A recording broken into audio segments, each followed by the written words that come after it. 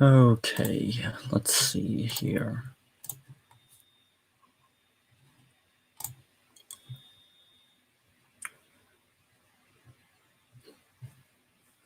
Perfect.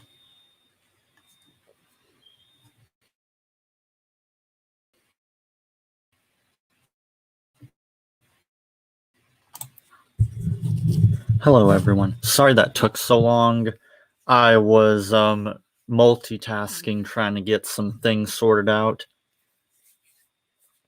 But yeah, some of my fans were asking me to do another stream, and some of them couldn't wait until I get 900 subscribers, and I promised I'd talk about bad death battle ideas.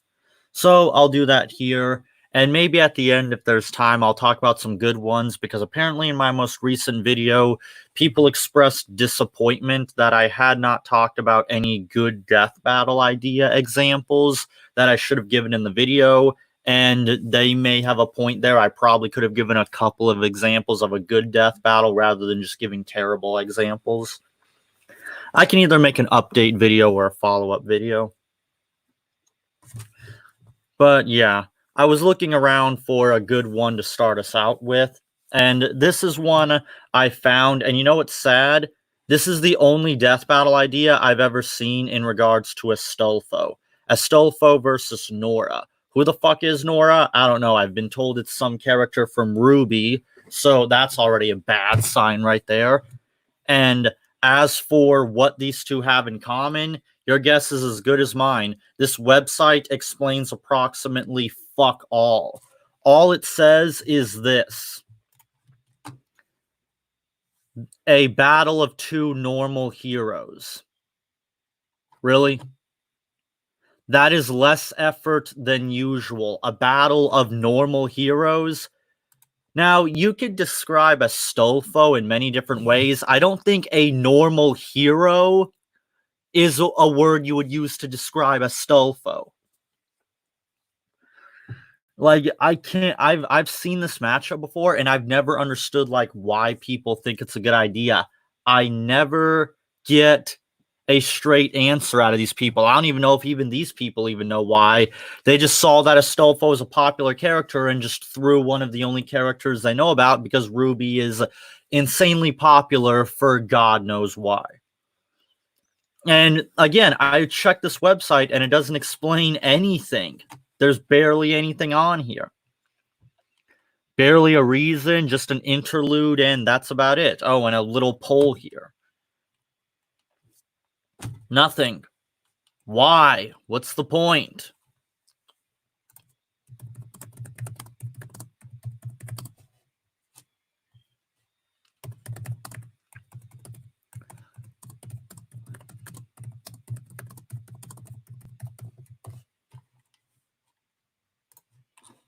I swear, sometimes some people, like, I'm desperately trying to think of a reason for why. Like, it can't be because the other character is a trap, although I'm really not a big fan of a trap versus trap death battle. I don't think that's the most unique idea, because I've been looking for a good matchup for Astolfo for my versus show as well, and so far I've got nothing.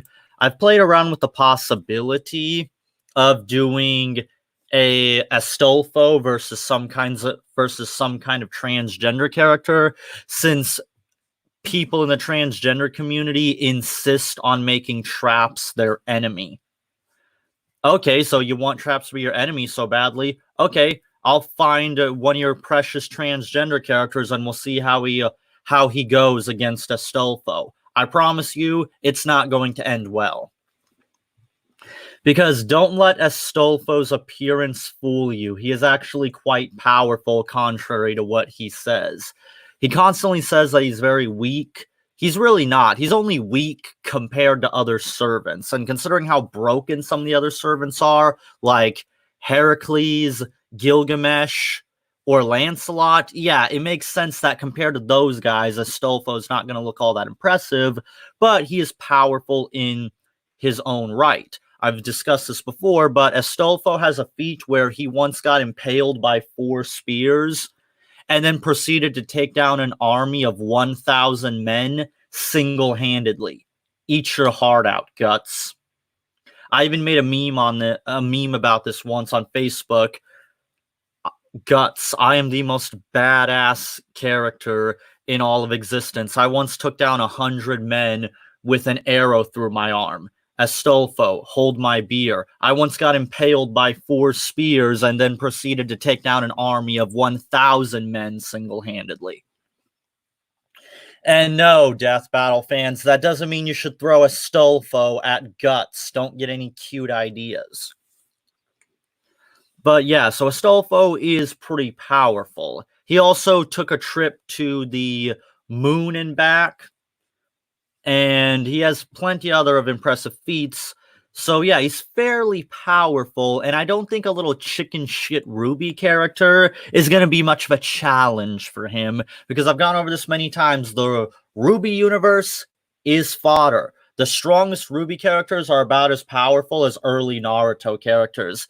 That is to say, they are nothing. They are barely as strong as even early Bleach characters are 10 times stronger than the strongest late in the series RWBY characters.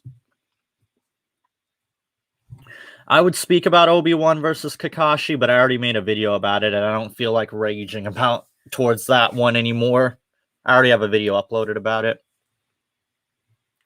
Okay, Goku would kill Yang by simply being in her presence. I'm not joking. Yang wouldn't even be able to hurt him. I'm pretty sure if she so much as punched Goku, every bone in her body would break. Oh, but her semblance, yeah, her semblance is only useful if you don't overclock her durability. If you have more power than her durability can tank, guess what? She's gonna fucking die and she can't absorb any energy. So, yeah. So, since there's not much known on Astolfo versus Nora, let's try to find another really shitty one. And my friend has no shortage. One of my subscribers has no shortage of garbage death battle ideas. I might even pull up a few of them because his ideas are just next level stupidity.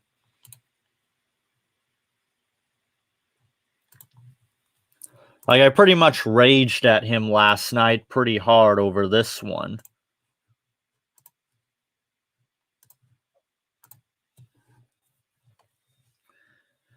Do I need to explain the problem here? I really hope I don't have to. And what's sad is the way in which he tried to explain it, which I also have right here. If I can find it. Oh, yeah.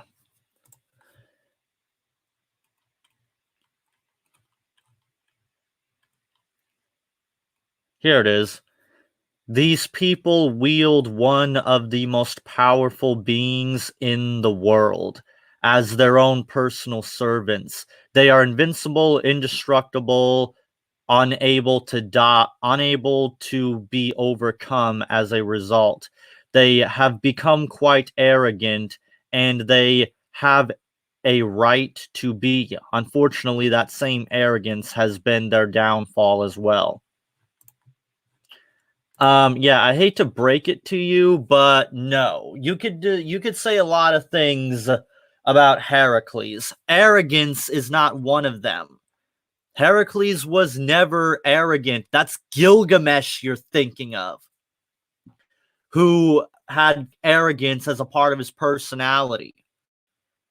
So that's already wrong. Also, I'm pretty sure the fucker from JoJo here doesn't possess the most powerful stand. And even if he does, that doesn't mean that's a reason for why they should fight.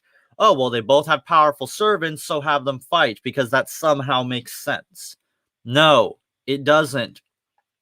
Also, from what little I understand about JoJo, killing stands is not possible unless you kill the original user of the stand. So how exactly is that supposed to work?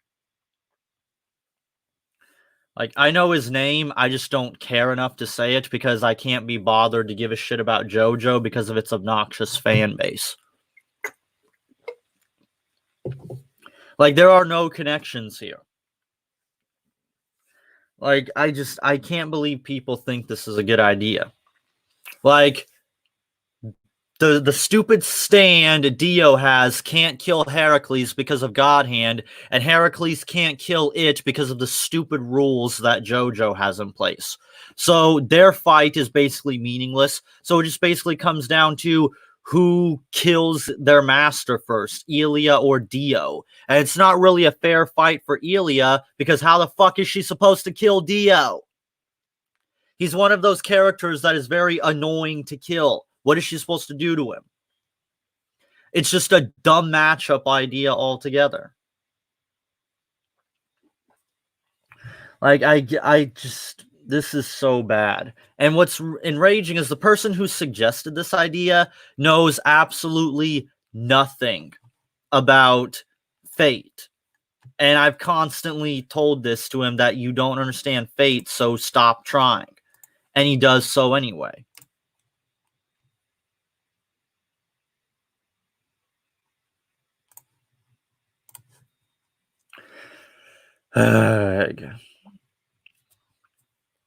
Like, I know he wants to do the whole, well, they did Red and Tai versus Charizard and Greymon, even though that was a total disaster.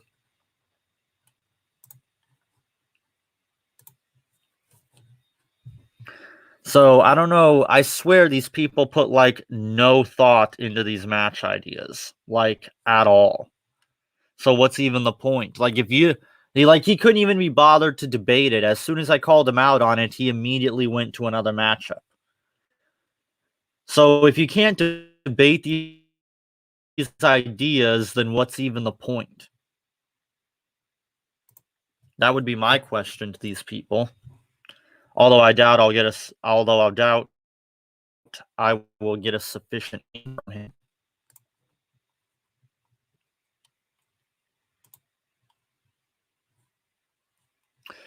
All right, let's look for some other ones.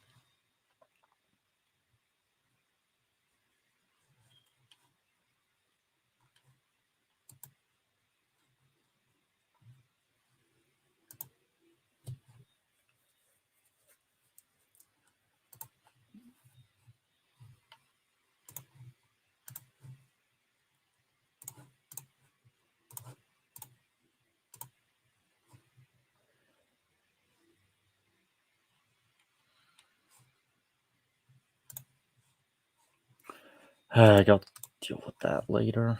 I don't have time for this right now. Fucking YouTube always being stupid. Yes, Jason versus Nemesis is a bad matchup. Why do I even have to explain that?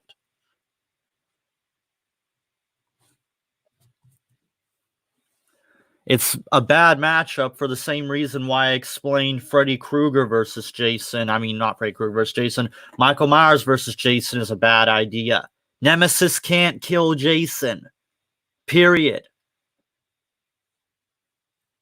If your opponent has no ability to kill the other, they shouldn't fight.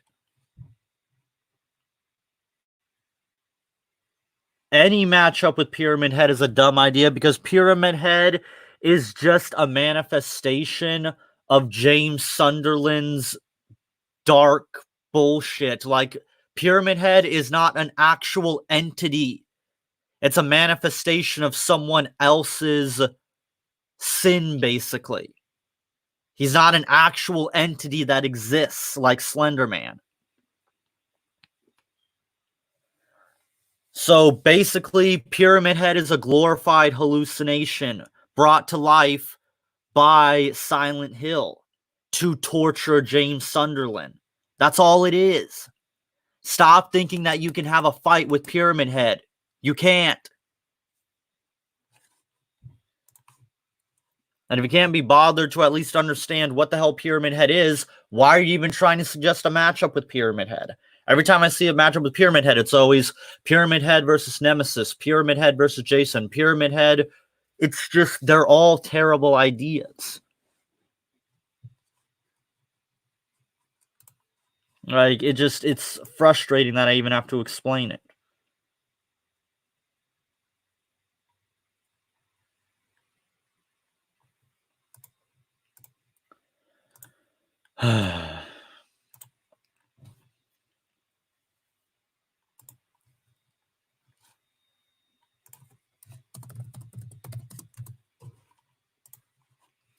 Okay, let me close out this one and find another one.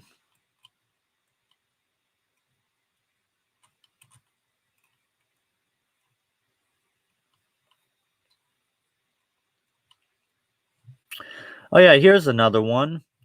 The Legend of Korra versus Power Rangers. Why?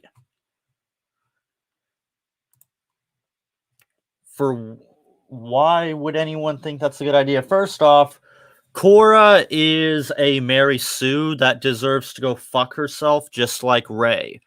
Korra should never appear on Death Battle, nor should the likes of Rey.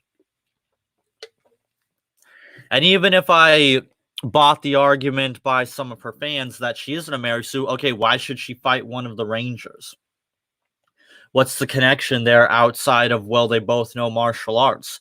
By that same logic, should Mr. Miyagi fight Korra? I mean, after all, Mr. Miyagi broke 3 blocks of ice, so why not?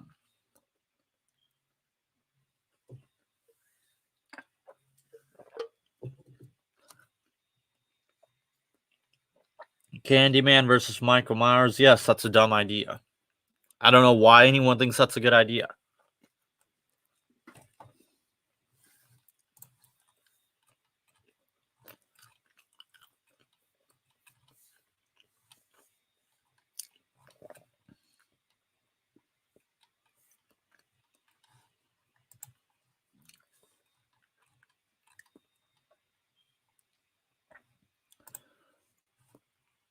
Okay. Here's another one. Gardevoir versus Renamon. Why?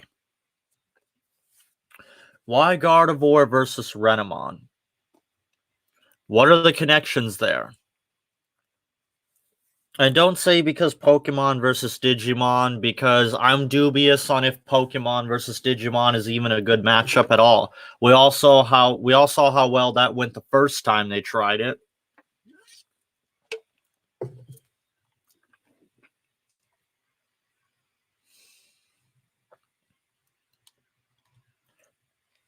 Yes, Kirby versus Goku is a bad idea. It's about as much of a good idea as Kirby versus Boo was, and that was a terrible idea.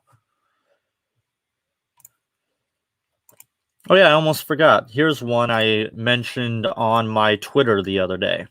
Let me pull it up.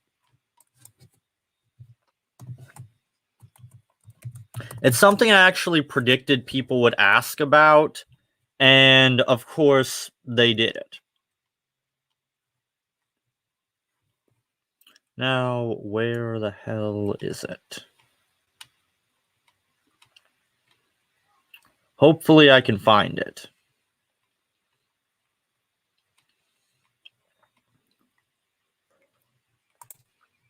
Okay, well, while I look for that, let's take a look at this stupid shit while I find it.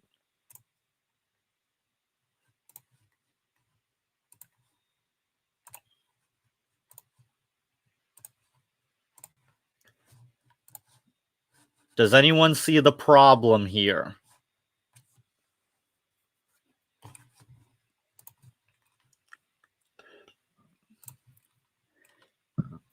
I don't even know if there's even a reason. Like, the only thing I could think of is, haha, they both have the name Lucy. Ugh, I swear some of these ideas are just so bad. And I almost never seem to understand the reason why they think these are good matchups, if they even have any reasons for them at all. Most of the time, I don't think that they do. Ah, here it is.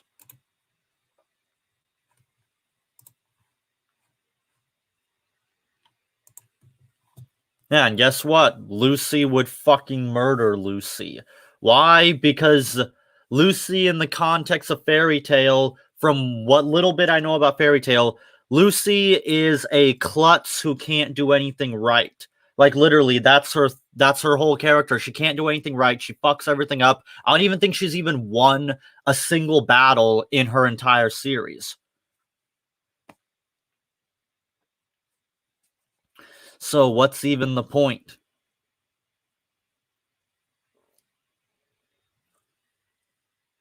Sweet Tooth versus Pennywise, equally as terrible, because what the hell is Sweet Tooth gonna do to Pennywise?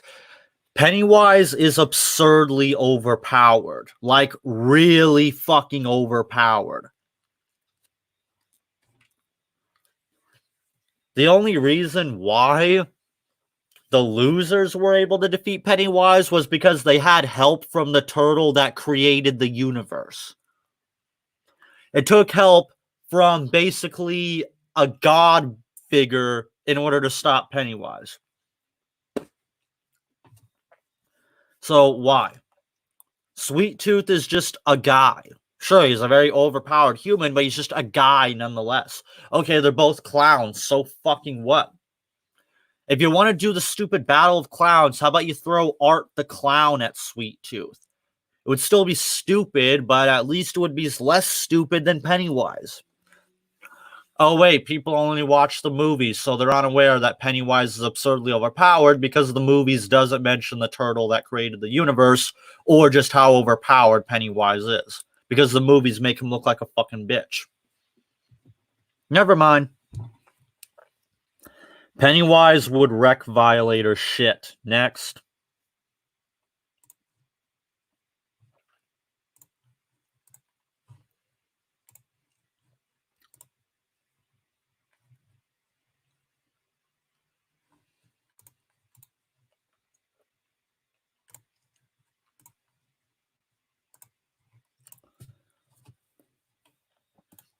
This is one I mentioned on my Twitter last night. When I saw Brightburn, I even reviewed it. I saw this coming. I immediately knew that people were going to suggest Lucy versus Brandon. Why? Because outside of Elfenlied, as far to my knowledge, one of the only pieces of media to ever tackle the concept of superhero horror stuff was Elfenlied. And Brightburn is one of the first movies to take a crack at it. The problem with this matchup is they don't really have too much in common. One's an alien, the other is a mutant. Not only that, but Brandon has not had an actual test for his powers. He has a couple of feats, but outside of that, he's only gone up against regular human beings. He has not faced someone who has powers like he does. We have no idea how he would be able to act in that situation. We also have no clue what the limits of his powers are. Are his powers linked to the same ever-growing power that Superman has? Because that's basically what Brandon Breyer is. He's just a Superman ripoff. Does he have the same ever-growing power? Then if so, how is that fair for Lucy? Don't get me wrong, Lucy is very powerful and would give Brandon a hard time, but if Brandon's powers would keep rising continuously, then that would be a problem. However, though, if we assume he has the same strengths and weaknesses as Superman, then in my last live stream, I've already explained that I think Lucy could hypothetically kill Superman. She has weather manipulation. This is a power she has that not a lot of people is aware of, that she could hypothetically use to take the sun out of the equation, or her ability to create nuclear fusion and nuclear explosions could possibly fuck up Brandon.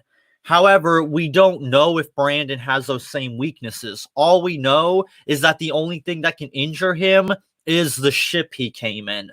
Similar to how the only thing that could injure or weaken Superman was kryptonite.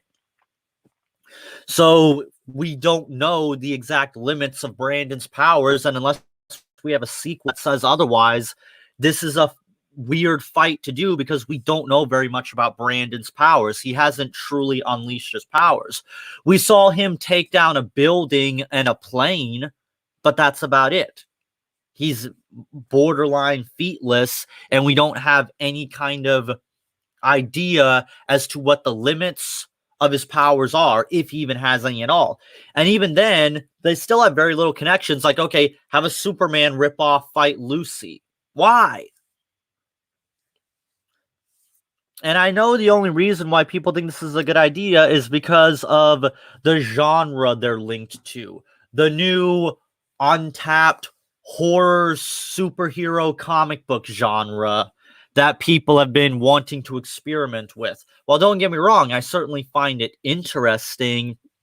I don't think this would be a very good matchup idea. At least we need to see Brandon Breyer's limits first. I've explained this many times before to Death Battle, and I'll explain it here. Don't do a character if their powers are not complete or you are not aware of their limits. I've explained this before. If a character's story is still ongoing, don't do a death battle, because if you do it and then they obtain a new power or form later down the line, you're screwed.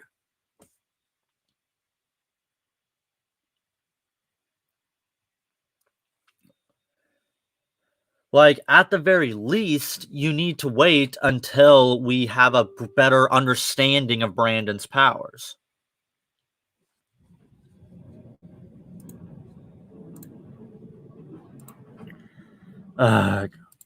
Don't start with this now. I'm sick and tired of you complaining about me being quote-unquote negative, because the only thing you want me to do is to speak positively about everything. I'm not allowed to speak negatively on anything. Well, stop it. That's a childish mindset for you to have, to say, you can't say anything that's not positive. That's fucking bullshit. Okay? You can't make me only be positive about everything. That's fucking ridiculous. Go take a chill pill. Like, Jesus fucking Christ. I'm sick and tired of people who have that childish mindset of, oh, you're being negative on something, so you're just a hater. I only want to hear positivity. Well, that's not how the world works.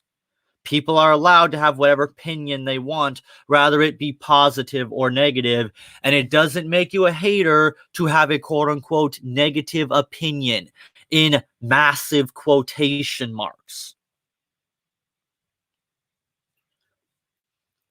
Also, roasting is not the same as hating on something. Roasting just means talking crap about someone in a comedic way. That's all it basically means. And it's sometimes not even that.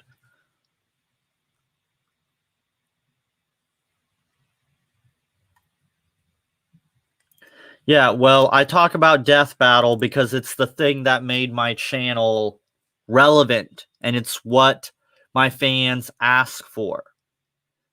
So what? You want me to basically just ignore what my audience wants just to make you happy? Is that really what you're saying?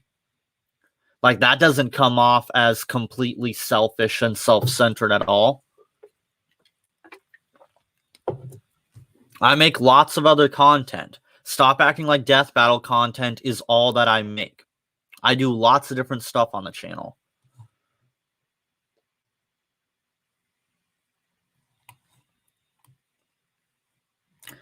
Oh, look at you. Aren't you just edgy? I don't care. Yeah, sure.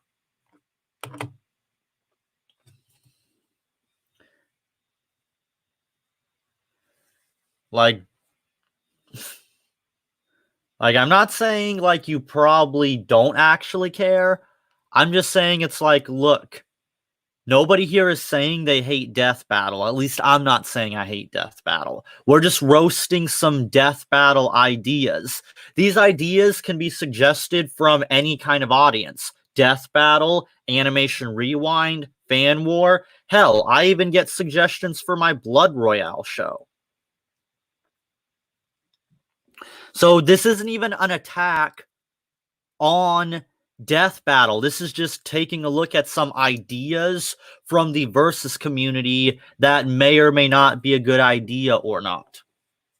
Like, this isn't even necessarily like a Death Battle related video. It's just talking about ideas that people suggest to shows like Death Battle. I already made a Death Battle related video today.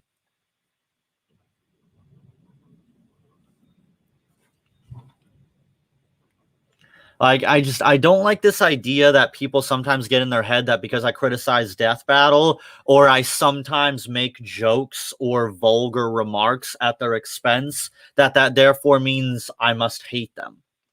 By that same logic, does Wiz and Boomstick hate Death Battle? God damn it. By that same logic, does Wiz and Boomstick hate Deadpool because they constantly get annoyed by his existence? No, of course not. That would be ridiculous to suggest.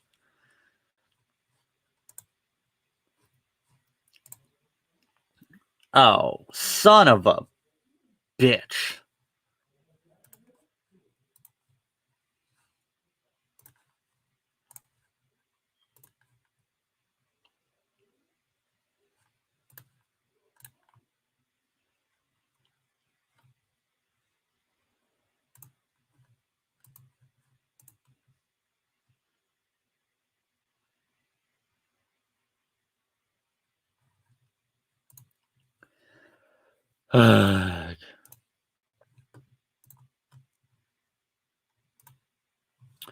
Okay, so we got a bunch of crap here.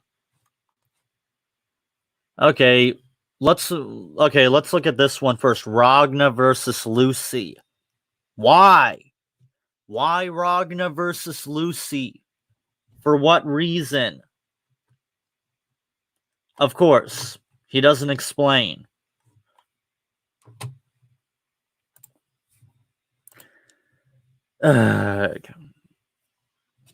I'm probably not going to get an answer out of this guy. Like, Ragna is pretty overpowered, not to mention he has, like, no connections with Lucy. Outside of the fact that they both had shit childhoods, I guess. So, that's out. Even then, Ragna's too powerful for Lucy anyway, so that's not really fair. Next one we have here is Ghost Rider versus Joker. I've seen this one before.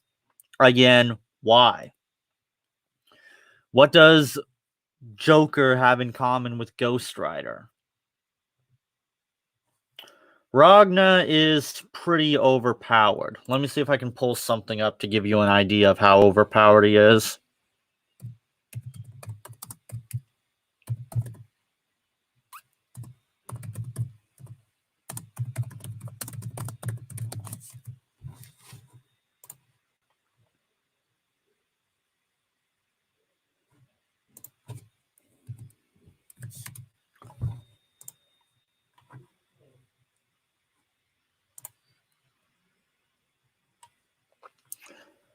Let's see. Maybe this will do.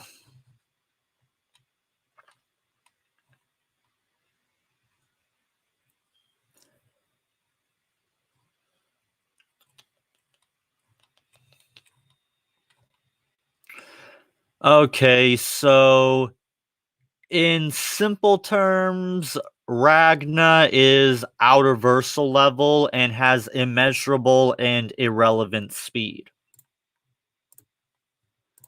So, to put it simply, Lucy, who is borderline planet level, versus Ragna, who is an outerversal threat.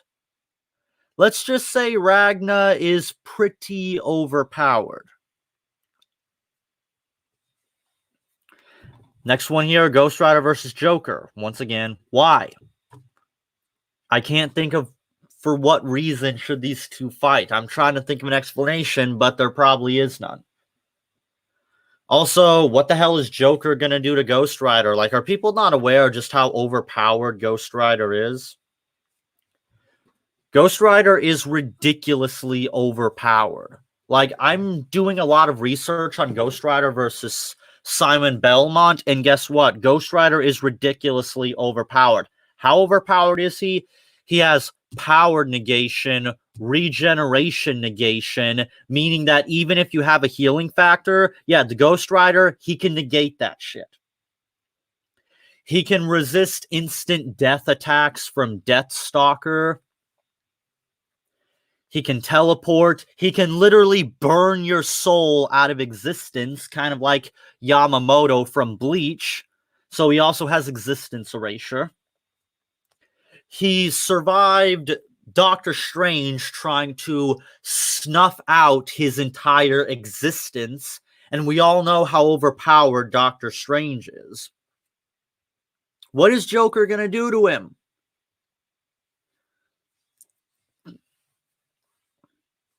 Ghost Rider versus Spawn. I've never known how to feel about Ghost Rider versus Spawn. I want to say it's better, but I don't know if I can say that it is.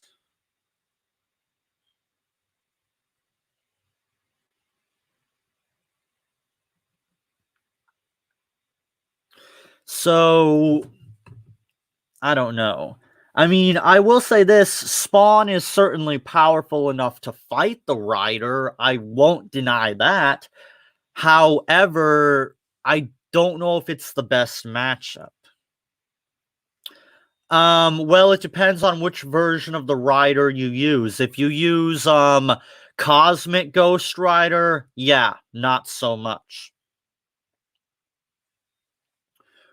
Remember, Doctor Strange once described the Rider's power as boundless. The weakest versions of Ghost Rider are multiversal, whereas the strongest versions of Ghost Rider are boundless. Put that into perspective.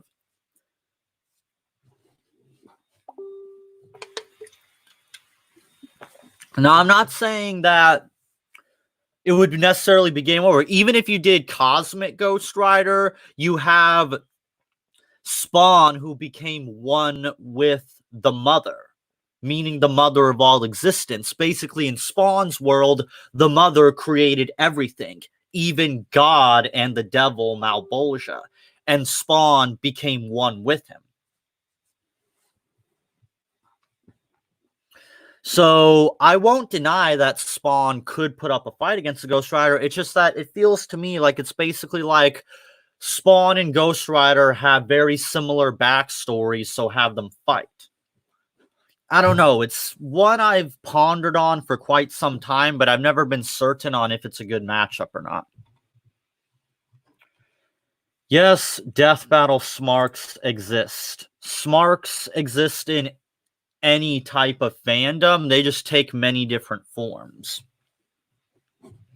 At the end of the day, what a Smark boils down to is basically a blind sheep fanboy that bitches about anything. So basically, some of the blind sheep fanboys that have attacked me for simply quote unquote harassing Death Battle, as they put it, they would be Smarks. They'll get mad at anyone that says anything about Death Battle they don't like. Kind of like how in wrestling, if you say anything bad about AJ Styles, Shinsuke Nakamura, or Daniel Bryan, they lose their shit.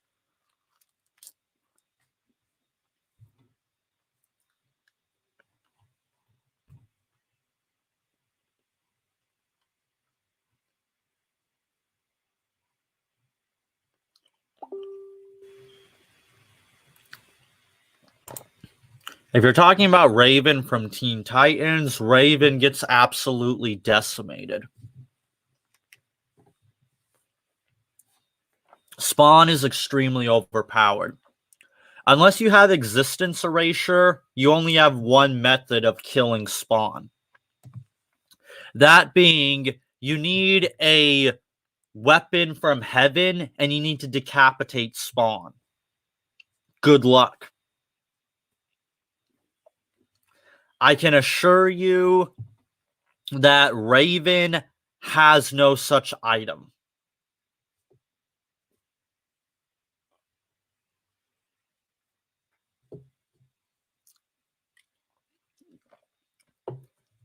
Maybe someday I'll make a stream where I address all the criticisms I get from the Death Battle fans, because though I debunk it in comment sections, I've never made a video or stream about it. But yeah, none of the arguments I ever hear from the Death Battle fans, at least the annoying, smarky type of Death Battle fans, not the more rational-minded Death Battle fans that I come across, their arguments never make any sense and just boil down to excuses for why Death Battle can't do certain things, when they absolutely can.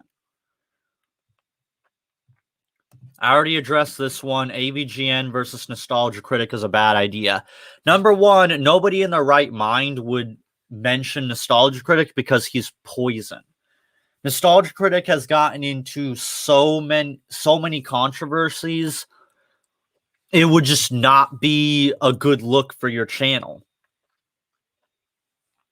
Not to mention, Nostalgia Critic hasn't put the same amount of stock into his character as the AVGN did.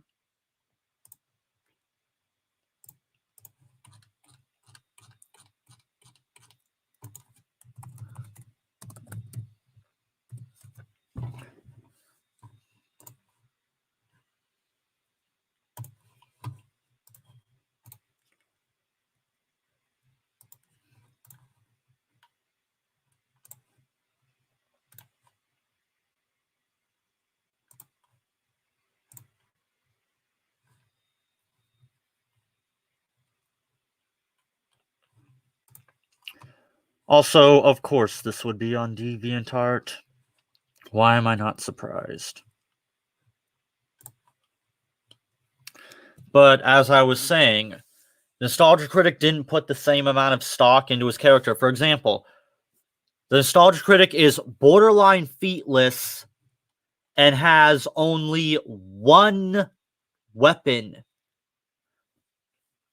The AVGN, on the other hand, has a whole arsenal of weapons, armor, has fought other characters, some pretty powerful. He's fought the likes of Jason Voorhees, Freddy Krueger, Bugs Bunny, Woody Woodpecker. He has fought many highly powerful entities, and he has a shit ton of abilities. So, yeah, when you compare the amount of abilities and weapons and feats, actual feats the AVGN has versus the Nostalgia Critic, it's not really going to amount to a fair fight. Also, the AVGN, I mean, I shouldn't say fair fight. My bad. Not fair fight. It's not going to amount to a very interesting fight. Also, the AVGN and Nostalgia Critic, they already fought. They settled their feud. What's even the point? I've heard some people say, well, I want to see a definitive conclusion to the end. Okay, here's the definitive conclusion. James Rolfe would beat the utter living shit out of the Nostalgia Critic. Even in the context of the AVGN's video games, the Nostalgia Critic has appeared in his video games, and guess what? The Nostalgia Critic gets his ass kicked. Imagine my shock.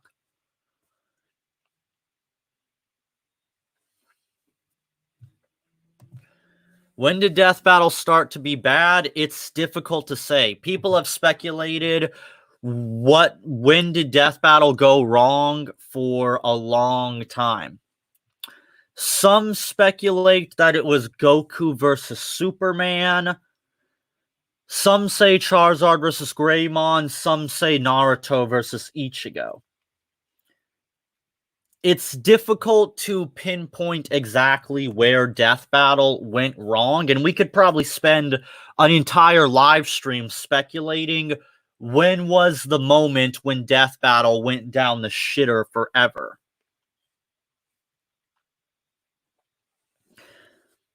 I mean, I would say that Goku versus Superman is where it started, but Naruto versus Ichigo was the point of no return. That would be my thoughts on it. However, again, we could speculate on this for quite some time.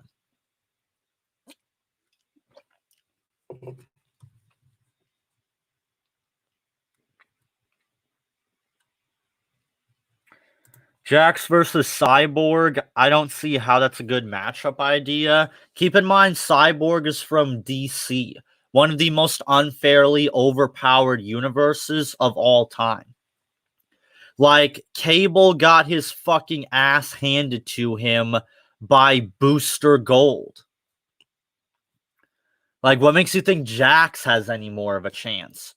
The Mortal Kombat universe, I hate to break it to you, is not very powerful. Like, at all. Like, I would say it's about as strong as early Naruto, and that might be a highball. I'm not saying this because I hate Mortal Kombat. I don't. But Mortal Kombat is not a very powerful universe. Like, the only one who could possibly hold their ground against any of these more powerful universes is Scorpion. Why? Because Scorpion has ever-growing power when he is in hell. So even if he's fighting someone who is more powerful than him, as long as he can drag them into hell and buy enough time, he can become strong enough to kill them. But outside of that, it just wouldn't be a very fair matchup. Putting any kind of Mortal Kombat character versus any DC, like, I know, like, Mortal Kombat versus DC Universe was a big game when it came out, but I hate to break it to you, no one in Mortal Kombat has a chance against the DC Universe. Even characters like Joker could absolutely annihilate people from the Mortal Kombat universe. And Joker is just a normal human.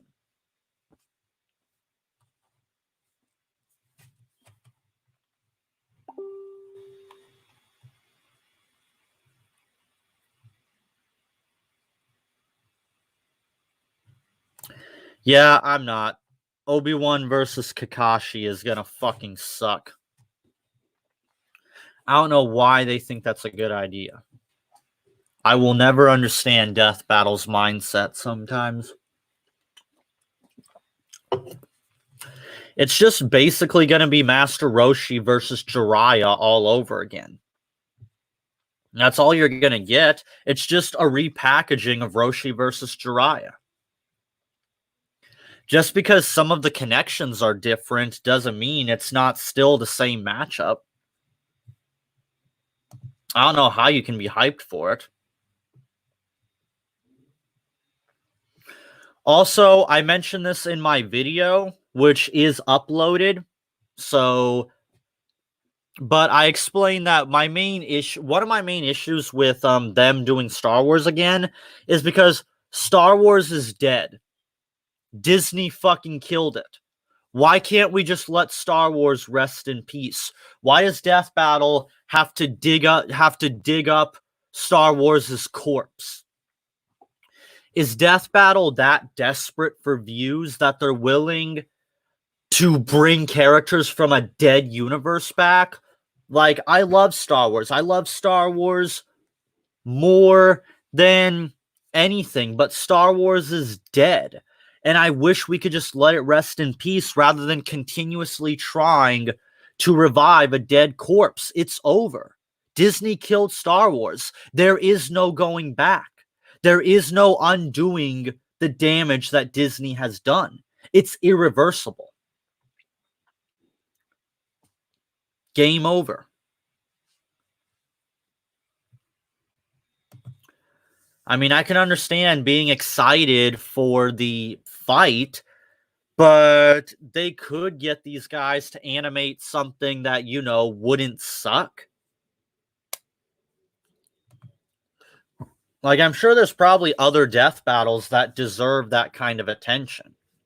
For example, Lucy didn't get that kind of attention. Lucy got a shitty Sprite death battle. Completely disrespectful to one of the greatest, not only one of the greatest figures in all of horror, but one of the best female characters ever written. Lucy is one of the greatest female characters in all of fiction. She is a brilliantly written character, and Death Battle completely wasted her. They claimed that they wanted to bring attention to a character that not a lot of people in the mainstream know about. Well, they did so, but in the worst way possible. They give her a shitty Sprite death battle, and then they make her the target of the Marvel fans. Because due to having Lucy kill Carnage, now the Marvel fans are pissed off now.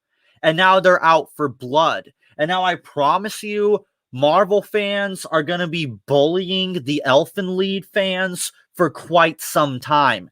Thanks, Death Battle. For those who try to say that, oh, well, Death Battle, they just do what they do for fun. Why are you criticizing them? They just want to entertain people. Well, it's kind of hard to do that when their actions lead to other fan bases getting pissed off and picking on other fan bases.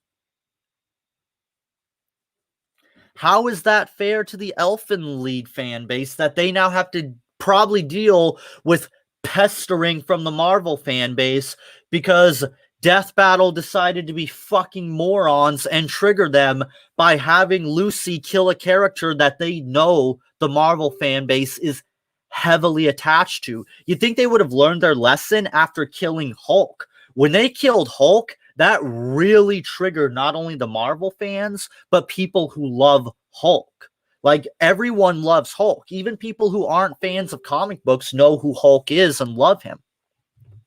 Why do that?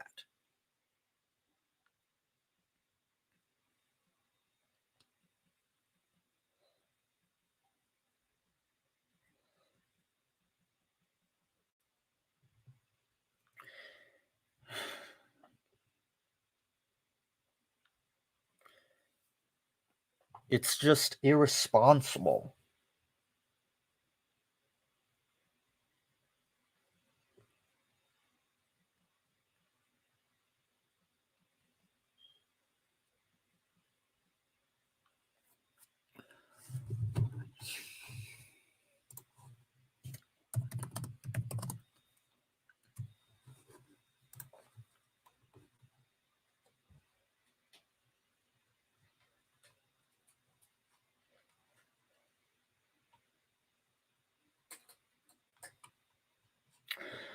You know what's really fucked up about the Carnage situation? Death Battle admitted that there was a good matchup, a perfect matchup, in fact. I'll even bring it up. And Death Battle even admitted it was a perfect matchup, but they didn't do it. Supposedly, the reason is they're saving this character for someone else. I don't believe that. I think that's just more Death Battle fans making bullshit excuses to defend Death Battle's dumbass ideas. That's what I think it is.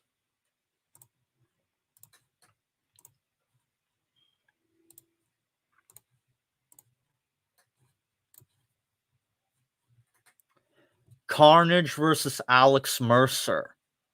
Why not? This is the matchup people want Death Battle to do. And they're like, no, let's just do Lucy. Why?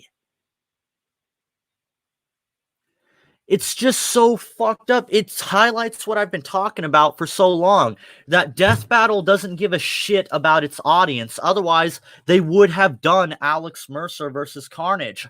I even think this is a good idea. If they did Carnage versus Alex Mercer, I can promise you that review I made of Lucy versus Carnage, that was the review that put me on the map and was my first video to blow up, it would have gone a completely different way if it was Alex Mercer instead of Lucy.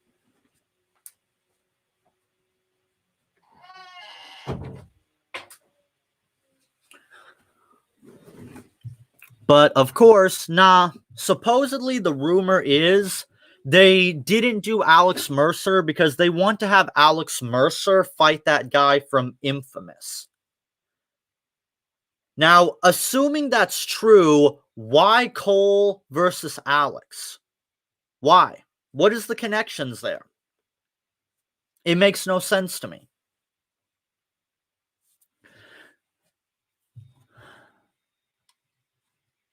It's exhausting. How is Alex Mercer versus Cole a good matchup? Explain that to me. Please explain to me how Alex Mercer versus Cole is a better matchup than Alex versus Carnage. Explain it to me. This is my problem. People say these matchups are good, but they don't bother to explain why. I'll wait. What do they have in common? What are the connections? What is there that would make an interesting matchup? As far to my knowledge, Cole is just a guy with electric powers. That's all he is.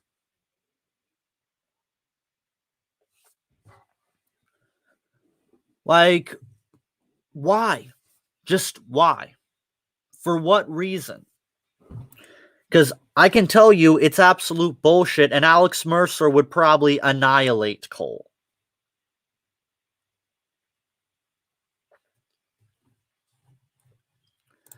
Well, if this is the explanation, then that's stupid, because you could use that with anything. Oh, Logan was experimented on, so let's have Logan fight Cole. I don't see that going wrong at all. I mean, come on. They're both superheroes that were experimented on. Why not do it? Never mind the fact that Wolverine would completely annihilate Cole with, like, no fucking effort.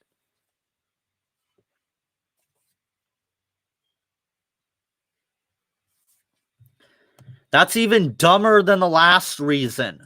Okay, their games came out at the same time. Okay, so who gives a shit?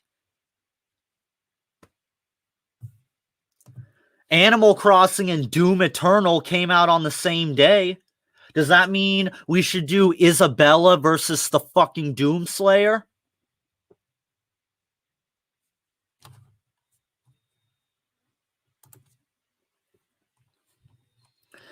The connection between Cole and Alex is they were once normal humans. That is a bullshit explanation already, but okay. Before both got supernatural powers, both also came from open world games. These are the most lazy connections I have ever fucking heard. This could apply to so many different characters.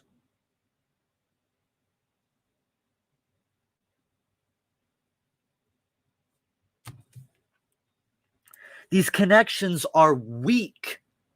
So fucking weak. Do you know how many characters I could pull out that have those exact same connections?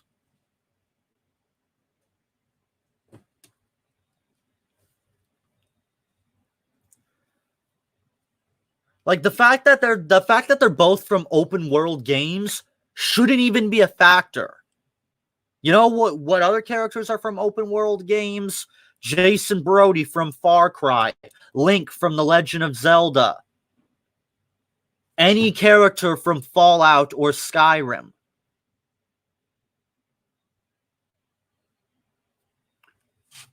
Just because you can find some very vague, loose connections does not make them good.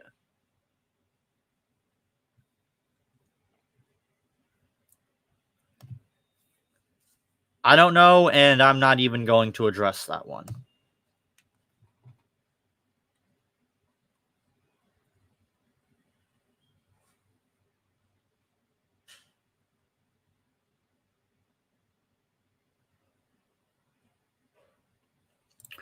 No, these aren't super chats. I can't do super chats until I get 1,000 subscribers because YouTube, many may or may not know this, but God damn it, I'm a YouTuber and I've been a part of this for a long time. I know it may not seem like it, but I've actually had my YouTube channel since 2015.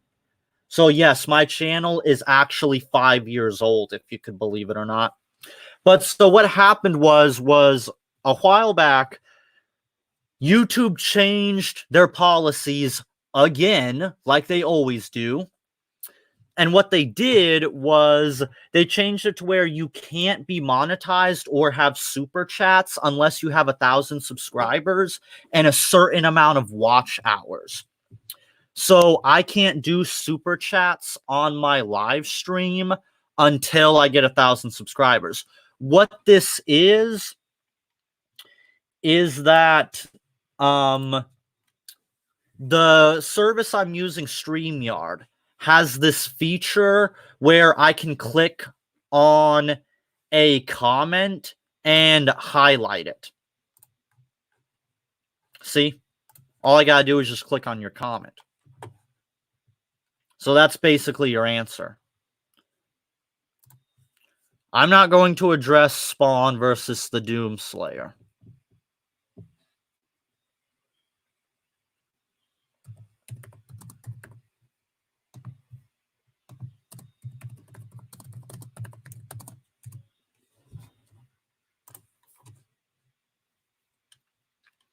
Okay, so let's see what I can find on Alex Mercer real quick. From what I can gather, this says at least that he is at the very least building level, and his speed is about hypersonic.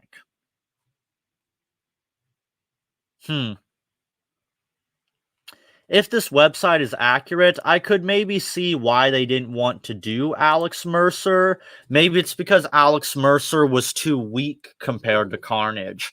Because Carnage is light speed and planet level.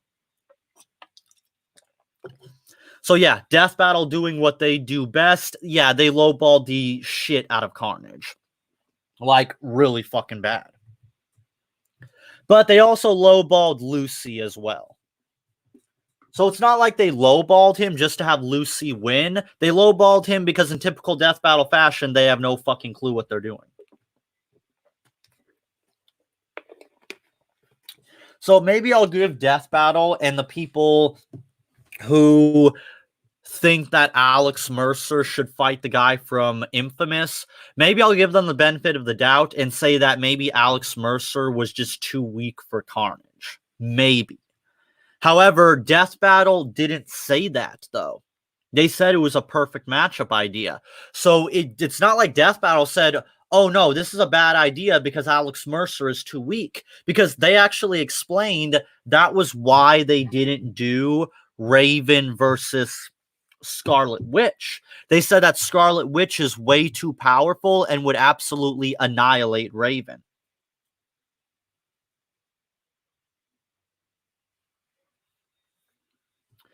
Yeah, I'm familiar with that guy. I deal with him occasionally on Twitter. He's not a big fan of me because I criticize Death Battle. I've gotten into quite a few arguments with that guy.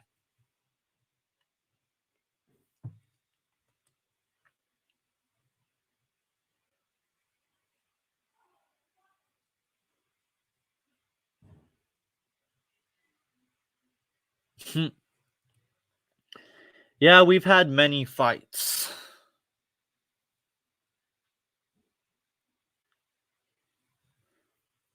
Oh, dear. My secret admirer is here, everyone.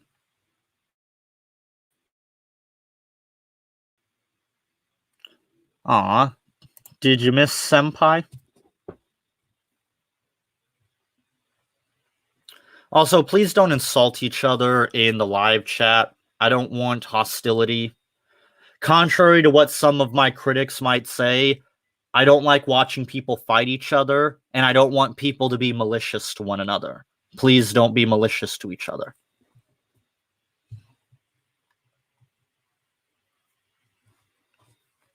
Anyway, let's see. I think we've spent enough time on Alex Mercer versus Carnage. I don't know. Let's see what some of the other ideas people had for Carnage was. Let's take a look. Like I said, I'm willing to give Death Battle the benefit of the doubt that maybe they just couldn't do Alex Mercer. Because I did say in my video, what makes a good Death Battle, you have to make sure the characters are compatible.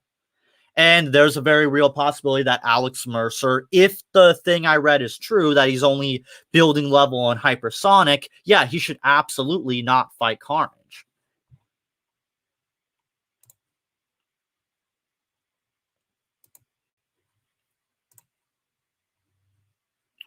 So let's see what we got here. Why? I have no words for this.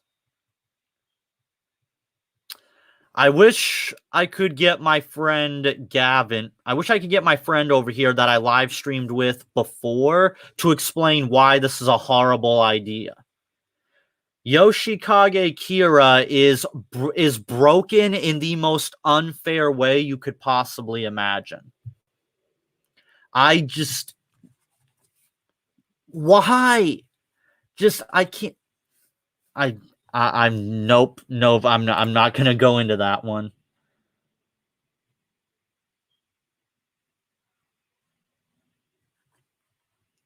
Let's try to find one that might make a little bit more sense. This was another one Death Battle mentioned that a lot of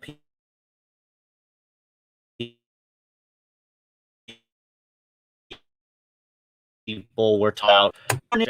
Anyone watching a stream, if you suggested Darth Maul versus Carnage, or if you know why people thought it was a good idea, can you explain to me what the reason was for people wanting to see Darth Maul versus Carnage?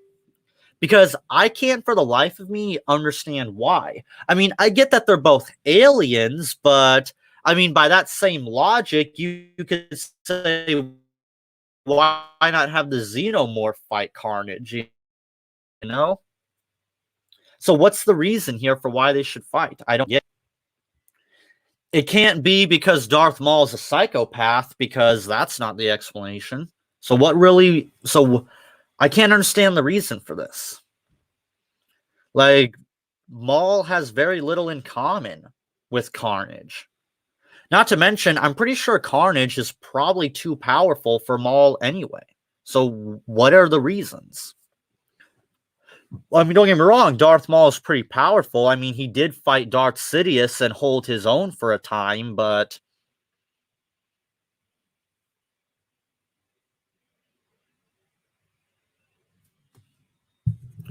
Oh, shit. Is it screwing up at times? Let me see something here.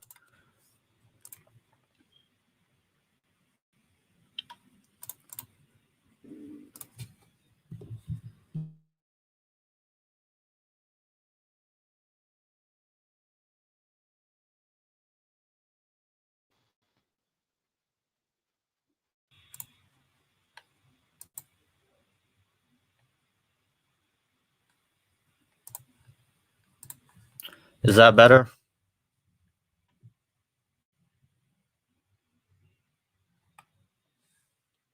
Sorry, I don't really hear the stream because that would cause an echo, so I can't really hear what's going on.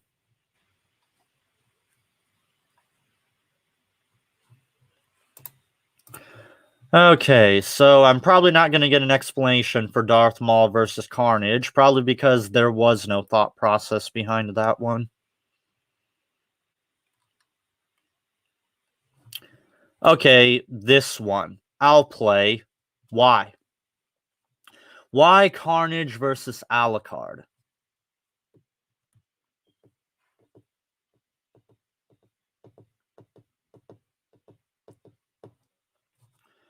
I'll get to that one in a minute. I have plans to talk about that.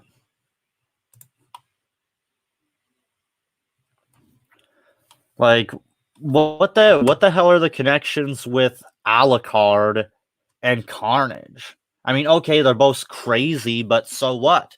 I mean, Kenpachi is crazy. I don't think you would argue that's a good reason for why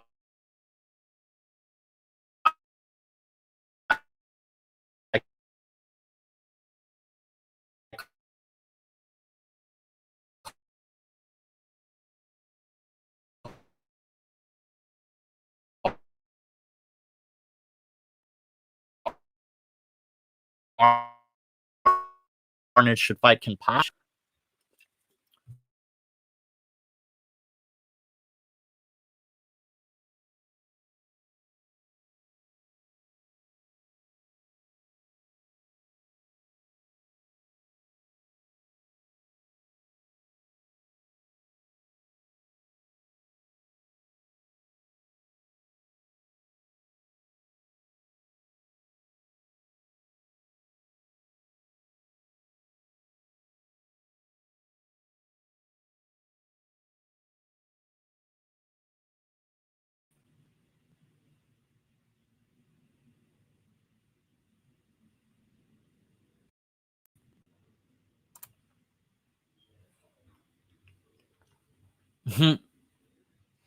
Sorry about that. I don't know what happened. My thing just like froze for a minute. I had to refresh the page.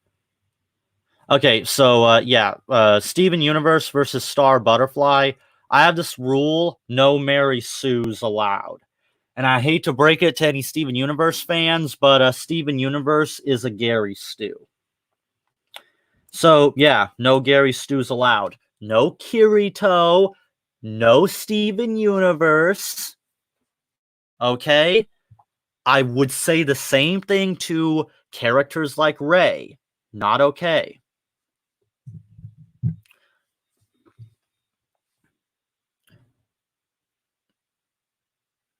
Steven Universe is nothing but a propaganda show. That's all it is.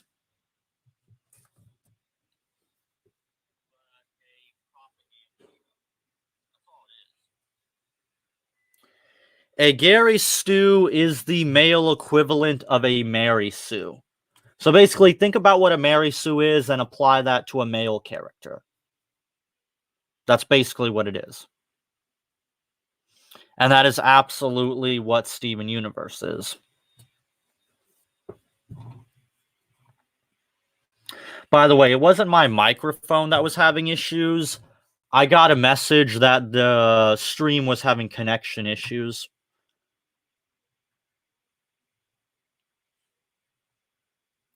What is a Mary Sue? Son of a bitch. Okay.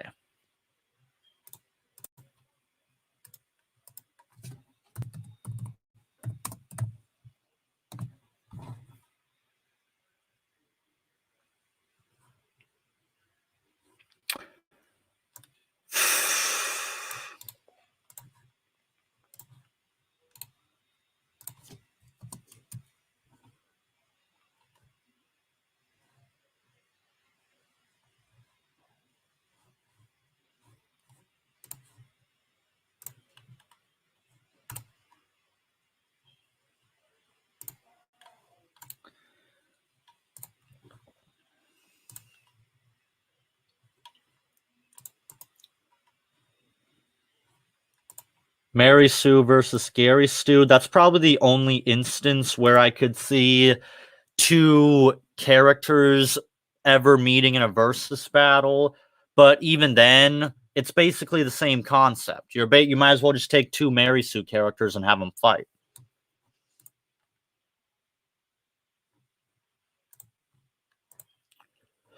I'll just leave this up here for a bit for those who are confused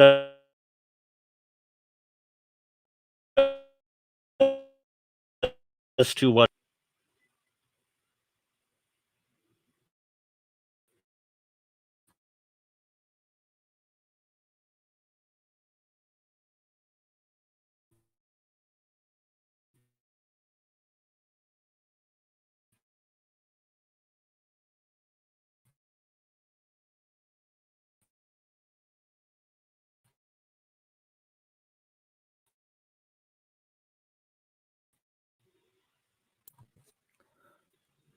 should fight.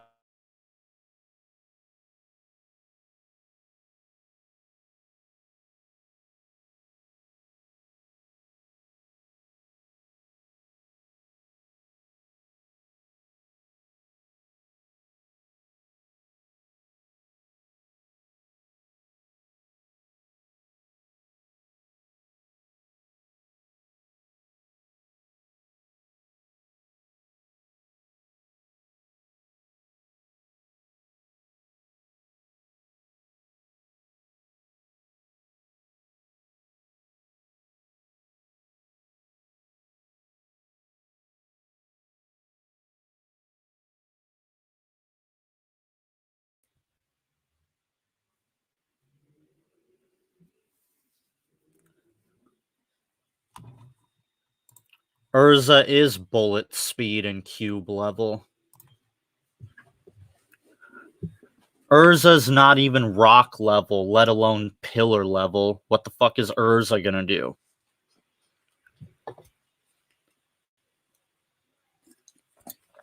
Obi-Wan can deflect lasers. Can Goku deflect lasers? I don't think so. Oh, right, he got butt fucked by a laser and died.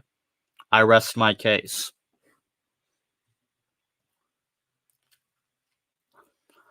I already explained it's not the mic, it's my internet connection.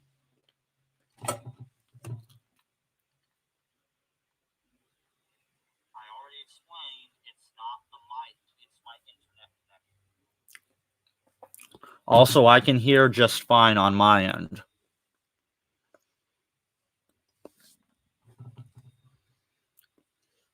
Okay, apparently Kevin is not going to shut up about this one. He has been spamming this one since the very beginning.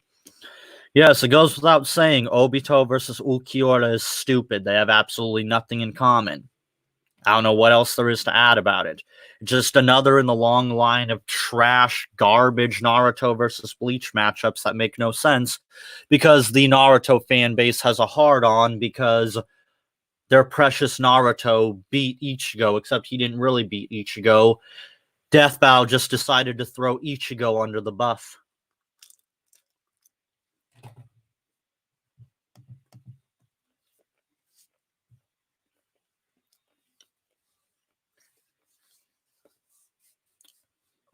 It's almost insulting to compare Obito to Ulquiorra.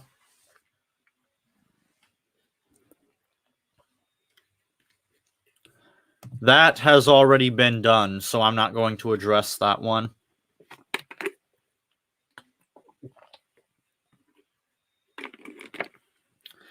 If you remember Fan War, yeah, he did that death battle already. He even went through the trouble of making his own custom-made sprite sheets, which I must admit is impressive. If Death Battle did that, I would have a little bit more respect, if at the very least they made their own shit. But Death Battle can't be bothered to do that. Maybe I'll review that episode someday.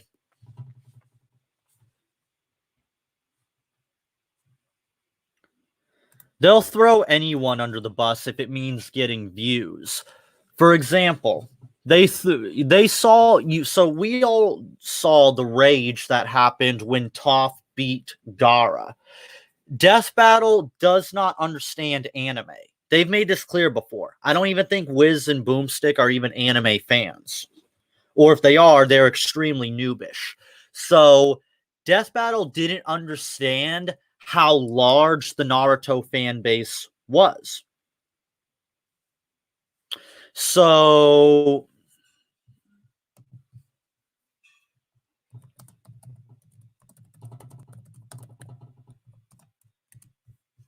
sorry about that. Okay, so I hope I didn't just lose my train of thought. I hate it when that happens.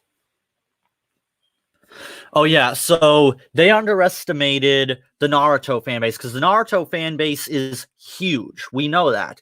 So they threw Ichigo under the bus because once they saw how pissed off the Naruto fan base got, they saw money signs because the more views Death Battle gets, the more money they get paid.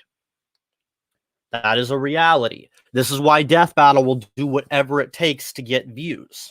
And that is very much what they did. They saw that Watch Mojo, the dumbasses that they were, started a fan war between Naruto and Bleach because they're fucking morons. And Death Battle immediately smelled blood in the water. They saw a perfect opportunity to not only cash in on a fan war that literally just sparked while it's hot, because they tried to cash in on the flame war between Digimon and Pokemon, but it didn't work out so well because the flame war between Digimon and Pokemon ended years ago and Pokemon won anyway. So they tried it again with Naruto versus Bleach, but to a much greater success because the flame war was fresh. they also saw an opportunity to kiss up to the Naruto fan base. Because think about it, they have been getting requests to do Naruto versus Ichigo since the beginning of their channel. They admitted this. Even at SGC, when they did the rematch of Goku versus Superman, a lot of people were saying, when are you going to do Naruto versus Ichigo? And they waited till the perfect opportunity. They threw Ichigo under the bus, and they got views out the ass. Over 100,000 likes. Really put that into perspective.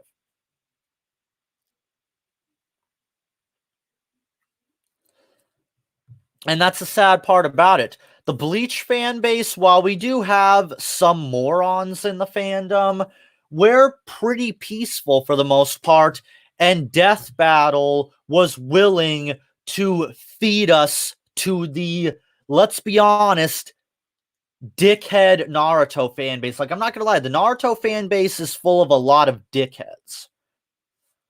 Like, ever since this flame war, it's difficult to be a Bleach fan because you always have to deal with being pestered by the Naruto fan base.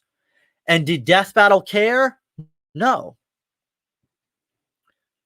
So make no mistake, if they ever do Naruto versus Bleach ever again, it's not going to be because it's a good matchup or because it's what the fans want. It's because they see another opportunity for views. And as long as this Naruto versus Bleach fan war goes on for, Death Battle will continue to exploit it.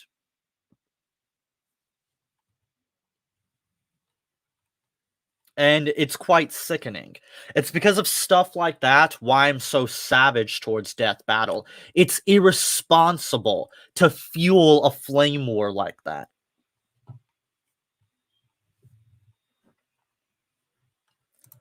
I've explained this before in videos. I'm guessing maybe you didn't see those videos, but Cartoon Fight Club is infinitely more worse than Death Battle. Like, as bad as Death Battle can be, Death Battle at its worst can never compare to the sheer incompetence of Cartoon Fight Club. Cartoon Fight Club is a unique kind of awful. Remember, Cartoon Fight Club did Creepypasta versus MLG unironically. He didn't do it one time, he did it multiple times. Put that into perspective. Let that sink in. MLG versus Creepypasta was Cartoon Fight Club's Goku versus Superman. Really think about that. Cartoon Fight Club is a punchline. He is a joke and nothing more than a meme in the Versus community, and I honestly wish he would leave. He does nothing for the Versus community. He's an absolute joke.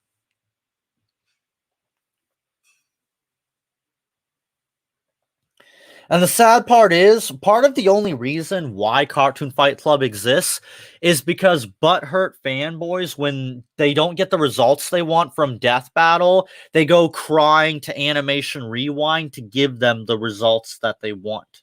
I'm not joking. That actually happens, like, a lot.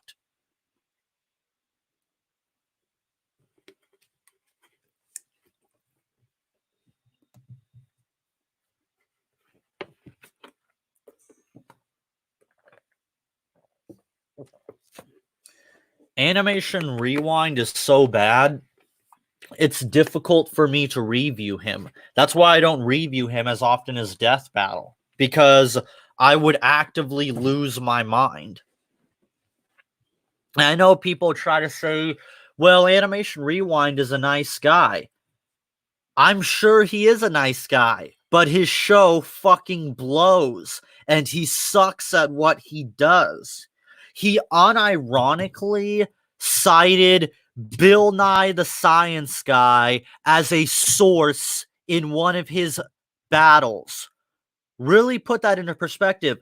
Bill Nye the Science Guy. The motherfucker who said that gender is on a spectrum. The guy who made that cringe-ass Netflix show and tried to rewrite history by censoring his own episodes.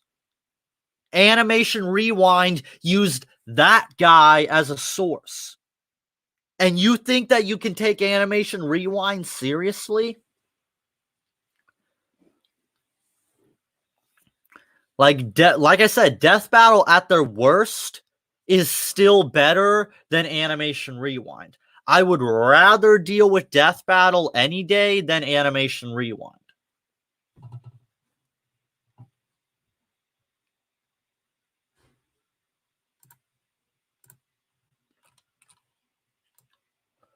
Okay, what other Death Battle ideas do I have here?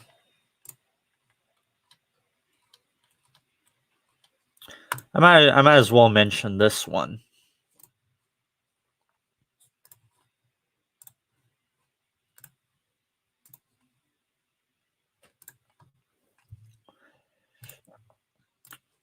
Now, this is a matchup I'm unsure about.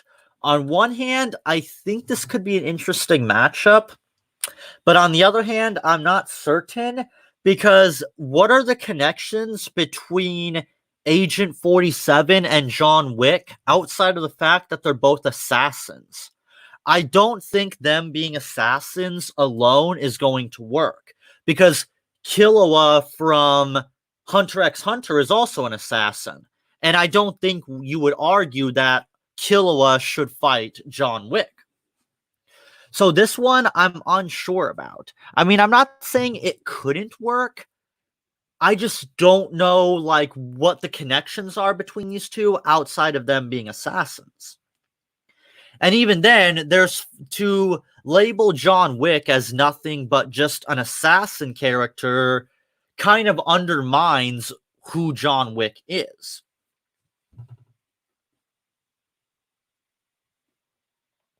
So I'm not certain about this. I mean, don't get me wrong, John Wick is extremely overpowered. I've seen all 3 of the John Wick movies, and I'm super hyped for John Wick 4.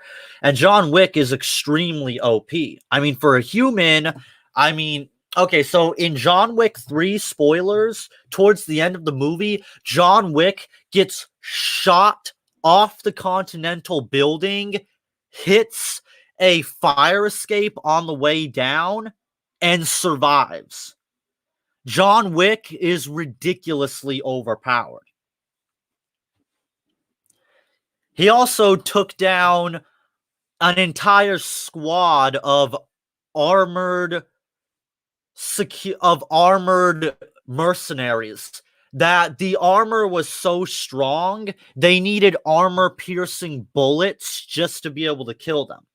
They had to get armor-piercing 12-gauge shotgun rounds to even be able to kill them, because any other gun they tried couldn't get through the armor.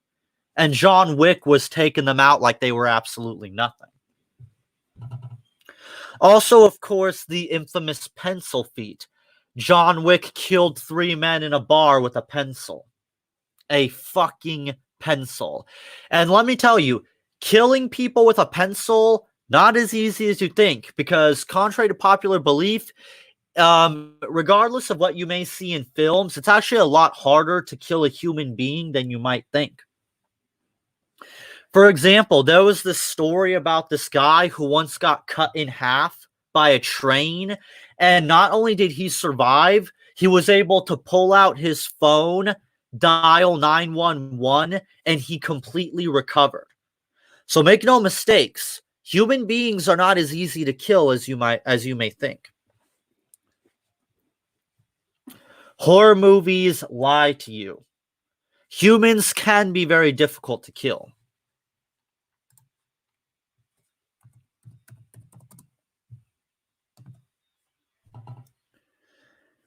Some other ideas I see for Death Battle, some other ideas I see for John Wick is John Wick versus the Equalizer, John Wick versus the Bride from Kill Bill, and John Wick versus the Atomic Blonde. Another one I see a lot of is John Wick versus the Punisher. I can kind of see where they're going with John Wick versus the Punisher. My concern is the Punisher is from Marvel, and the Punisher has some ridiculous feats. For example, the Punisher actually managed to kill the Hulk. Like, he actually did it.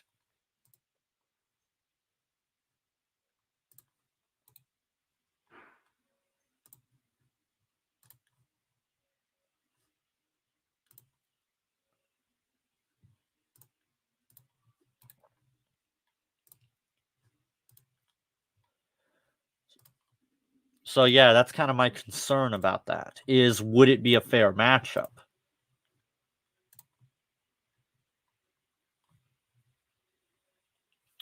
I mean, I could see Punisher versus John Wick being a cool matchup, but again, like I said, is the Punisher far too powerful due to him being a Marvel character? For example, the Punisher, you remember Cosmic Ghost Rider I mentioned?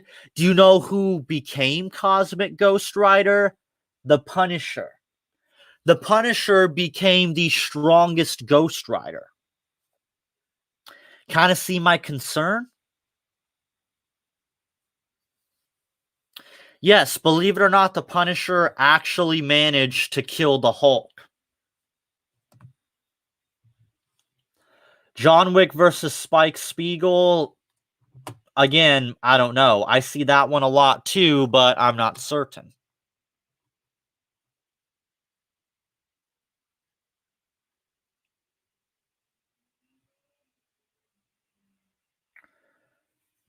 From what I remember, there's a comic where the Punisher, he fed like a bunch of grenades or something to the Hulk, and it put Bruce Banner in the hospital, and then he killed Bruce Banner in the hospital.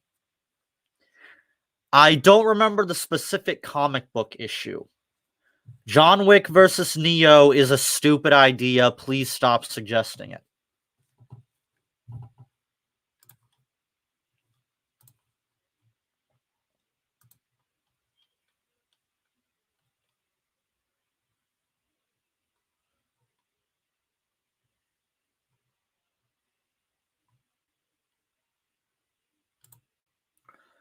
Well, this is stupid.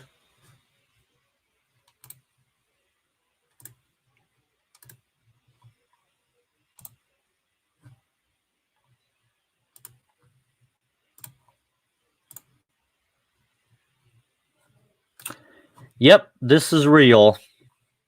This looks like something I would see on Cartoon Fight Club.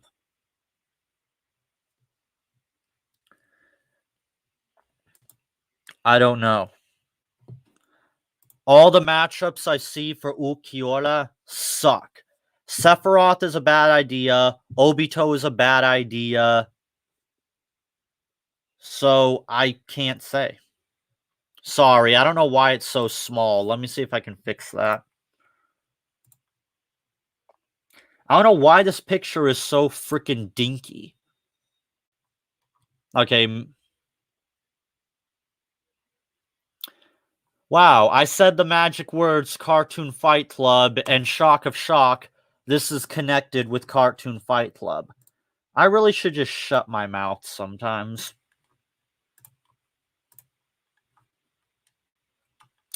Yep, this is a thing.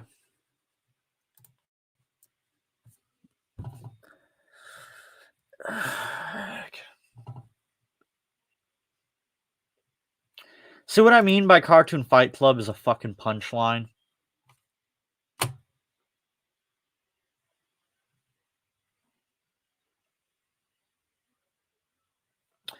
Yeah, he did Red versus Sonic.exe, and in hindsight, I think I was a little bit too generous towards the guy.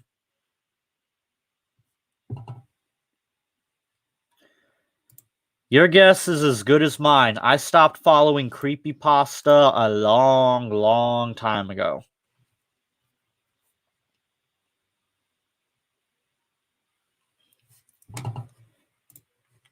Ulquiorra versus Itachi. Okay, I'll play. Why? Why should Ulquiorra fight Itachi? What do they have in common?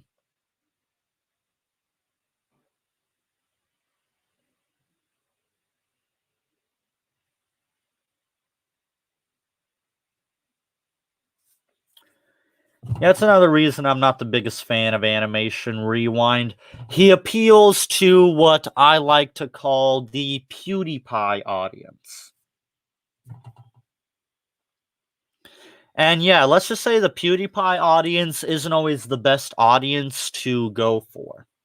It's kind of like WWE trying to appeal to the smart audience. It's just a stupid idea all around.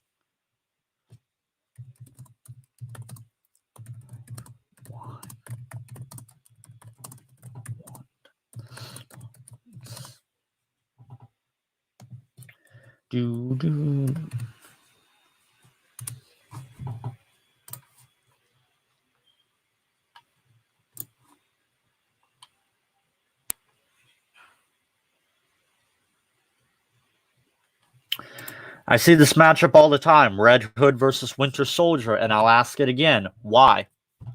Why should they fight outside of the fact that they're both from comic book universes? Marvel versus DC has a rivalry, and they probably have one or two vague connections. Tell me, let me ask a different question. What in this fight would be interesting, dynamic, or compelling? Going back to my video, what makes a good death battle? What does Red Hood versus Winter Soldier have that would make for an interesting fight? Can you answer that question?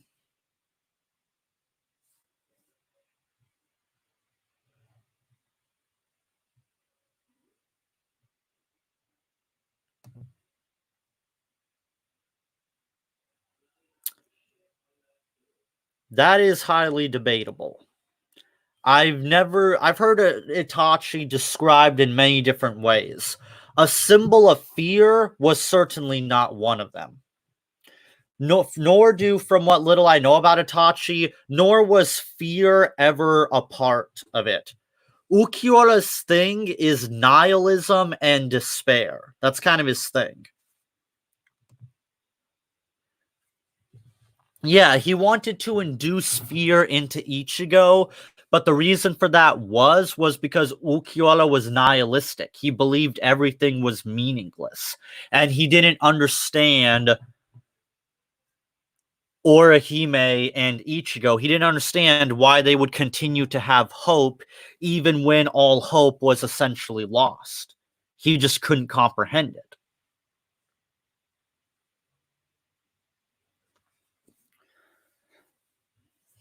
Also, here's another reason why Ulquiorra versus Itachi is a bad matchup.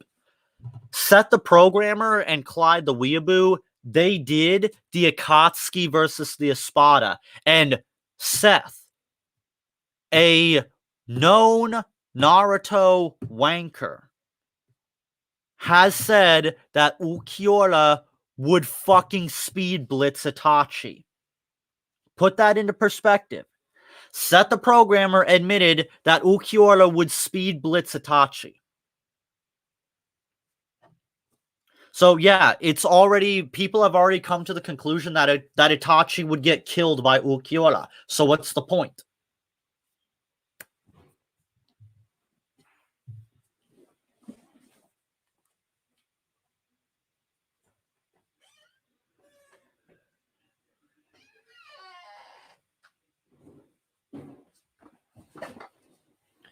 This is what happens when you put no thought into your matchup, or you are unaware of what happens in the Versus community. Because if you knew what was going on in the Versus community, you would know that Seth the Programmer and Clyde had already done Madara versus Aizen and the Akatsuki versus the Espada.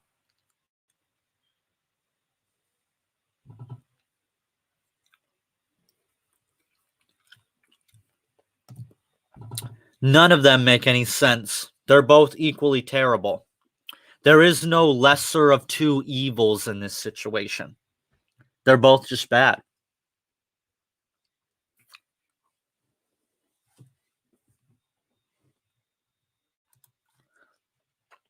Yes, I've seen that matchup too, and I don't get it.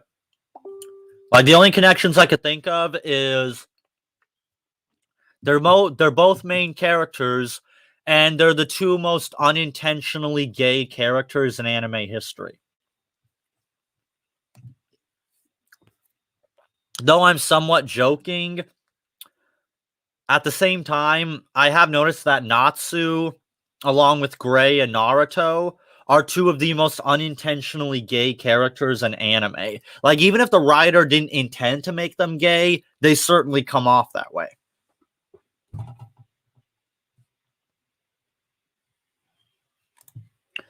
Oh, well, imagine my shock. Of course you would. Because the only way that fan war can get not fan war. The only way that Cartoon Fight Club can get fans is by increasing the stupidity levels. Because he knows that nobody will take him seriously. So he just has to keep doing stupid shit to appeal to the children that watch him.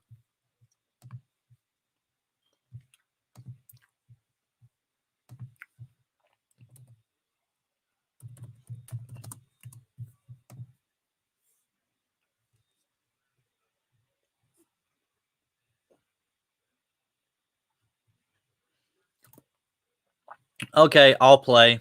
Why?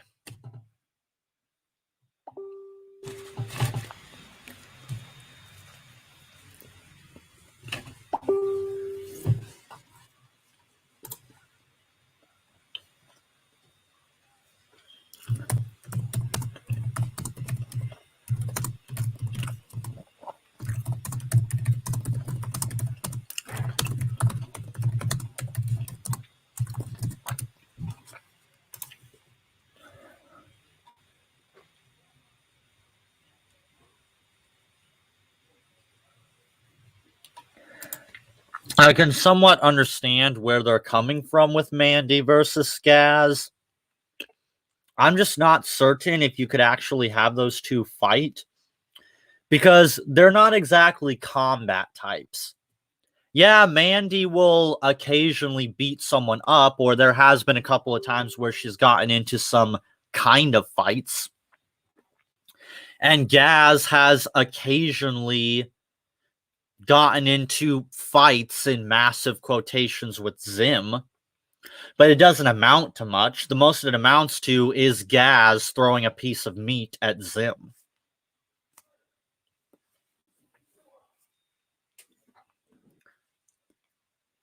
So, yeah.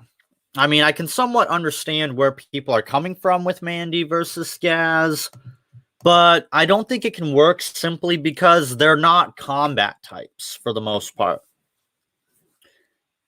Like, Gaz doesn't really do all that much. I mean, I get that they're very similar in terms of characterization. And don't get me wrong, I love Grim Adventures of Billy and Mandy. I love Invader Zim. I love Mandy and I love Gaz. They're two amazing characters and I can never get enough of them, but I don't think they could actually fight each other.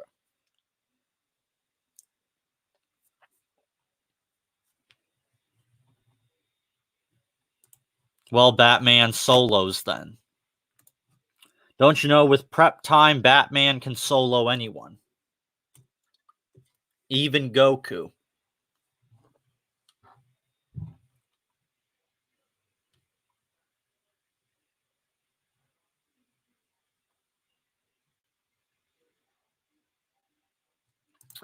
It's actually the other way around. Gaara would have crushed Toph within a matter of seconds. Toph is nowhere near as powerful as Gaara. Let me make this simple. Gaara has crushed metal. His sand is faster than lightning. He can create tsunamis made of sand, and he has made his sand 1,000 times stronger than steel. In his fight with Kimimorra's bones are stronger than steel. So he had to ground up the hardest minerals in the earth to make his sand 100 times stronger. And when he was fighting Kimimorra, his sand was 100 times stronger than steel, and he still couldn't injure Kimimorra. Gaara, at best, is large building level. You could maybe make an argument for her being stronger because she once held up an entire mine shaft. However, we have no clue how big the mine shaft was, so that feat is nearly impossible to go off of.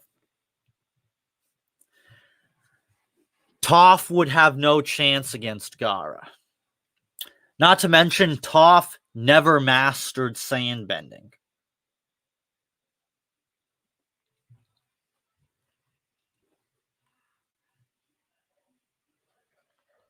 Yeah, a lot of people have already debunked Gaara versus Toph.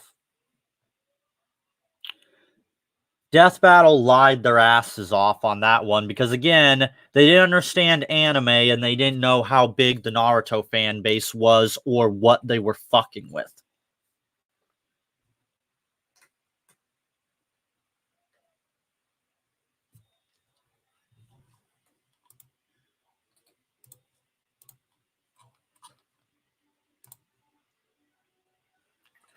And while we're at it, Toph versus that character, Terra from Teen Titans, would not have been a good matchup either.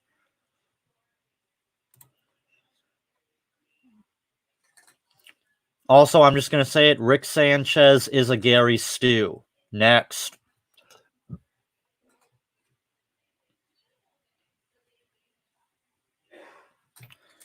Yes, I saw it, and it's stupid. It is a dumb matchup on so many levels. I had to explain this to one of my fans, but because he suggested something equally as stupid. He suggested Darth Vader versus Lancelot.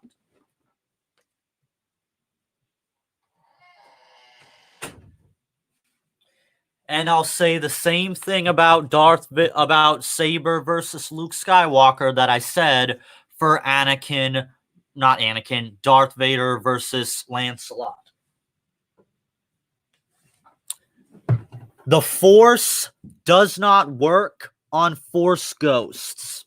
Let me make this clear. Servants in the Fate universe are nothing but spirit energy and mana. The Force cannot work on Force ghosts or any astral being in general.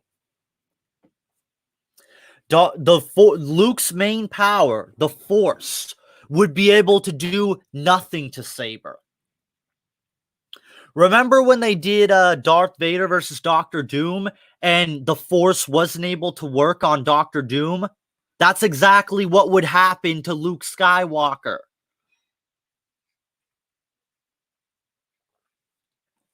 Not to mention, what the fuck connections does Saber have with Luke goddamn Skywalker? Answer me that.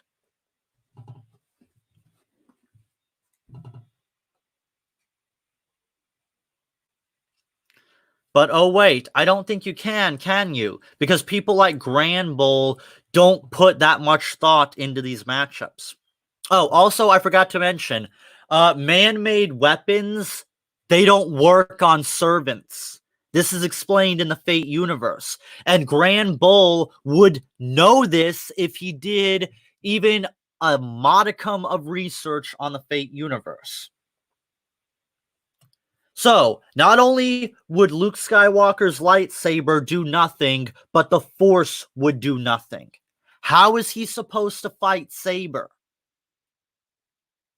The answer is he can't.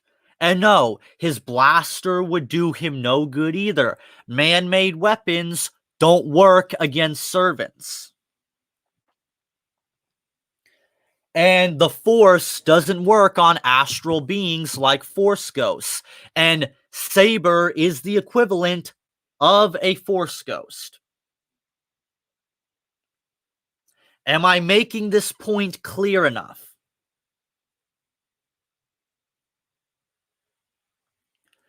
So please, if Grand Bull doesn't understand it, please relay this message to him, since he doesn't seem to understand. I assume he just thinks up of these matchups, does the trailer, and doesn't think about the ramifications on if the characters are compatible or if they have anything in common.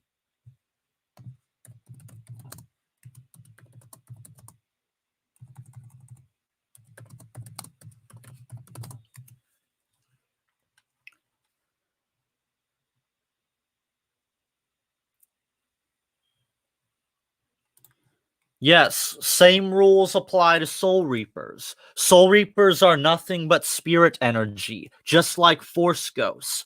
So, yeah, absolutely. You can't do any Star Wars versus Bleach characters at all. The Force does not work on astral beings like Force Ghosts.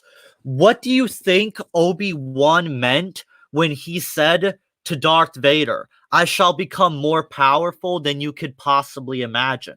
That's what he meant by that.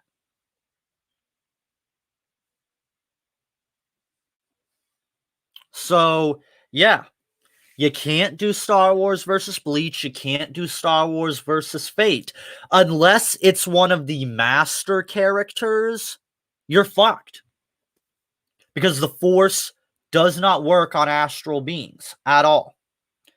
So Saber would absolutely annihilate Luke Skywalker. Luke Skywalker would be helpless before Saber.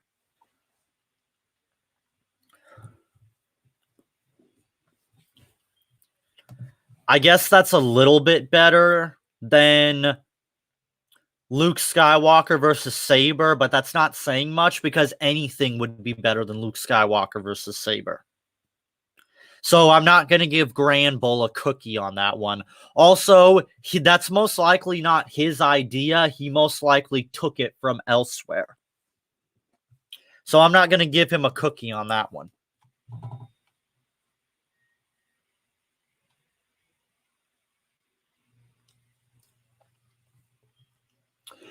Well, given that Grand Bull is a death battle shill, I shouldn't be surprised.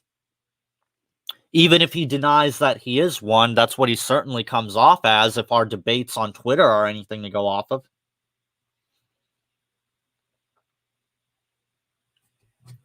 Oh, I'll do you one better. Let's do Madara versus Aizen. Let's put someone who is fucking immortal versus someone who isn't immortal. Yeah, that's a good idea.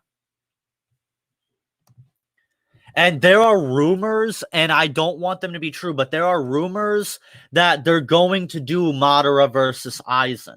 And I desperately do not want them to come true. I mentioned this on my Twitter, but a lot of people didn't see it. I don't know if that's just because Twitter is an asshole and doesn't update the people who follow me as to what I put on my feed.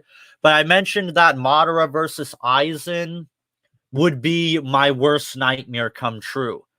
Madara versus Aizen is the worst case scenario. Madara versus Aizen would be something that would actively make me want to seriously quit doing Death Battle and deactivate my channel. I don't want Madara versus Aizen to happen. That would be a shit show of epic proportions. Not to mention, it's already happened. Look up Seth the Programmer. Seth the Programmer already did Madara versus Aizen. And guess what? Madara is fucked. Madara has no chance. Naruto fans try to say that the Rinnegan can neg Kyoka Suigetsu, but they have no evidence of this. And they never provide any evidence for why they believe this. That's because that's a fighting game that doesn't take into account the ramifications on the plausibility of said characters actually being able to fight each other.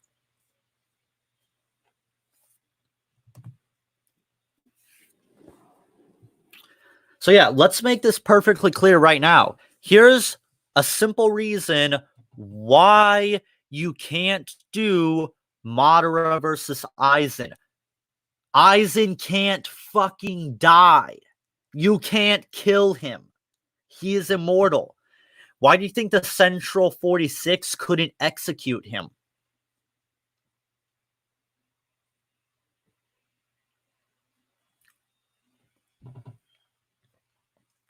So, yeah.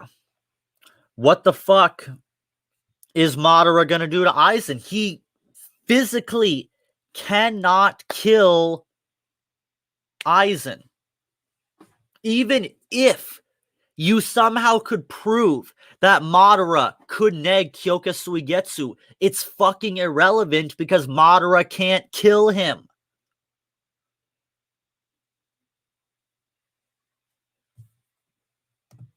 I love how you explain that Madara slaps as I literally explain why Madara can't even kill Aizen.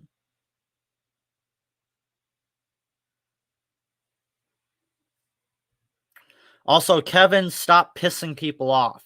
And no, Madara doesn't slap because Madara can't do diddly fucking squat to Aizen.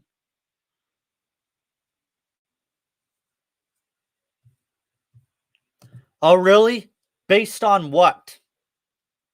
How can Aizen not kill Madara? Aizen is as powerful as Ichigo, who is at the very least planet level. Madara is debatably planet level. Possibly planet level, but most likely not.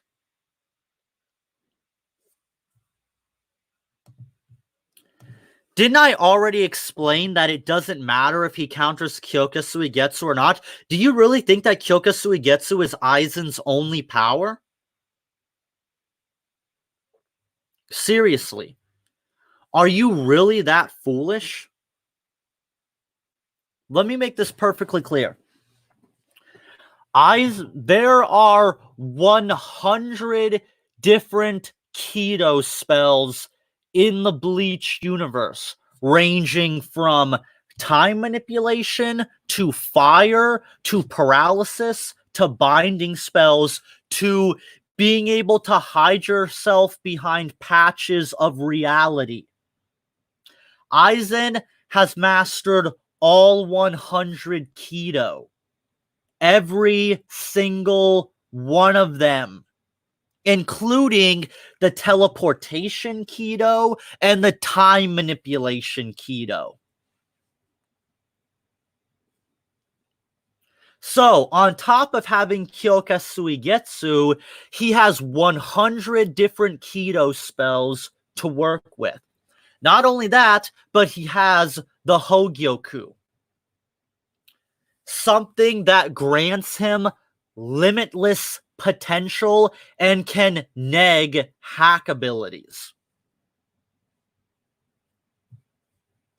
If you watched Set the Programmer and Clyde's debate where they debated Madara versus Aizen, you would know this. You would know that Madara has no chance against Aizen. Aizen is too intelligent, too powerful. He is way too haxed. Also, he's immortal. You really think Madara can kill someone that can't be killed? Do you honestly believe that? Not to mention, Aizen is as powerful as Ichigo, who is at the very lowest planet level. That's at the very lowest. He is planet level. Hollow Ichigo alone is planet level. Just Hollow Ichigo. That's not counting Ichigo when he's fused.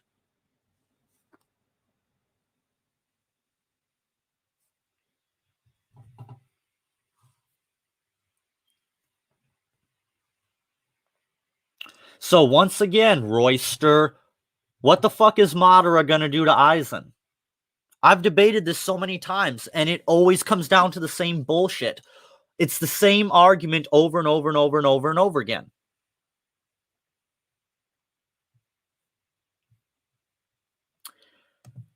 I got news for you. Ichigo is planet level. I can link you to some videos that go over this if you don't believe me. Let me make this simple for you. It was stated that Hollow Ichigo would destroy all of hell itself. Not only that, but he was able to break the chains of hell, a feat that was stated by the head captain to be impossible. But not only that, it was also stated by the head captain that if Hollow Ichigo was left rampaging, he would destroy not only all of hell, but all of the world of the living as well. Hollow Ichigo's Seira was so powerful, it was destroying hell and the world of the living at the same fucking time. Don't give me this fucking bullshit that Hollow Ichigo is not planet level. He was capable of destroying multiple layers of hell, which would have to be planetary in size. Clyde the Weeaboo goes more in depth onto why this would be the case. But more so, what you have to understand is Hollow Ichigo's fight against Ulquiorra, that was not a fully powered Hollow Ichigo. It had less than half of its Shihakusho, meaning that Hollow Ichigo was fighting with less than half of his power when he fought Ulquiorra. And Ulquiorra is capable of destroying an area as large as California thousands of times over. Just Ulquiorra transforming can destroy an area as large as California, just by transforming.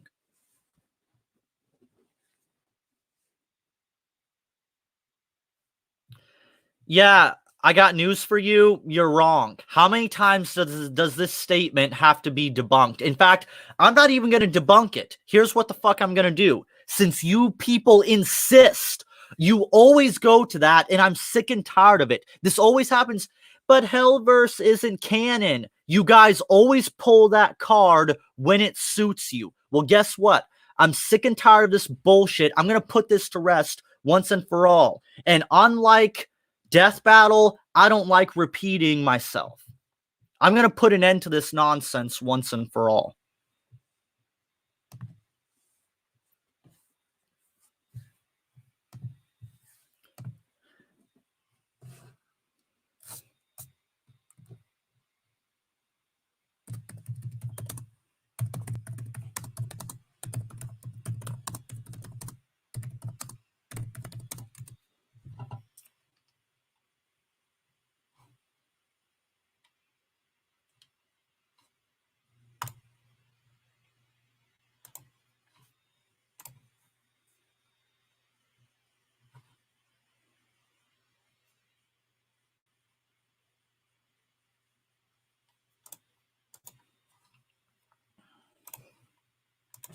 I'm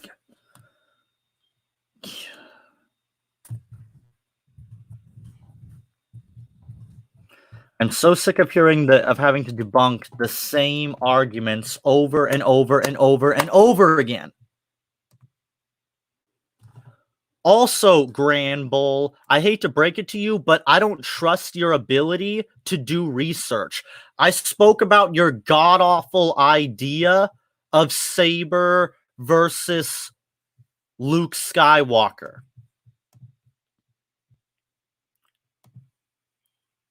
I got news for you. If you unironically think that Saber versus Luke Skywalker is a good idea, you know nothing about Fate and you know nothing about Star Wars. You have to be 100% ignorant to think that's a bad idea, to think that's a good idea. You would have to be. I already explained this. The Force cannot be used on Force ghosts, astral beings. Servants in the Fate universe are nothing but spirit energy and mana. Luke Skywalker cannot use the Force on astral beings. Saber is an astral being. Not only that, but man-made weapons cannot kill servants. If you knew anything about Fate, you would understand that and know that Saber versus Luke Skywalker is ludicrous. No, I have freedom of speech and I can say whatever I want. You don't get to tell me to shut up just because you don't like what I have to say.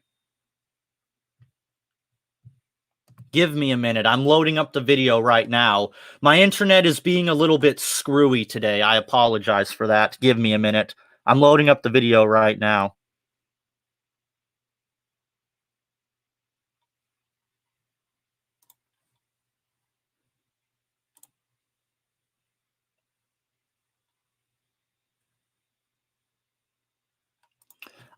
Yeah. How many times does this have to be debunked? I'm sorry I keep stalling. I know you guys want that debunk, but seriously, Aiden, sweetie, can you please stop? I know you want Senpai's attention, but you don't have to do this just to get it. Okay?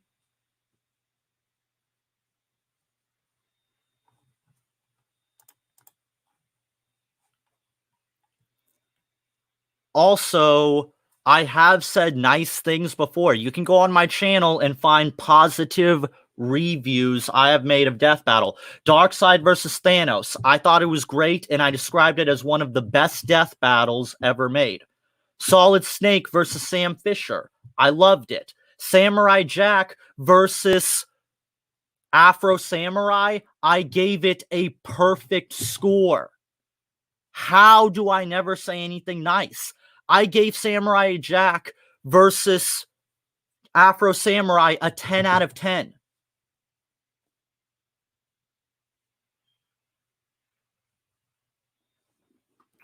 Your arguments, your claims that I am always negative and I never have anything nice to say is nonsense. You can go on my channel. You can find plenty of videos of me praising something or explaining why I think something is good. I get that you don't always like my opinion. You don't have to like my opinion, but you don't need to make up lies to try to devalue my opinion. Anyone who has followed my YouTube channel can easily know that your claims are BS.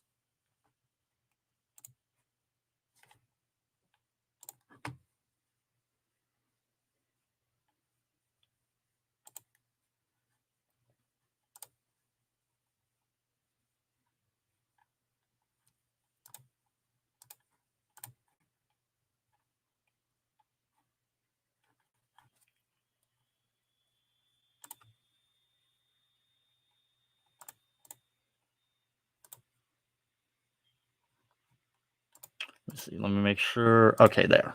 I almost forgot to share the audio. That would have been a disaster.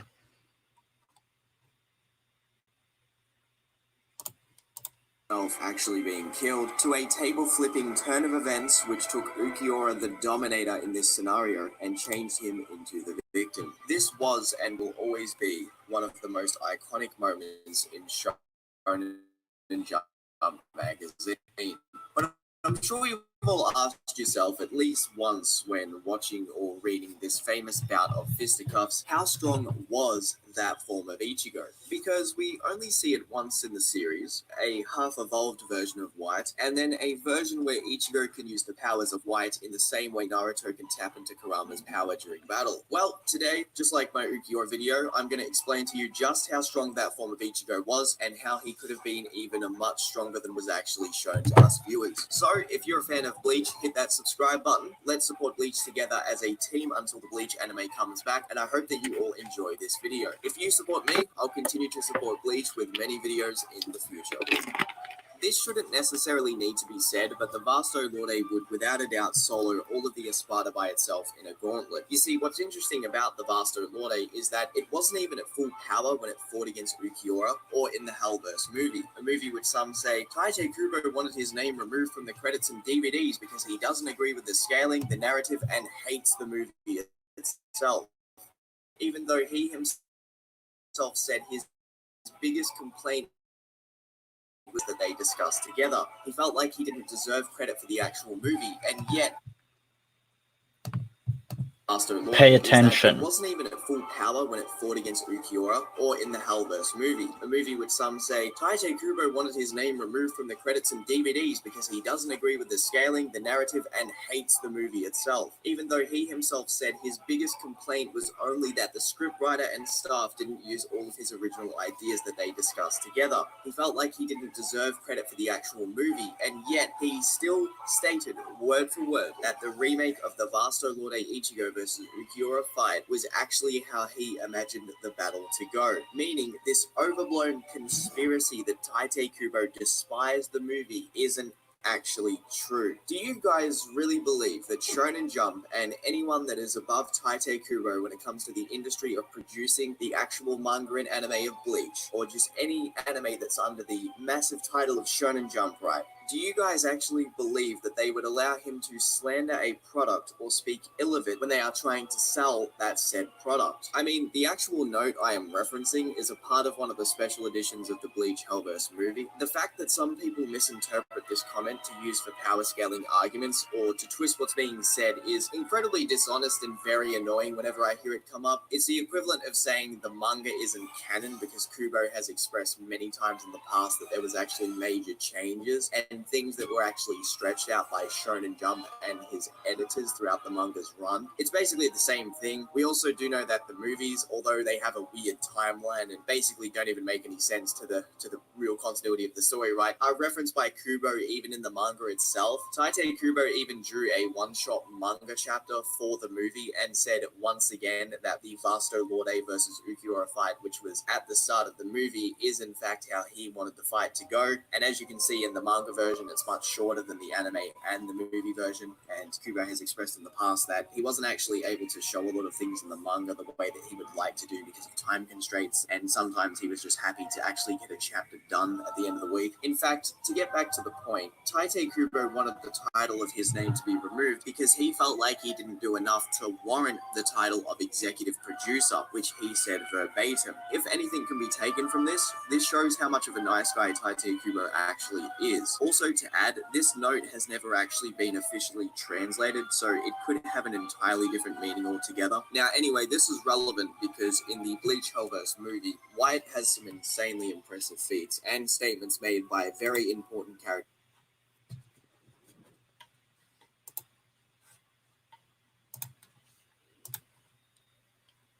Once again, your argument is invalid. Enough is enough.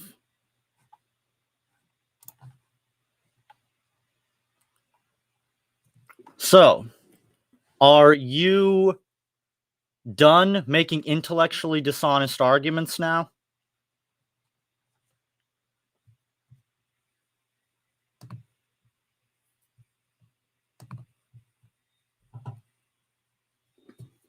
Don't come at me with this intellectually dishonest bullshit that Hellverse is not canon.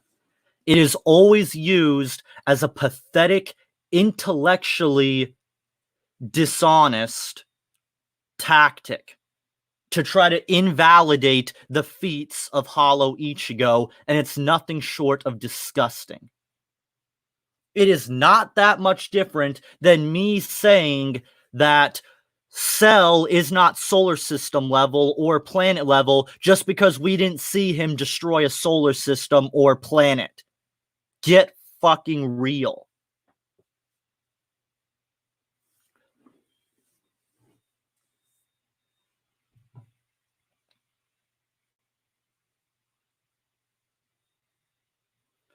It's so sad that people have to resort to lying about what creators have said just so they could try to invalidate feats, because that's all you're trying to do. You are trying to invalidate very important feats that a character has displayed. And to achieve what? Just so the character you want can win?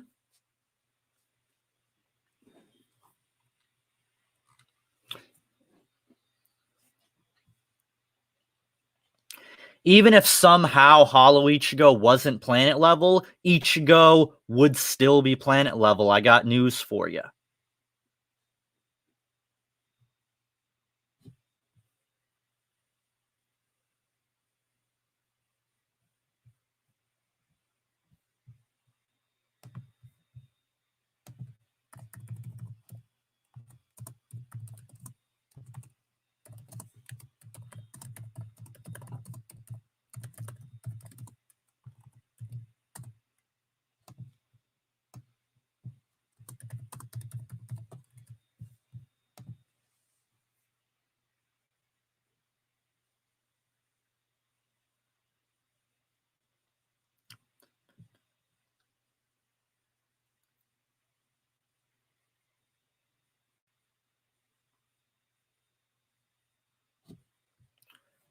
So, Royster, once again, I ask you, how can Aizen not kill Madara when he is immortal?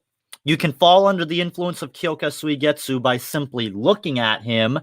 He is as powerful as Ichigo, who is at the very least planet level, at the lowest, and he has high speed, almost godlike regeneration because he got cut in half and then his body completely obliterated and regenerated from it.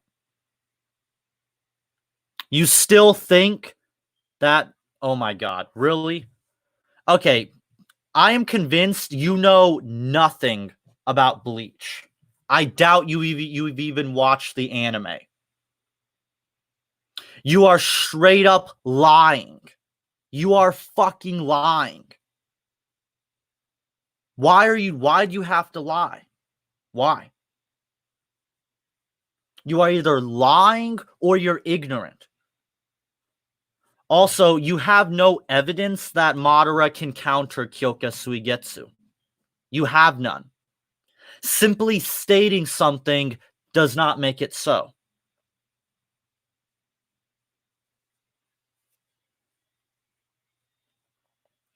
Also, guess what? Mugetsu didn't kill Aizen. Did you forget the part where Aizen regenerated and got back up after being hit by it?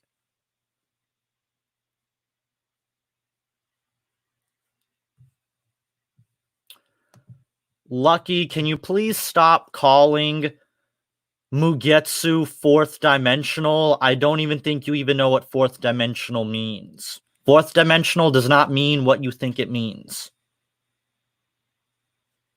Please stop. Fourth dimensional simply means you're above the concept of time. That's all it means. The Mugetsu is not described as a attack that or a form that is above the concept of time. A lot of people use terms like fourth dimensional, but they don't understand what fourth dimensional means. Fourth dimensional just means time does not apply to you.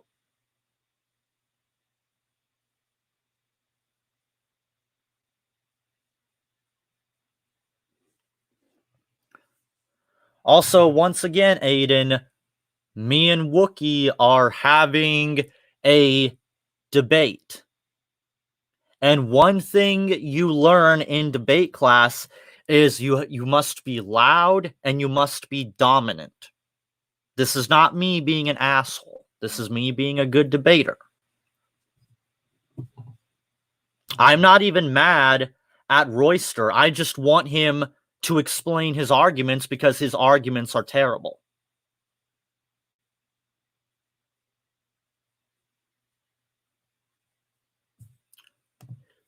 Based on what? That's the thing. Based on what? You can't just state something and expect it to be true. I said he's either lying or he's ignorant because he is denying facts from Bleach. Facts that can be easily fact-checked. You can fact-check this stuff with a simple Google search. Watch. I'll show you how easy this is.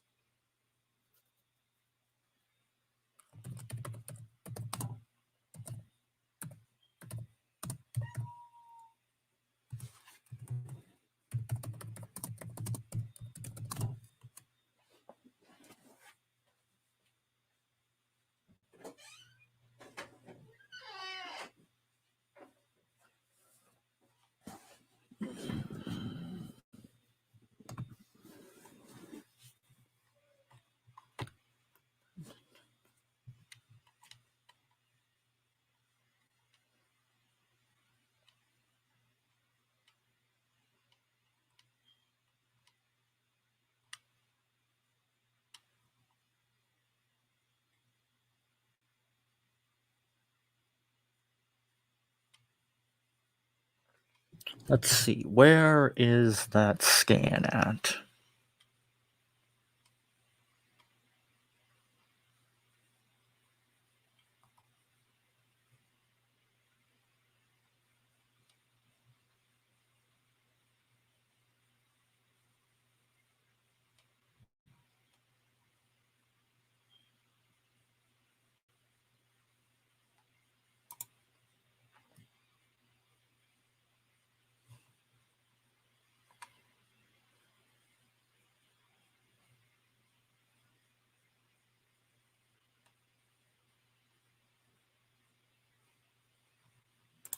Okay, let's see. I hope this is the right one.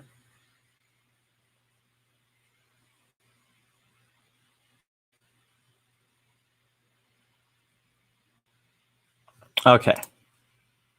Here we go. I found what I was looking for. Sorry about that. Let me show you. Again, this can be easily fact-checked.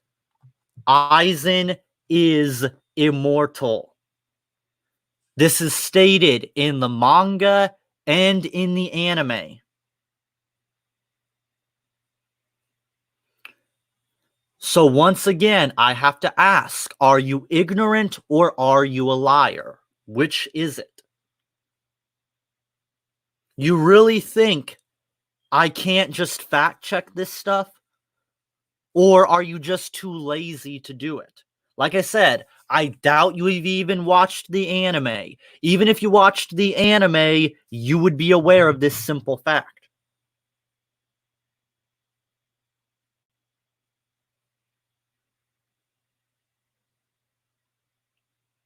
Well, then what are you? Okay, so if you've seen Bleach, then why are you denying these facts? Why? You are straight up denying facts. For what reason? If you're not a liar and you're not ignorant, then what is your excuse?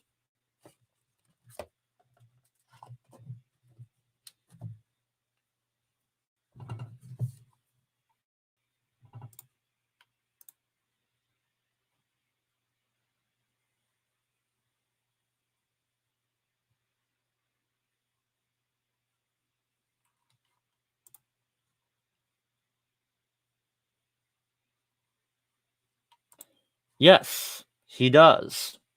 Thank you. Yes, he does. Did you not read the manga panel I just presented? You finally said something right, and then you immediately had to go back to lying. Like, how I literally showed you a manga panel that proves this. Why? Why are you lying about this? The Central 46 could not execute him because they said he was immortal.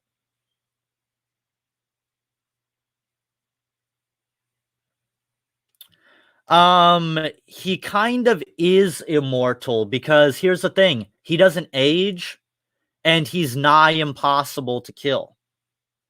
So yes, Wolverine is in some ways immortal, but what you don't understand is the Hogyoku granted Aizen immortality. It was a power he achieved through the Hogyoku.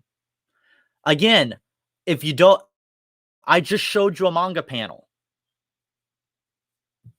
What more do you want? Do I have to pull up the anime? What more do you want? You are lying. Either that or you just don't understand. One of the two.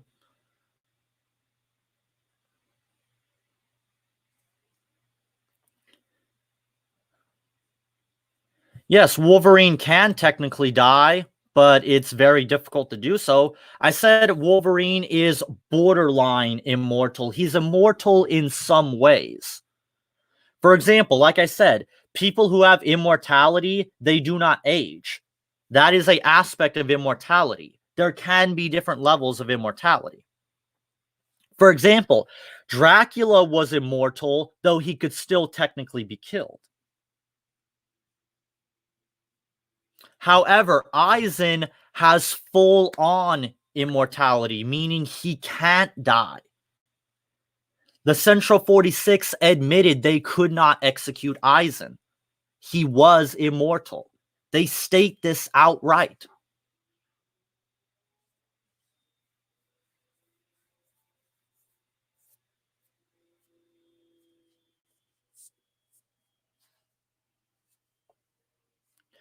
Ganondorf is immortal through the power of the Triforce. We saw this in Twilight Princess. As long as Ganondorf possesses the Triforce, he cannot die. He only died when the power of the Triforce faded away. So long as he possesses the Triforce, he is immortal. We do see a scene in which they tried to execute Ganondorf and it didn't kill him. Oh yeah? Based on what? His best feat is that meteor feat. Keep in mind, Madara got fucked by Kaguya. So he's clearly not that powerful.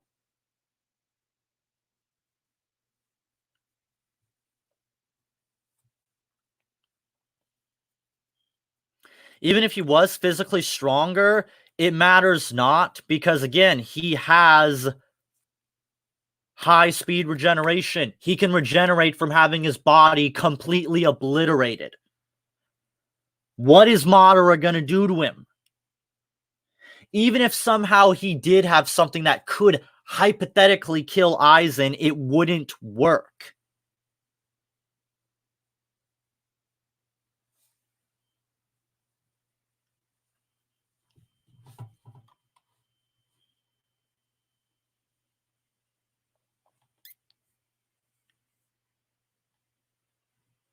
What's Aizen going to do to Madara? He can do a lot to Madara. He can put him under Kyoka Suigetsu. He can use one of the 100 Kitos he has. He could cut him in half with his fucking sword. He also has the Hogyoku, which can grant him powers and endless evolution. We saw from his battles with Gin and Ichigo that even if you kill Aizen, the Hogyoku can still evolve him. The Hogyoku can even force evolutions onto Aizen. So even if you kill Aizen somehow, he will just come back in a more powerful form thanks to the Hogyoku.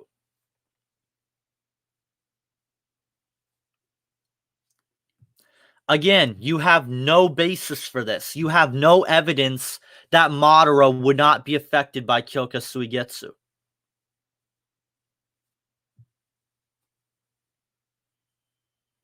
That's the thing. He can't explain. That's the sad part about it. Just like every other person who foolishly believes Madara would defeat Aizen, he can't explain. And he knows he can't. Resistance is not the same as immunity. Just because you're resistant to something doesn't mean you're immune to it. Try again.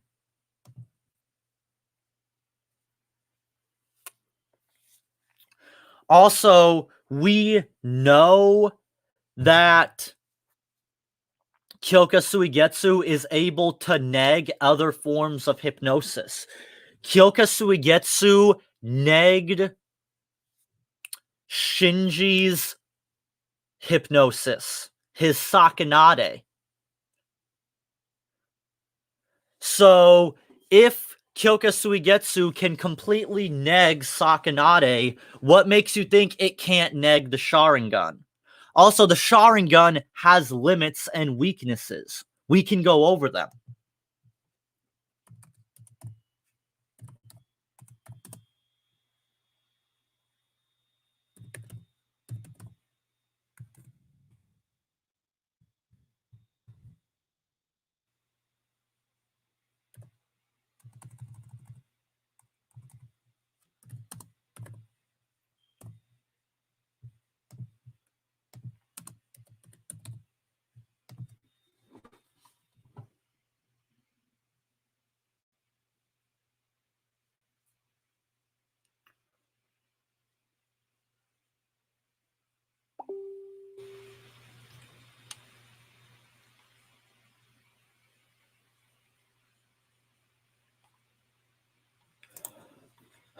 Hopefully I can find something that'll explain it in a simple and concise way so we won't be here all night.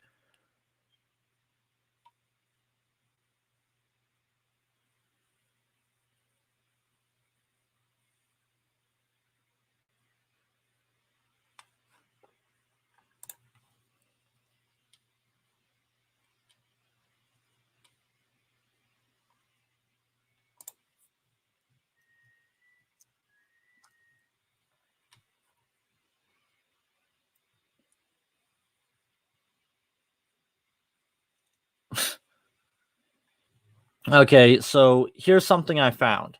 The Renegon cannot use Genjutsu. Only the Sharingan can use Ocular Genjutsu. Renegon by itself is weak against Genjutsu.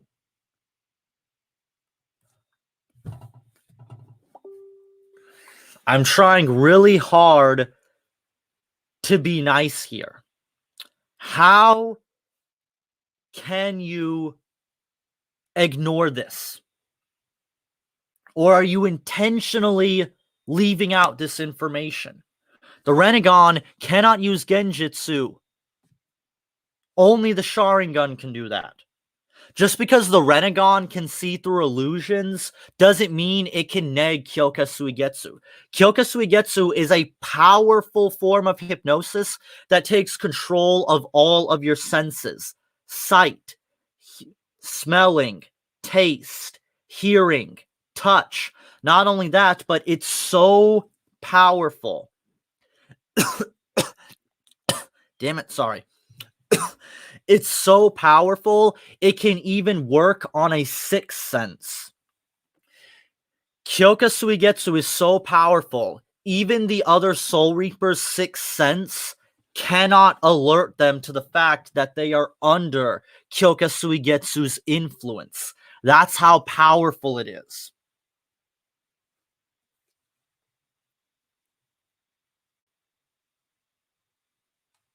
Infinite. All right. What is it? Do you want to go over this too? I'm pretty sure I could probably debunk this as well. Also, I'm pretty sure you're referencing a completely different power altogether.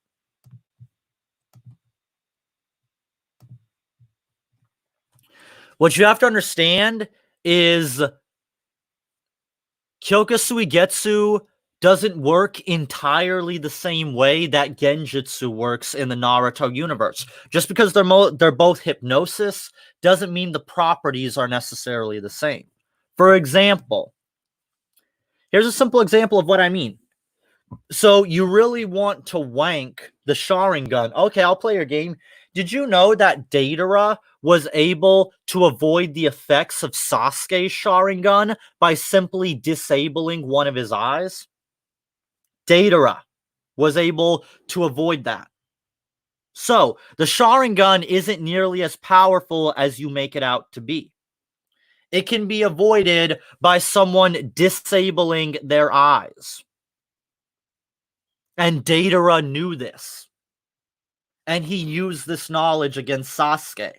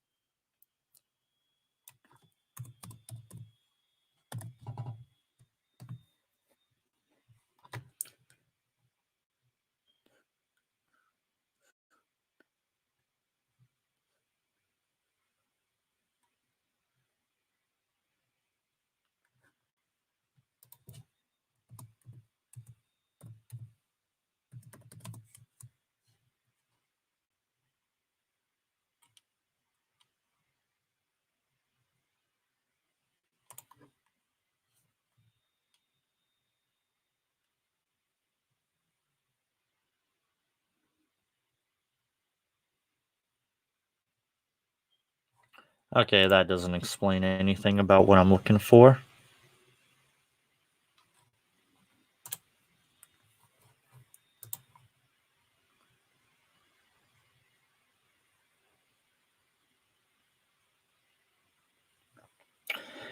Yeah, but it shows that the Sharingan is not nearly as powerful as you make it out to be.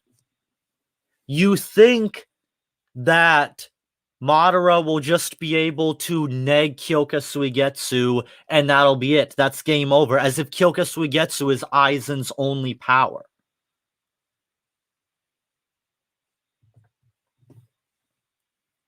Also, did you ignore the part where I explained that the Hogyoku can neg hack abilities?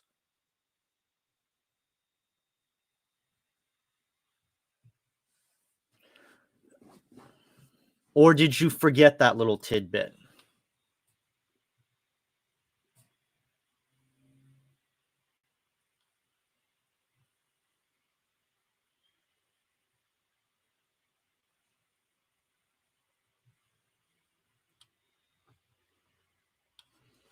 Also, if the infinite, whatever it's called, is so powerful, why was Sakura, Sasuke, and Naruto able to avoid its power?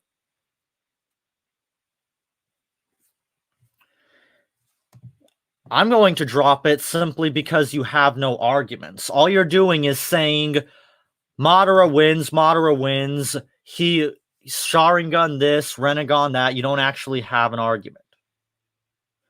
So basically what you're saying is all Aizen has to do is not look at the moon.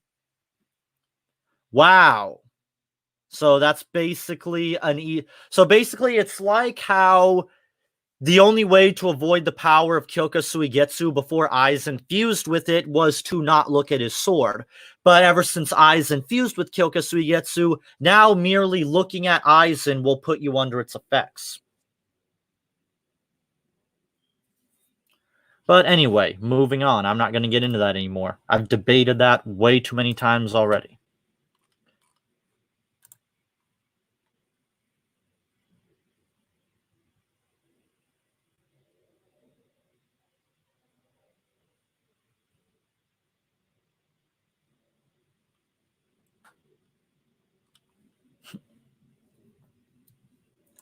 Yeah, I just did drop it. And I'm not making a big deal about it. Again, it's a debate. I swear, it's almost like nothing I do or say will ever please you. You talk about me never being able to say anything nice. You can't be bothered to say anything nice about me. So you're basically the pot calling the kettle black. If you're going to criticize me for supposedly being negative all the time, being a hater and everything else, how about practice what you preach so you don't look like a hypocrite? Just an idea.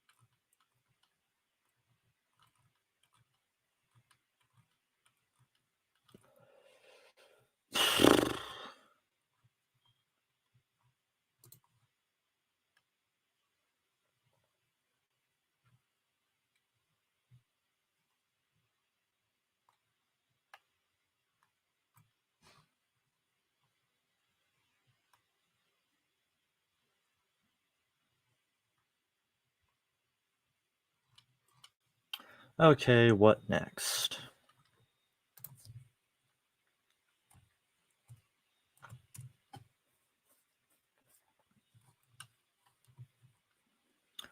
Here's a pretty dumb one that makes basically no sense.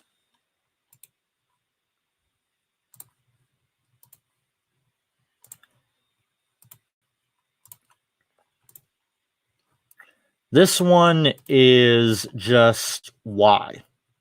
I don't get it. I mean, I assume the explanation is they both have some kind of mental manipulation powers. I'm not sure I fully get this one.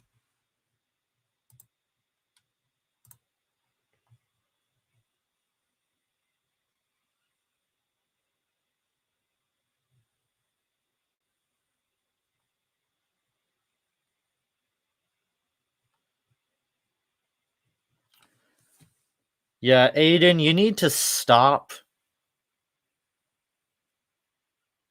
misrepresenting what I say. Just because I criticized a small minority of people in a death battle thread that were being mindless fanboys does not mean I think that people are a sheep for merely liking death battle. Because by that same logic, I like death battle, so therefore that makes me a sheep. No, that's not how this works. I merely called out a select few death battle fans I saw that were behaving in a way that could be seen as being a mindless fanboy.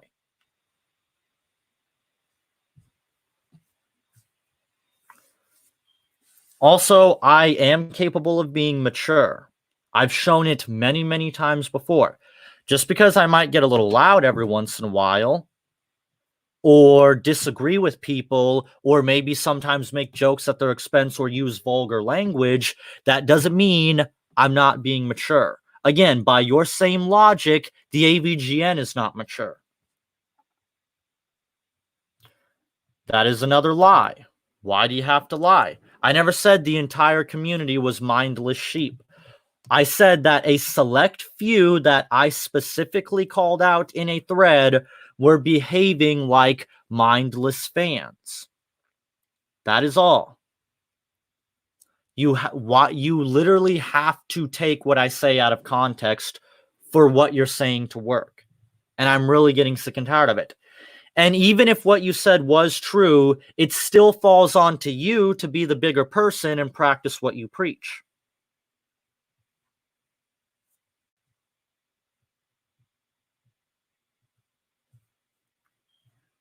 Wait, you have a Discord? What Discord?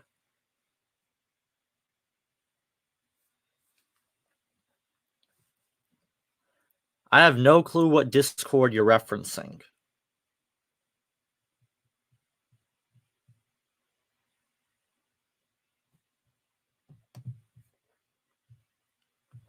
Also, I hope you understand that when I use the word retard, I'm using it unironically. I'm not using it in a serious way. Like, I literally have a series called Never Go Full Retard. It's a meme. I am using it unironically. Why are you taking what I say so seriously?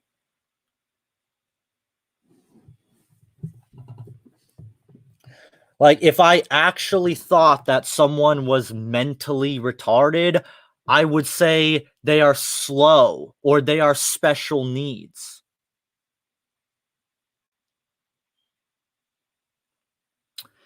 Yeah, knowing how badly you take me out of context, I'm pretty certain that's not the case.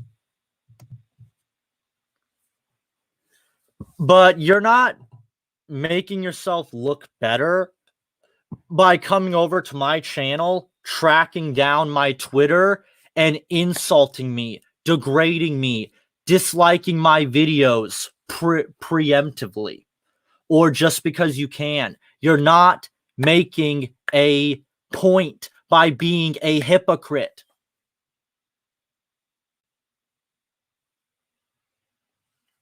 You're basically just acting like a victim. I used a word that you found distasteful and you're upset about it. Oh, so now we're going to play this game of this childish mindset of he said it first. It does. I don't care who started it.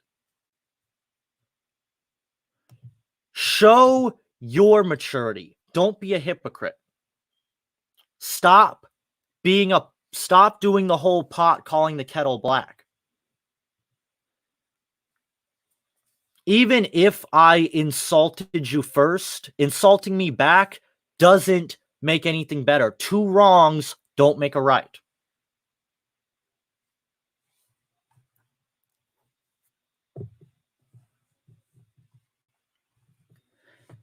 Instead of learning to let things go and try to be the bigger man, you have to choose to continue to insult me and practically borderline stalk me, considering you've shown up on my YouTube channel and my Twitter. Yeah, I don't think I'm better than anyone. I don't know why people always seem to think that. I don't. No one is better than anyone else. Sorry. Like, unless you're a serial killer or a rapist or a pedophile, you're not better than anyone else. Also, how am I playing the victim? I'm simply telling you to quit being a hypocrite, to be the bigger man. How is that me playing the victim? I'm not even annoyed by what you do. I don't care if you come to my videos and dislike them. I don't care if you insult me. I don't care if you throw hate comments at my video, because you know why? I don't know if you know this, Aiden, but for every dislike you throw my way, for every hate comment you throw my way, you are helping me. I don't know if you know this, but the more likes, dislikes, and comments that a video gets, the higher up it goes in the YouTube ranks, meaning more people will see it. You are helping me. I don't know if you know that, Aiden. Why do you think I don't ever stop you in my comment section? Why do you think I don't delete your comments? Because you are helping me. I don't know if you understand that.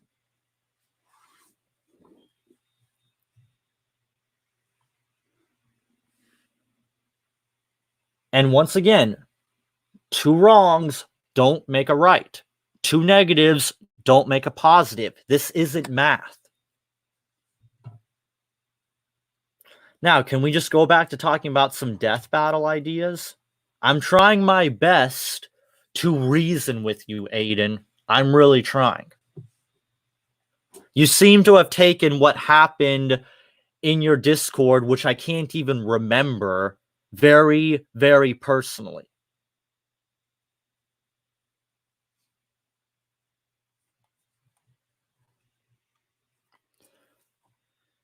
Let's see what other death battles can be found that we can discuss. Ah, here's a really weird one.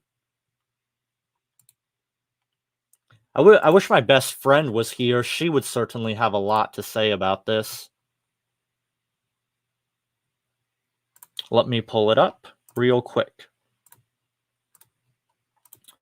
So here we have Miraculous Ladybug versus Spider-Man.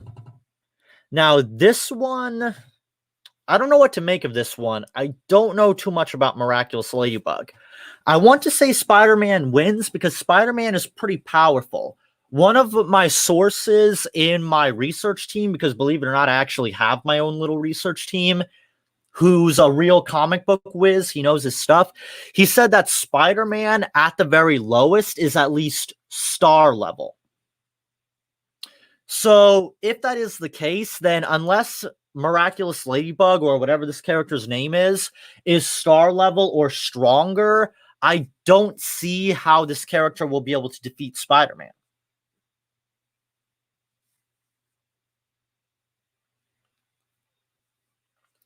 Now, this is just coming from my comic book source. He could possibly be wrong, but he does seem to know his stuff. I could look this up if you guys are interested. We can look up to see how powerful he is.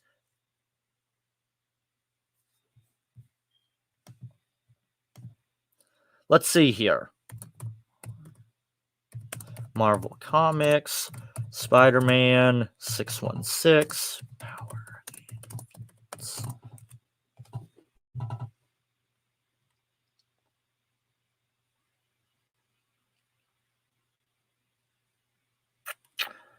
Okay, 616. Let's see what we got here.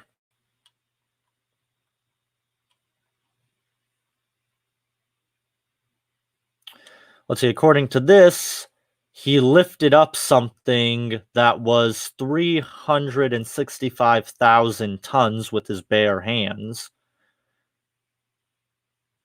His best lifting feat is apparently 500 and Well, okay, that's a pretty big number, but whatever. Let's see. Lifts up.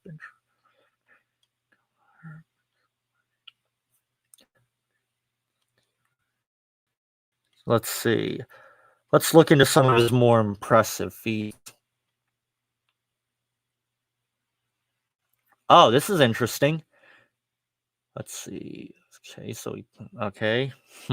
Let's see. What are some of his more stronger feats, though? That's what I want to know.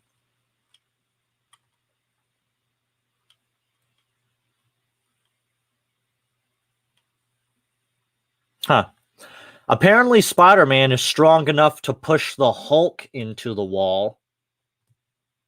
So that's something. And we know the Hulk is pretty strong, so Spider-Man would have to be pretty powerful in order to pull that off.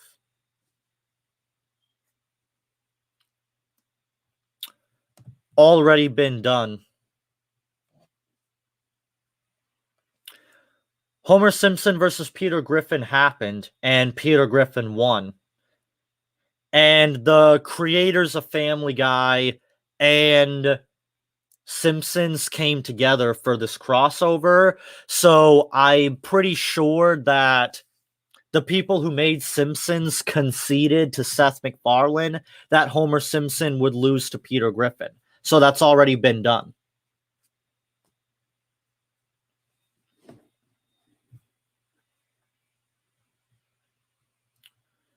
Well, even if she did move a planet, Spider-Man has strength on par with the Hulk, who can also destroy planets.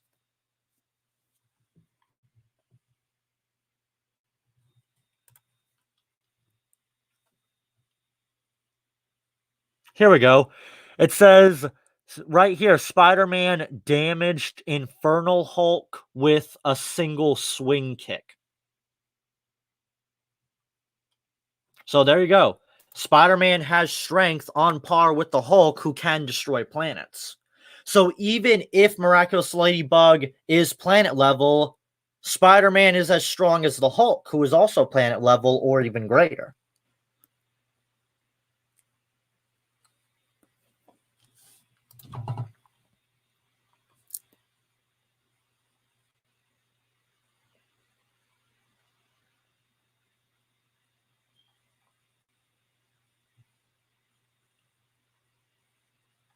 So, yeah, Spider-Man's pretty OP. Now, I can't find any star level feats, but I can find some stuff that shows he's at least planet level. Also, he once held back the Ghost Rider, who is a multiversal level threat. Just saying.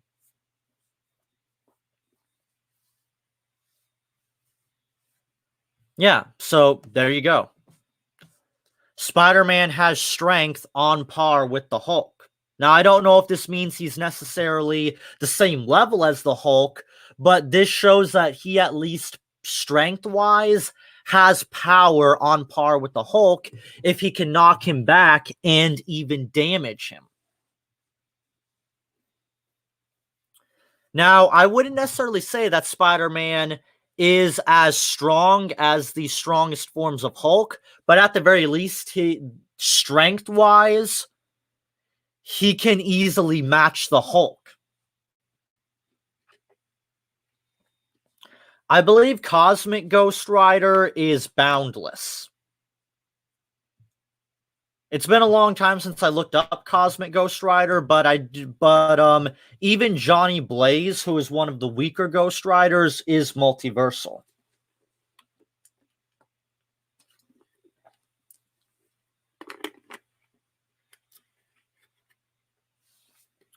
We've already been over this. Ghost Rider versus Beelzemon is not a good idea. Ghost Rider is far too powerful. I don't think you fully comprehend just how overpowered the rider is. And I hope when my episode Simon Belmont versus Ghost Rider comes out, you can see for yourself just how overpowered the Ghost Rider is. He is ridiculously powerful.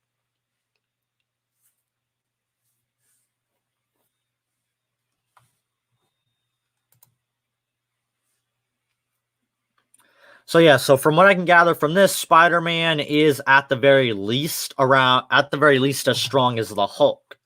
So even if Miraculous Ladybug is planet level, well, Spider-Man has that same level of strength.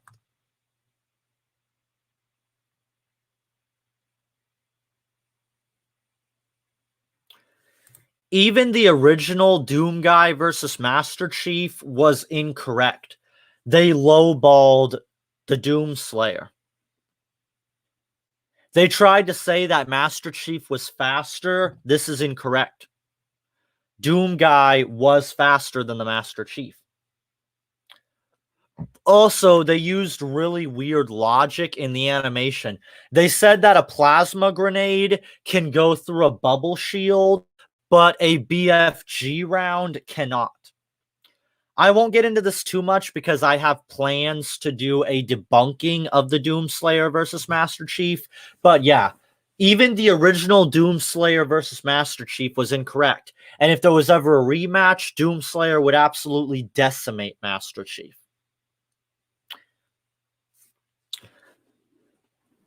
So yeah, make no mistake about it. Doom Guy versus Master Chief was never correct.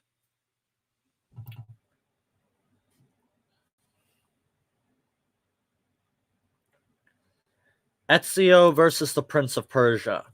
Maybe that could work. I'm not certain, though.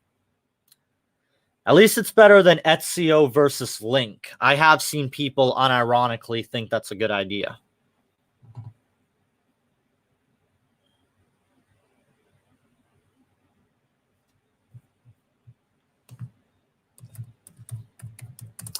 Yeah, just because Digimon may or may not be stronger than I think, that doesn't mean jack. Like, that doesn't take away from the fact that Ghost Rider is extremely overpowered.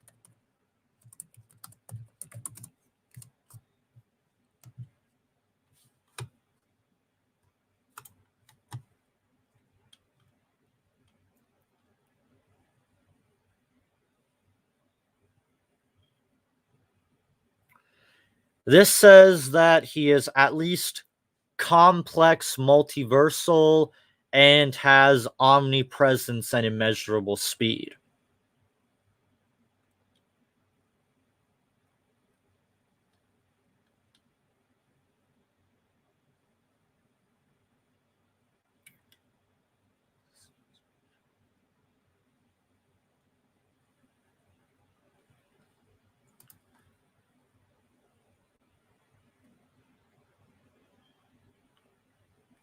I already did.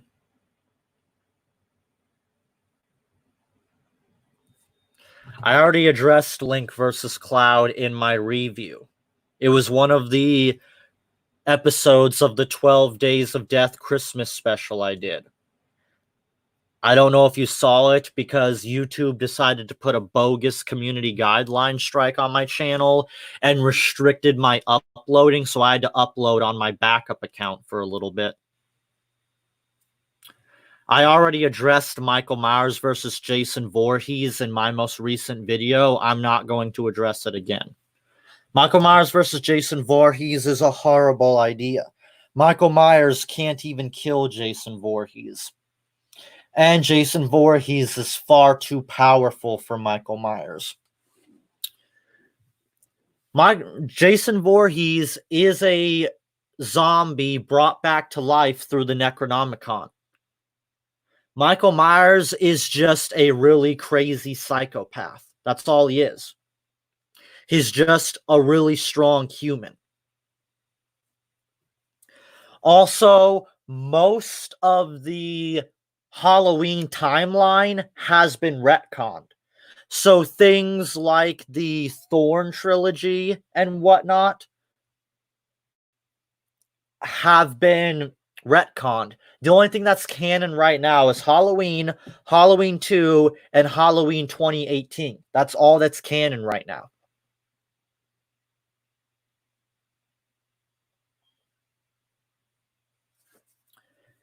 Yeah, Team RWBY gets slaughtered. Like, I really need to get around to making my list of the top 10 most fodder universes, because I'm guessing people don't understand that the RWBY universe is not strong, like, at all.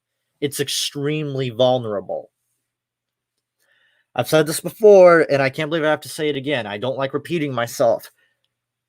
The strongest RWBY characters is only as powerful as early series Naruto characters.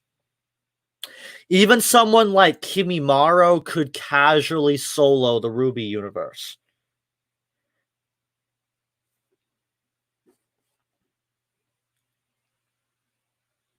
So, yeah. Team RWBY, not really all that powerful.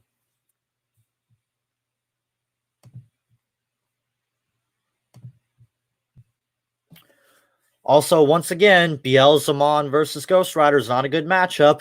Just because they're both demons doesn't mean jack fucking shit. Like, just because Spawn and Ghost Rider are both demons that seek revenge doesn't mean it's a good matchup.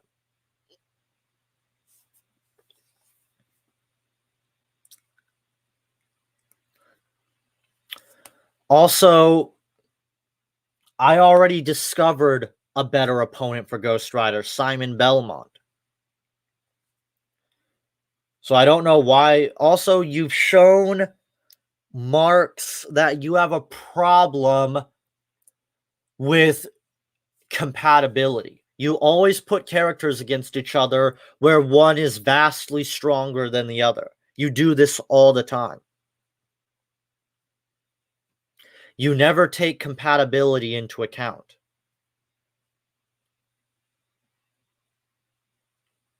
What the fuck? Okay, Juggernaut is not that powerful. Please stop wanking Juggernaut. He is not that powerful. Broly would waste Juggernaut.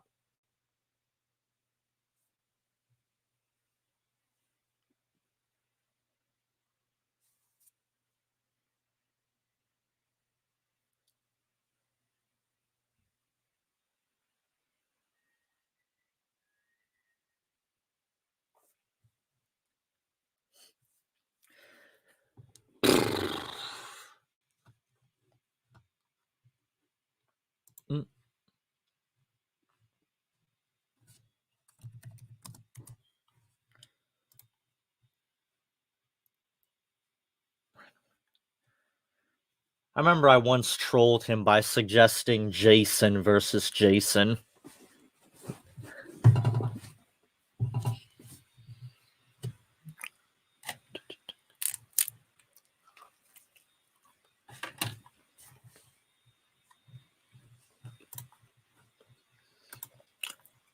What else do we have here?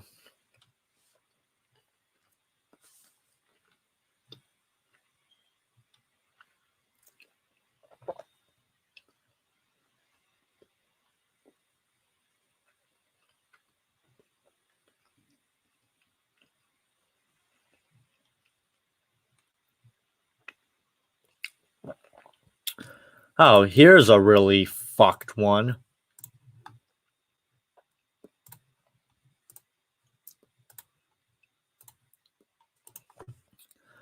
Yep, this is actually a thing.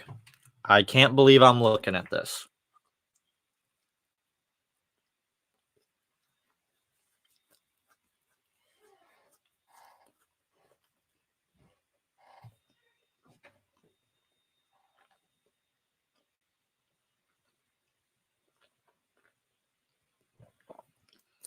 I cannot comprehend the logic of Azula versus...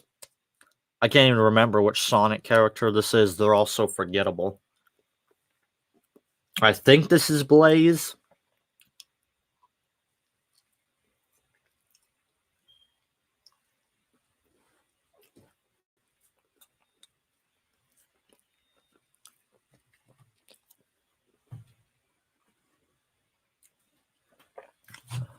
Oh well. What else do we got here?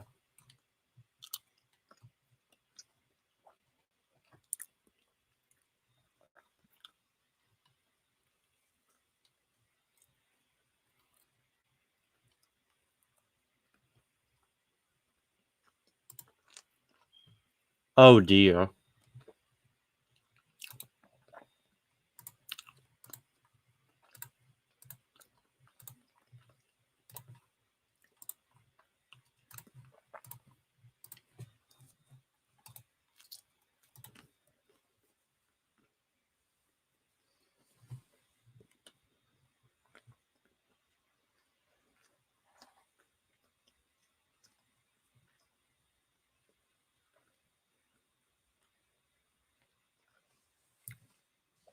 I have no clue what to make of this one. Although I'm pretty certain, while I don't know much about this Undertale character, I'm pretty sure he would get wrecked by Thanos. Especially if he has the Infinity Gauntlet.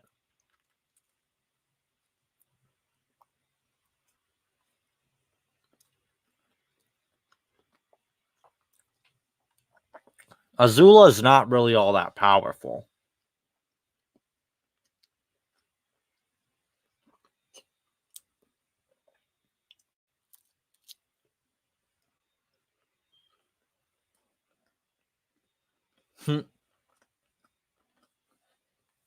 Like, that's the thing about Avatar characters. Outside of a couple of exceptions like Katara and Aang, Avatar characters are really not all that powerful. Because the story... Avatar was always more about the story rather than the power of said characters.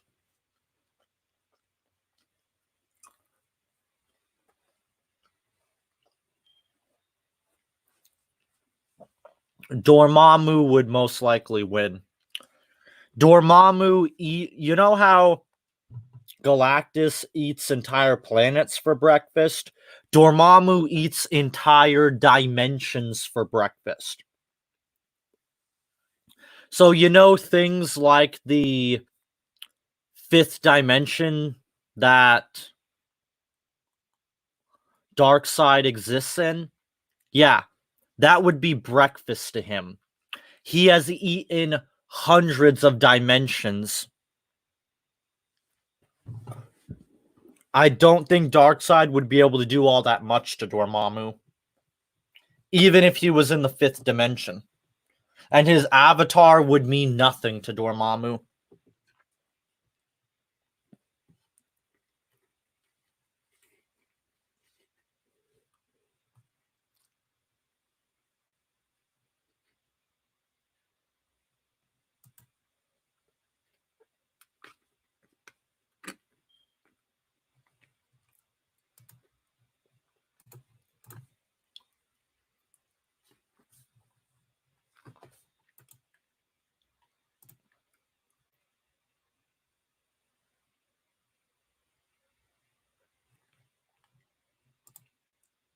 Ah, here's one that will certainly piss a lot of people off.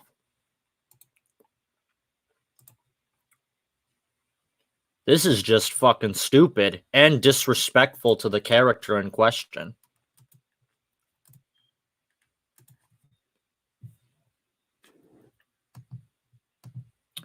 Yeah, Star Butterfly versus Emo Vader. Because that's exactly what we need.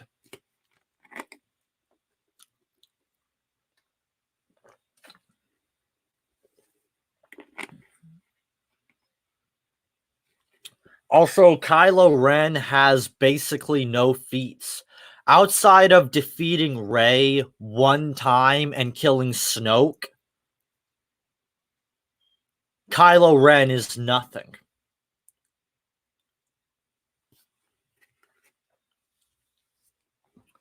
Kylo Ren got completely bitch-slapped by Darth Sidious. Darth Sidious got defeated by Mace Windu. Put that into perspective. Kylo Ren ain't shit. He's not even the most powerful Skywalker.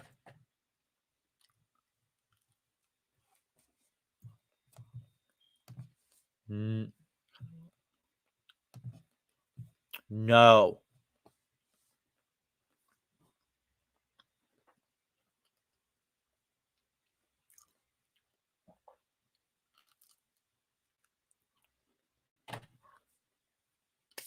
What the heck does Jonathan Joestar have in common with Simon Belmont? Outside of them both having homoerotic designs.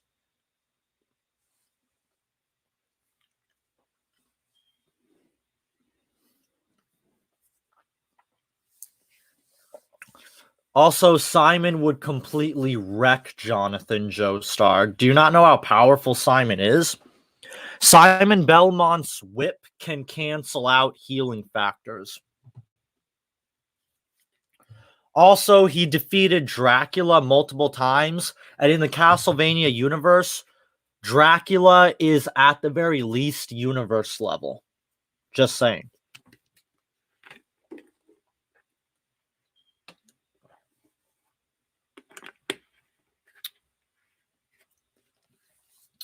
Also, Simon Belmont has power negation.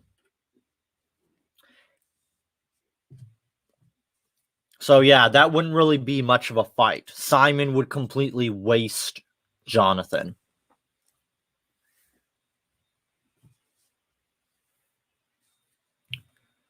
No, it's not. Because anime Castlevania already exists.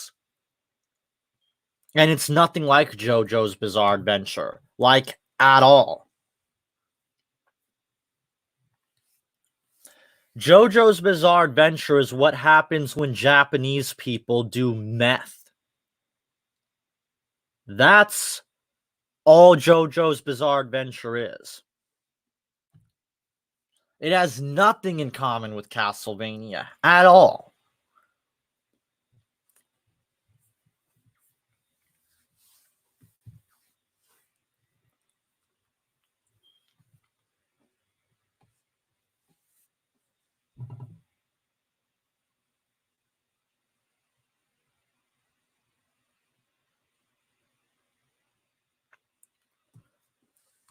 But yeah, Kylo Ren versus Star Butterfly is just fucking stupid.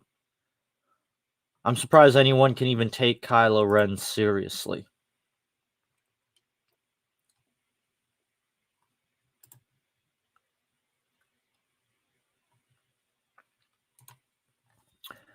Oh great, now we have a animation rewind tier level death battle.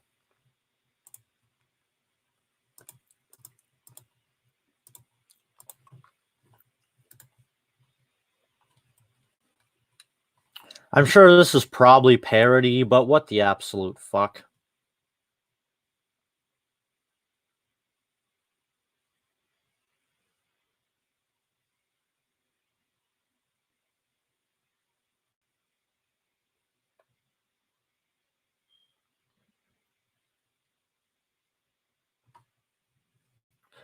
Ugh.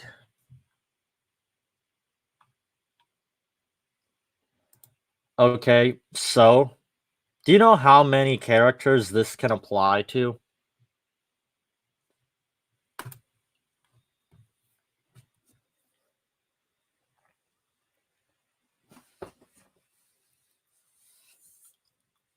This is like me saying that...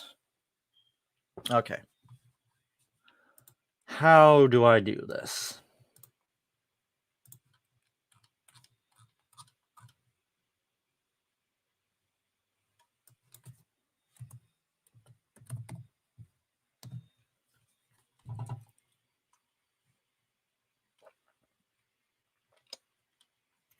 Alright, hopefully I did this right.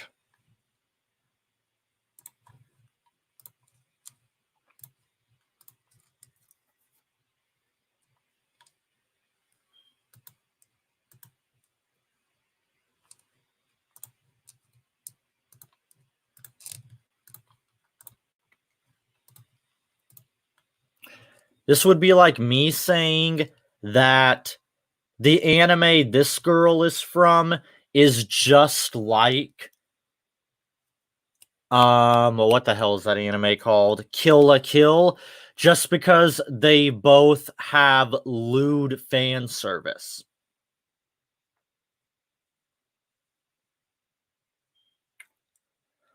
By that same logic, Should we have...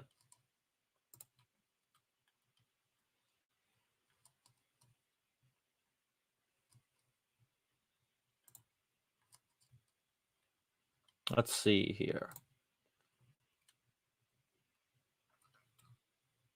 Now, let me see. God, why are these pictures so tiny? It's so irritating.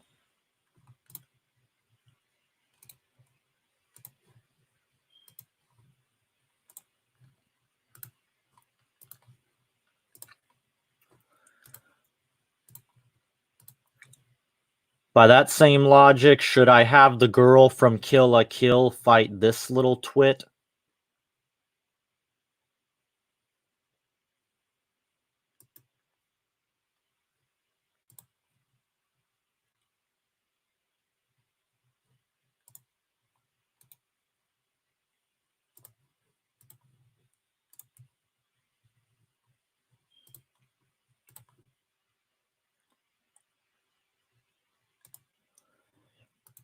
Just because you can find some vague connections between the characters doesn't mean they should fight. Because I can find some vague connections between this cunt and the girl from Kill la Kill. This is what happens when you use only the most surface level connections.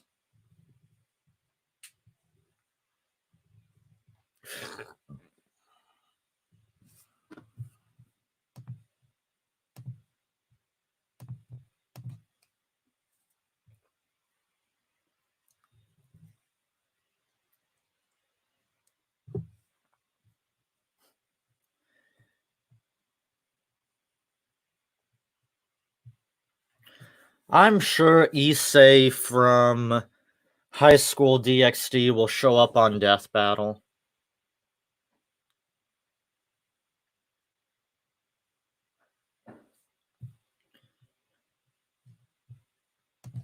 Yes, she's a sadist, but she's so much more than a sadist.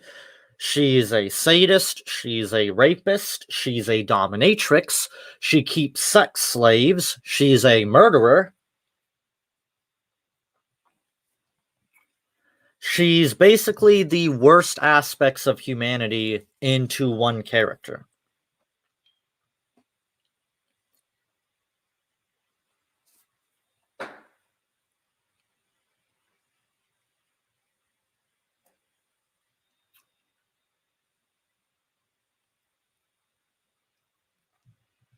Yeah, that's a terrible idea.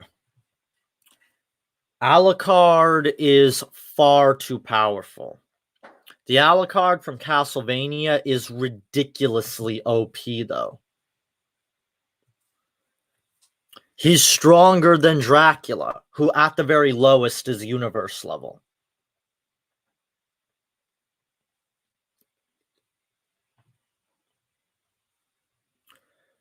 Alucard was able to defeat Soma, who defeated Chaos.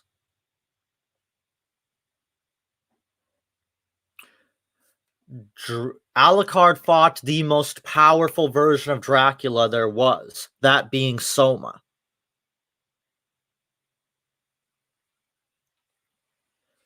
So what would Alucard from Hellsing realistically do?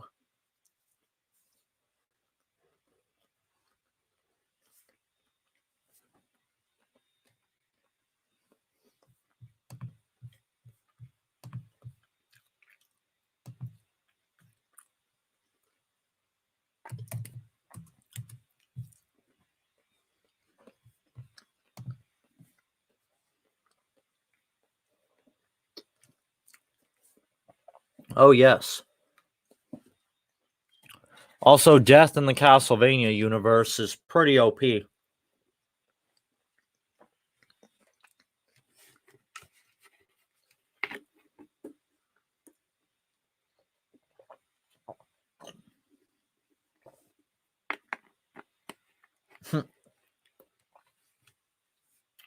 Yep.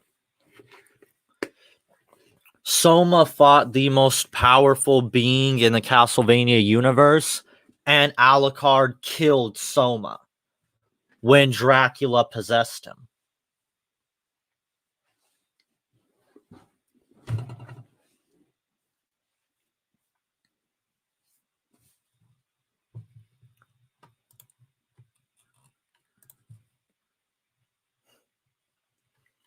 So yeah, the Castlevania universe is not a universe to take lightly. It's one of the most powerful universes out there. Characters in Castlevania are ridiculously overpowered.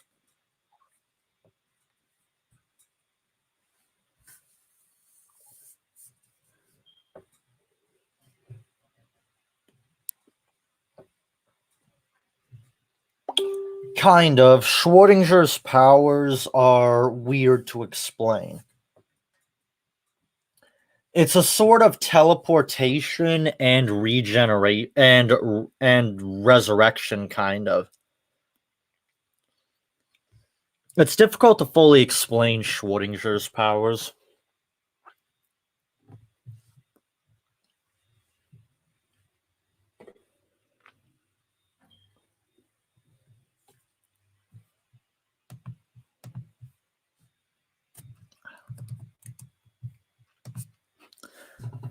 Not certain how much longer to keep the stream going for. I'm not certain who Lucifer Morningstar even is.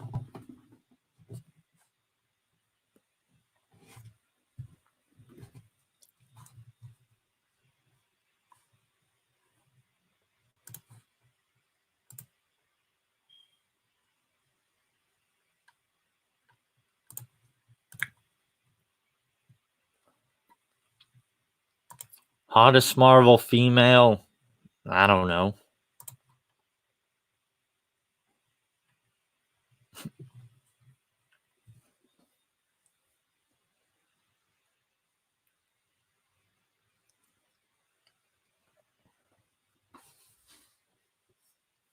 I mean, I guess anyone but Captain Marvel.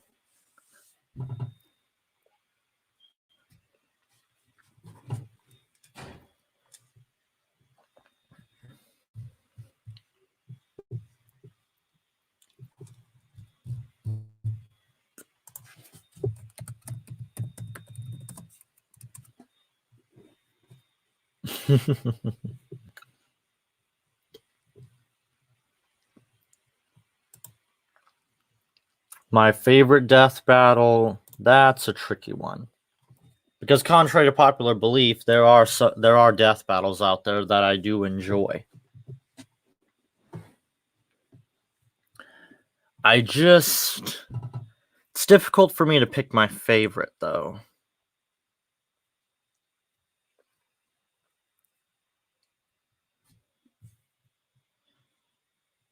Yeah, nobody cares.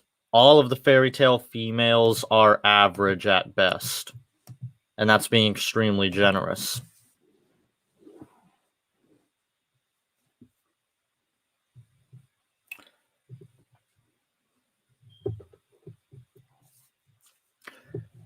I want to say my favorite death battle is Darkseid versus Thanos, maybe, but I'm not certain.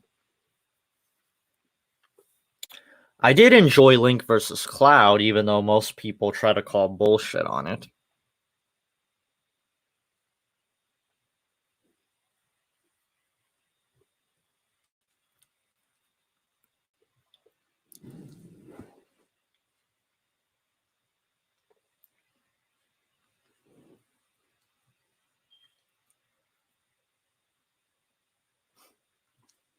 I just bet you would.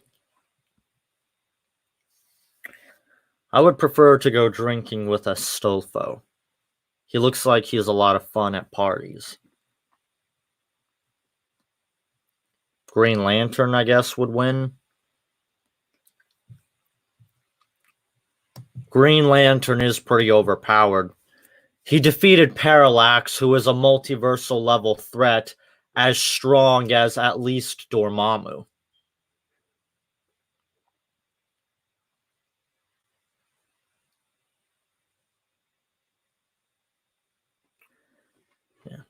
I don't know if I would ever drink alcohol again, personally. After playing the Death Battle drinking game, I never want to drink again. That was a disaster.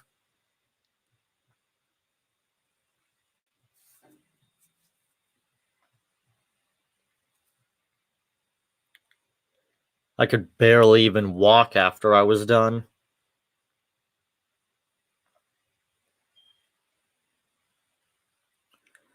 Yeah, but here's the thing. Galactus isn't nearly as overpowered as people make him out to be. A lot of people think that because he goes around eating planets that makes him strong, but here's the thing. Being planet level is not as impressive as some people think. For example, contrast that with Dormammu, who eats entire dimensions. Suddenly, Galactus looks like a little bitch now, doesn't he?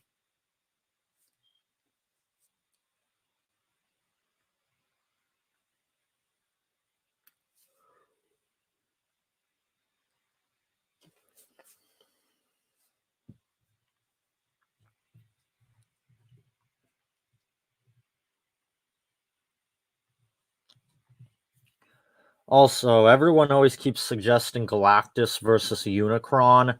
I don't know why. I have to assume it's only because Galactus and Unicron both eat planets, but that's kind of lame. There's lots of characters out there I could think of that goes around eating planets. Hell, you have Nyx who went around eating stars.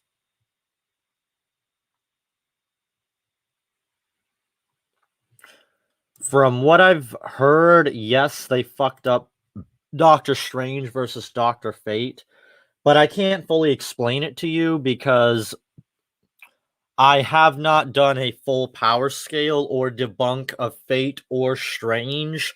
And doing a power scale for someone as strong as Dr. Fate and Dr. Strange is pretty hard because they are absurdly overpowered. Just for that, Galactus would slap Unicron.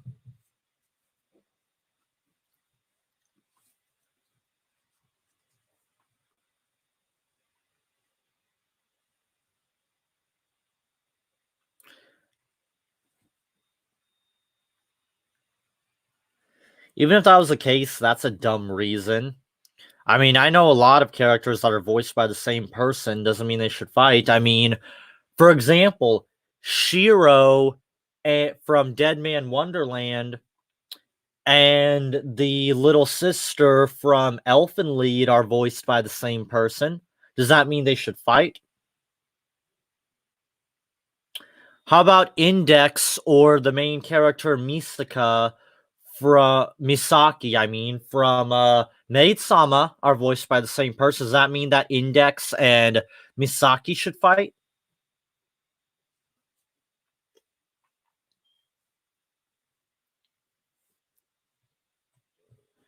My dream death battle is one that sadly I don't think could ever happen. Almost all of my favorite death battles cannot be done.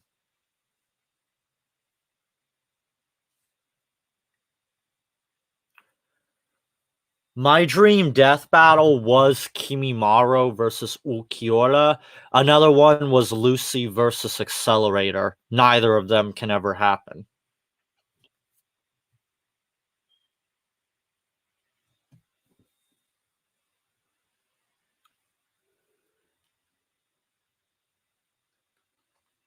That's the sad part about it. A lot of the death battles I really wanted to do, I can't do. I wanted to do Guts versus Heracles. I can't do that.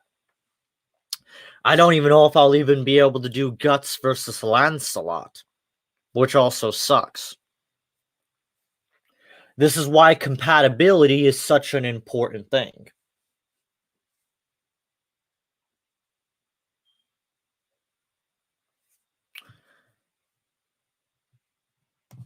No, simply because Ichigo would absolutely wreck the Black Ranger. He wouldn't even need Bankai.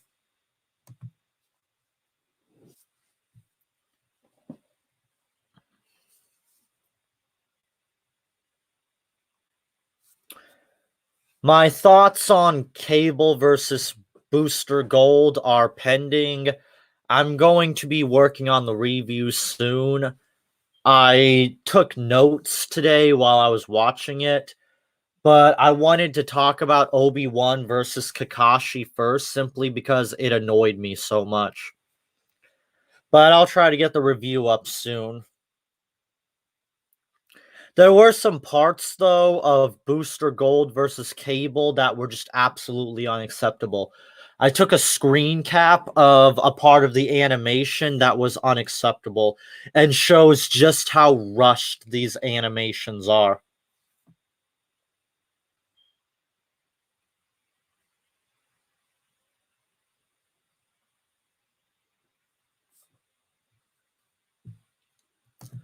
Once again, this is what happens when you use only vague connections to have characters fight.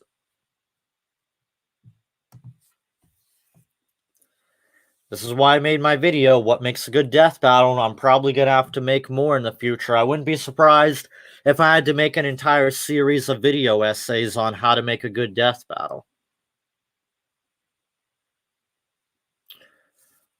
One thing I will say, though, I am sick and tired of the Marvel versus DC matchups. They are so overdone.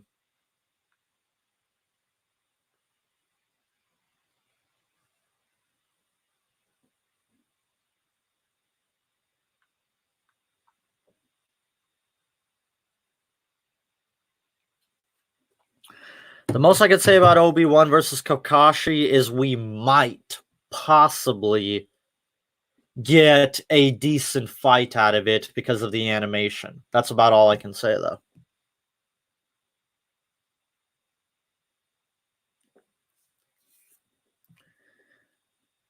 Mickey Mouse versus Bugs Bunny. That's a tricky one because they're both Toon Force users. Also, Bugs Bunny has powers like plot manipulation. Plot manipulation is a power that's greater than even the Toon Force itself.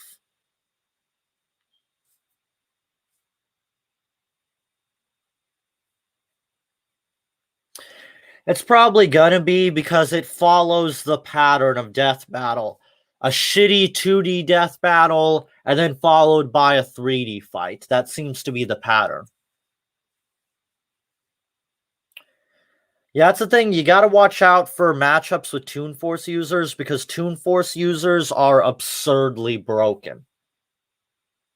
Like, really fucking broken. Because the no logic applies to Toon Force users. Toon Force users can do whatever the hell they want.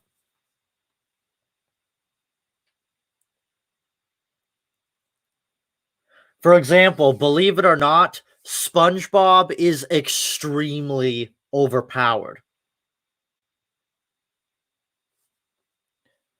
SpongeBob could fuck up a lot of really overpowered characters you wouldn't expect him to be able to fuck up. But that's because of the Toon Force.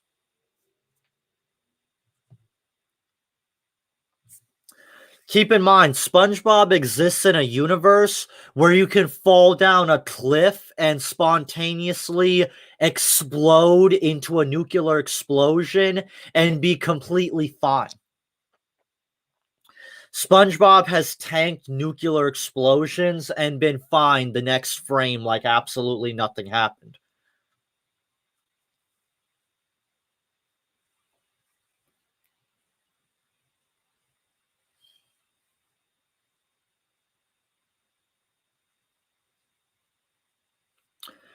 Someone actually did that. They did Elsa versus Whis, and they did some of the worst 3D animation I have ever seen in my fucking life.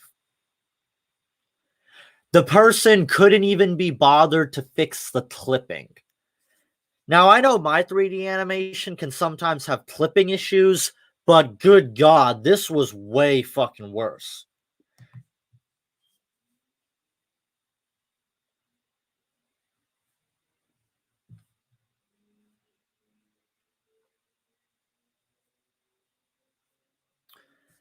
Like, holy fucking shit. I would show it, but I don't know if I feel like putting my audience through that level of cringe.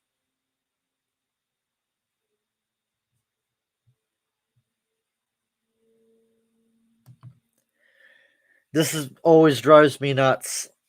His name is not the Mask. He was only referred to as the Mask in the movies. In the comics, his name was the Big Head Killer. That was his name. The Mask was the name of the comic, not the character.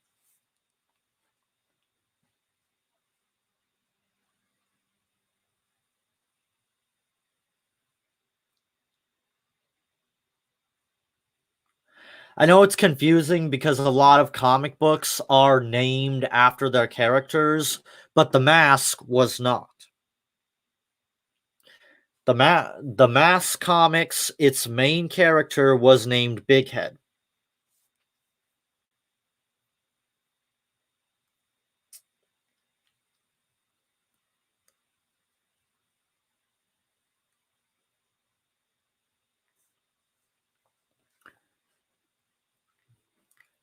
SpongeBob has all kinds of absurd, crazy feats.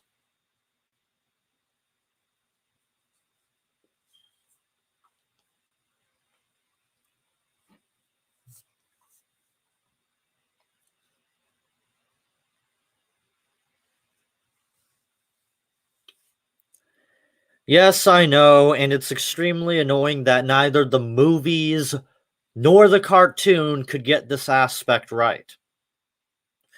That's why I'm hoping the rumored reboot of The Mask will fix that. I hope if they reboot The Mask, I hope it's much more like the comic.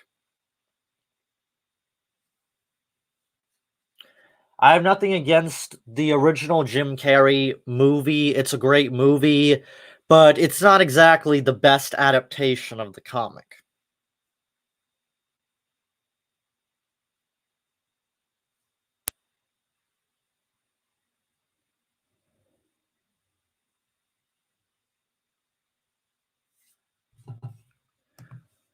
I'm not even going to address that because I want to forget that Uncle Grandpa ever existed. Also, that he did a crossover with Steven Universe.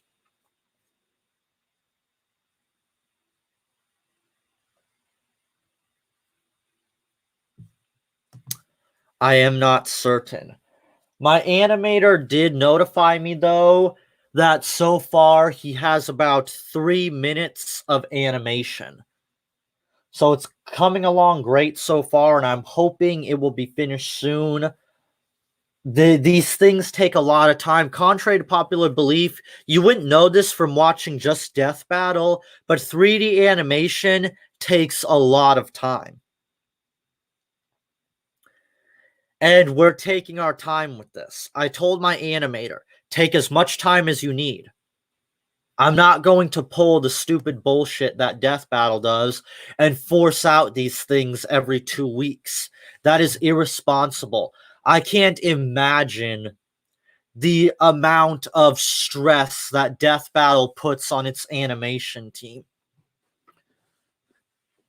I can't say for certain when the fight will be out. I have asked my animator if he can give me a sample of the animation so I can show it to you guys so you can see what it's going to look like. My hope is it'll be finished real soon. Unfortunately, there's been a delay. My animator had to go get checked for the coronavirus, so it's unfortunately being delayed, which sucks.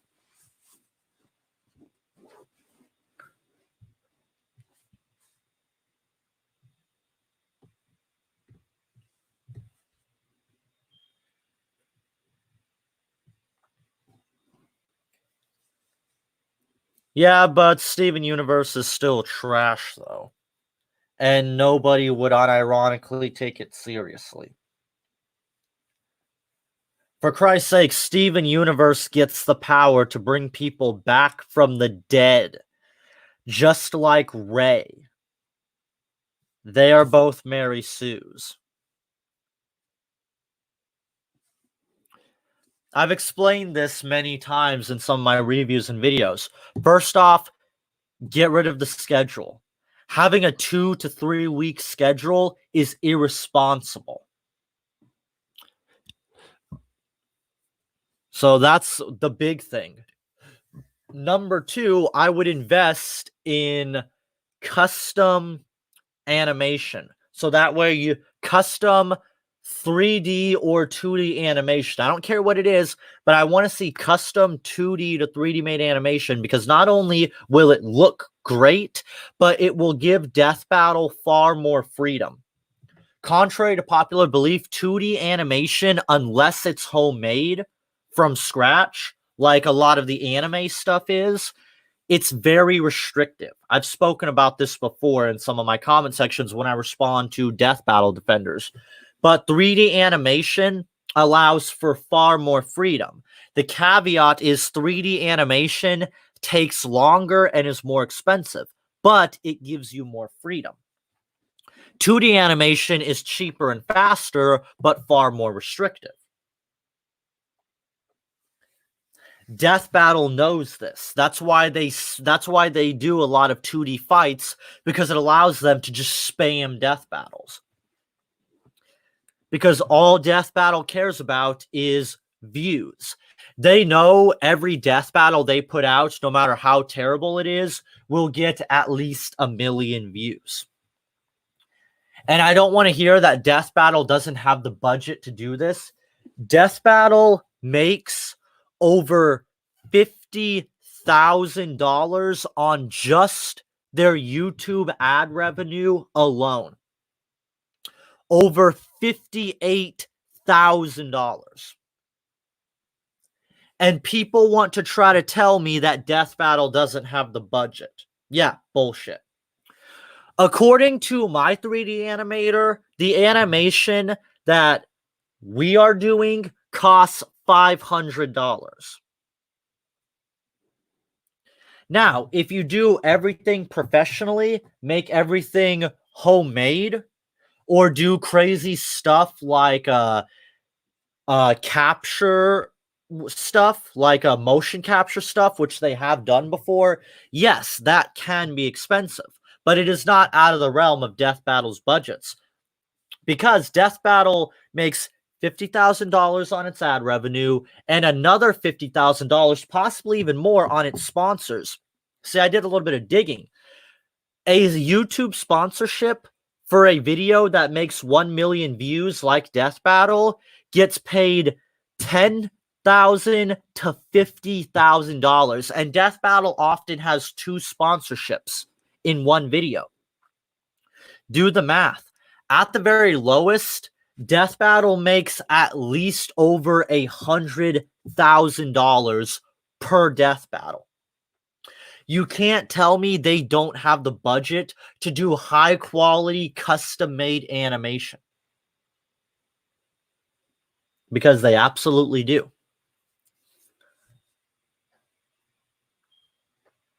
That's the thing. I don't know. Unless Death Battle reveals it, or one of the people who works for Death Battle revealed this, I do not know. Now, if I could ever get in contact with someone at Death Battle, maybe one of their animators, or if I ever got the opportunity to interview Chad James or Ben Singer or anyone from the Death Battle crew, I would ask them this question. Unfortunately, I do not know the answer for how much they pay their animators. I hope they pay their animators well, because those animators, I promise you, Death Battle probably works them to death.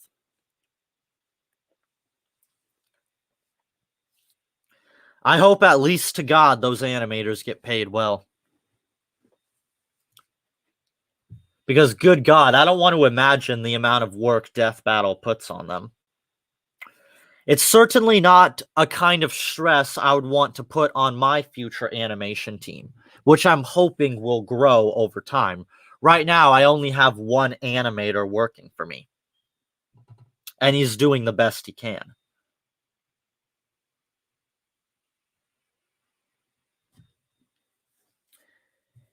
Maybe if I ever get big enough, I can possibly get an interview with Chad James or Ben Singer. That I would like, because I certainly have a lot of questions for Chad James and Ben Singer.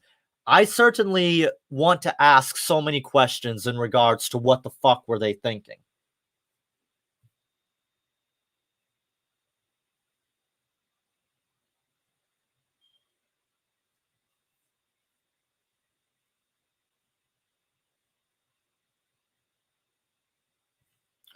I'm not fully certain if I'm reading this right. You're never tired in 24 hours. What does that mean? I don't know if I'm just reading this wrong or what.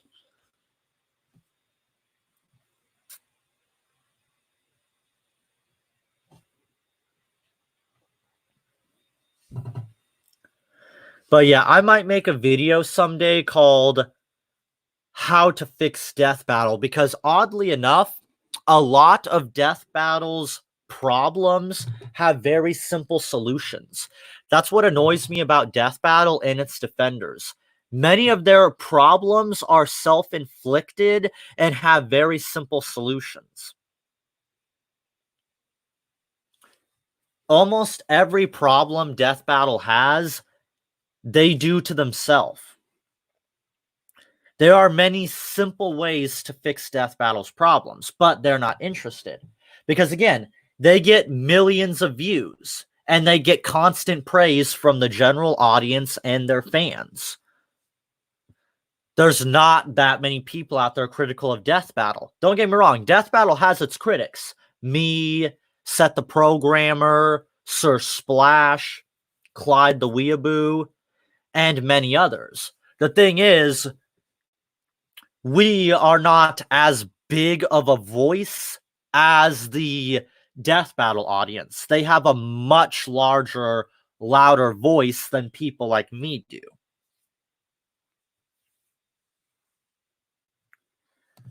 No, I have insomnia. I have struggles sleeping. I often stay up for hours. Sometimes I don't get to sleep till like 5 a.m., sometimes even later. It's something I try not to speak about because I don't always get comfortable about speaking about my personal life with people unless I really have a huge trust for them, and I don't feel comfortable putting my personal issues on my audience. I think that's irresponsible and unnecessary. Also, it can be misconstrued by people like some of my critics that you saw in the live chat, that it can be seen as me trying to look like a victim, which I don't want to do.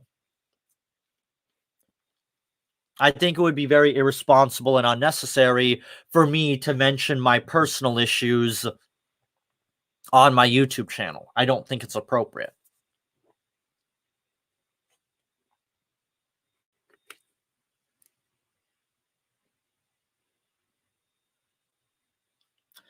Yes, I would, because Patrick would absolutely decimate Fat Boo. It wouldn't even be a fight. Once again, Patrick has access to the Toon Force. Patrick has absolutely absurdly ridiculous feats. Just his feats of strength alone are insane.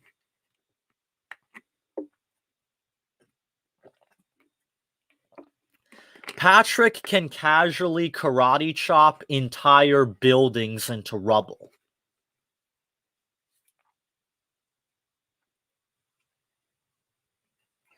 Once again, don't fuck with Toon Force users. They are extremely overpowered.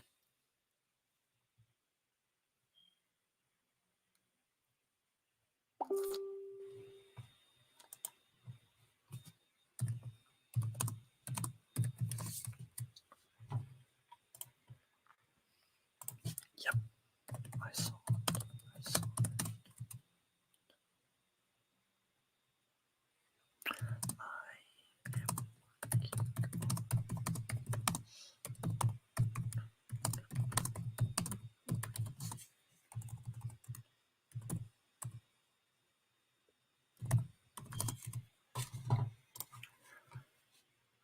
Most broken character of all time? That's easy.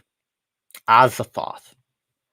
Azathoth is the most powerful character in all of fiction. He sees the entire multiverse as a dream. And if Azathoth was ever to wake up, just him simply waking up would erase the entire multiverse from existence and all the Eldritch gods. Keep in mind, the Eldritch gods range from outerversal to hyperversal in terms of power.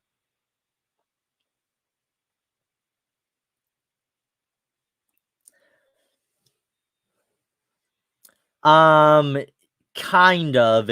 Infinity in context of power scaling has many different contexts. For example, if you destroy a dimension that's infinite in size, that's actually only a universal feat.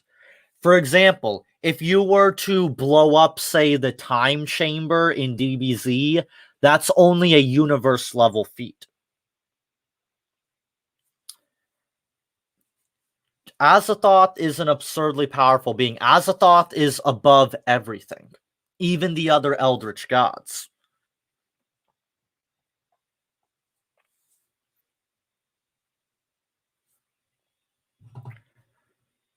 And keep in mind, the Eldritch gods are beings that are so powerful, you can't even look at them without being driven into madness. See, certain beings like the Eldritch gods cannot be comprehended. They are such beyond multiple layers of existence and infinity that they cannot be comprehended. That's how overpowered beings like Azathoth are.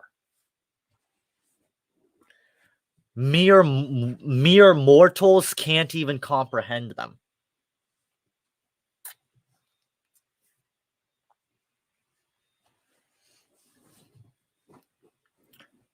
I'm pretty sure the Beyonder is nothing. The Beyonder isn't even the most powerful being in his own universe, let alone Azathoth. Beyonder wouldn't even be on Azathoth's level. Chances are he'd barely even be on Cthulhu's level. And Cthulhu is the weakest of the Eldritch gods. Don't even get me started on Yog-Sothoth and Niggeroth. Yog-Sothoth is so powerful, he has to use an avatar. That's how powerful he is. And Yog-Sothoth, Niggeroth, Cthulhu, all of them, they fear Azathoth. The Eldritch gods constantly sing lullabies to Azathoth to keep him asleep, because Azathoth is capable of wiping them from existence.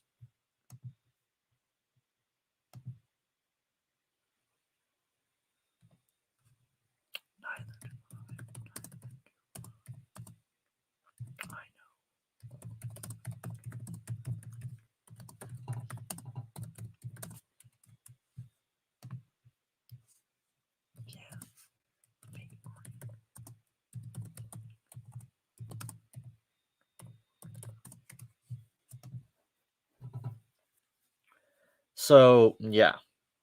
I might one day make a list of the most powerful characters in fiction. And I'll take an honest look. Maybe for all I know, there could be someone out there more powerful than Azathoth. But as far as I know, Azathoth is the most powerful being in all of fiction. Although, who knows? Maybe there's someone out there stronger.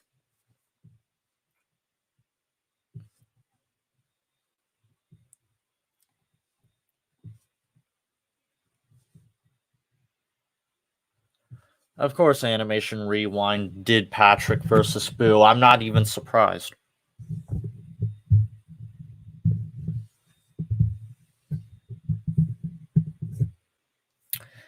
Not sure how much longer I should keep the stream going for. This is certainly one of my more big streams. Usually I don't get this many people viewing it.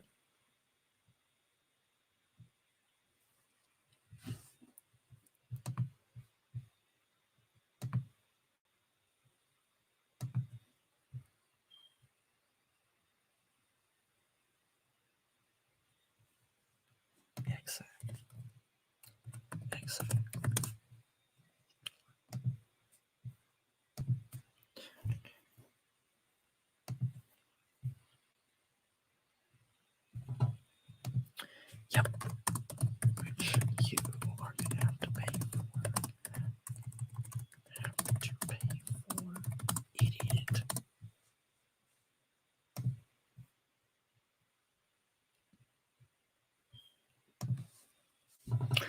I swear, the stupidity of some people on Twitter never amazes me.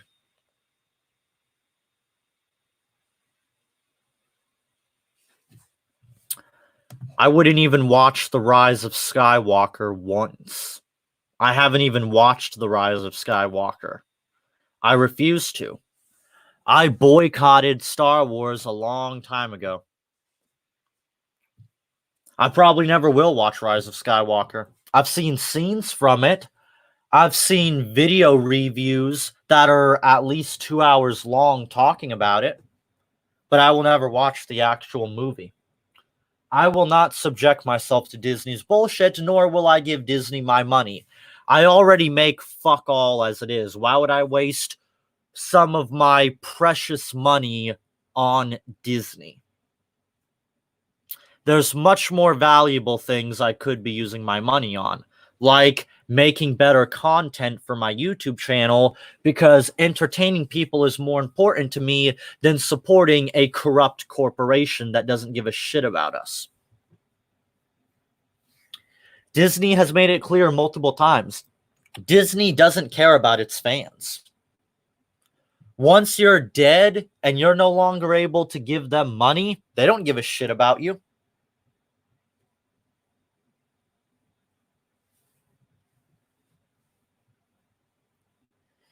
Ed versus Patrick, I guess it could work, but it depends on the level of Toon Force that they have. There are different levels of Toon Force users, some more powerful than others. So it all just really depends.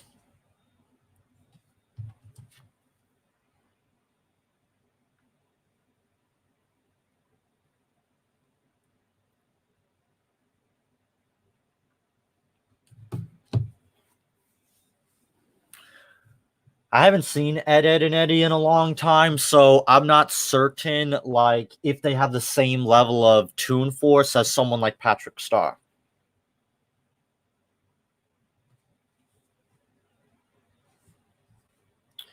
I see a lot of people suggest Big Head versus Beetlejuice. I don't know how to feel about that one.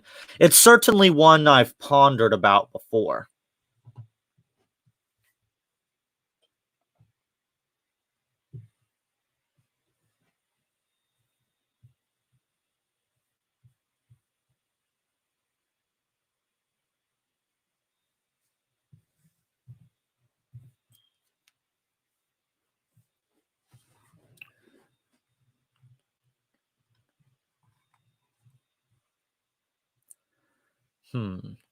You know what? I might as well test something while I have the opportunity to.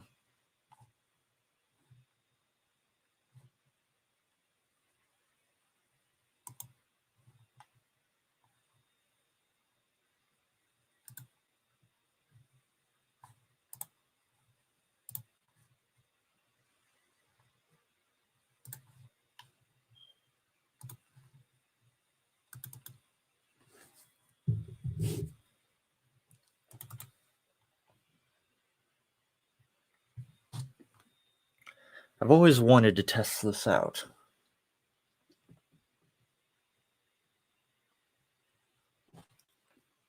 Why? Why Wild Dog versus Albert Wesker? Seems a little bit unfair.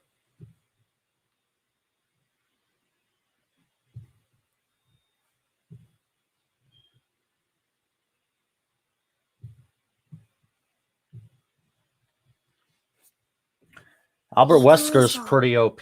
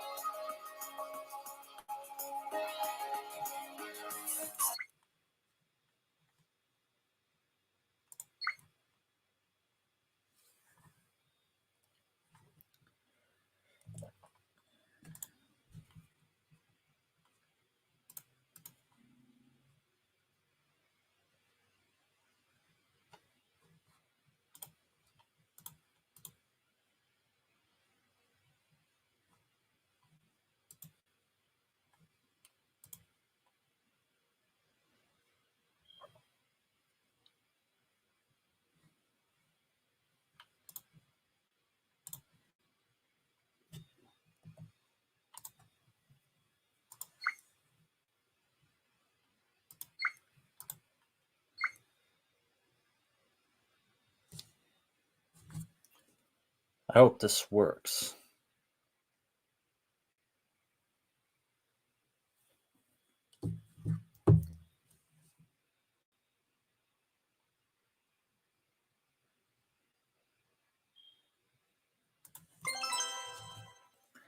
By the way, don't mind me, guys. I'm just giving something a little test while I have the opportunity to. Who the hell is Brain Fry? Who are some of these characters? 起きた？おはよう。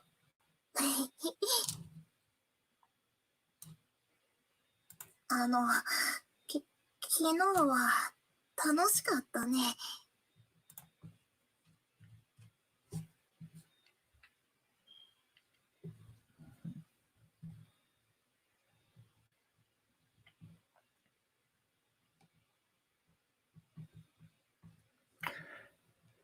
This might be a spoiler, but my plans for Albert Wesker, I actually do have plans to do Albert Wesker for my season 1 of Death Battle. See, I plan on doing Albert Wesker versus Alucard Helsing. That's my plans for Albert Wesker. So if you want my thoughts on who I think Albert Wesker should fight, I'm doing Alucard. Some people tell me it's a bad matchup. I somewhat disagree. And I'll explain why when that episode comes. I don't know when it'll come, though. I gotta figure it out.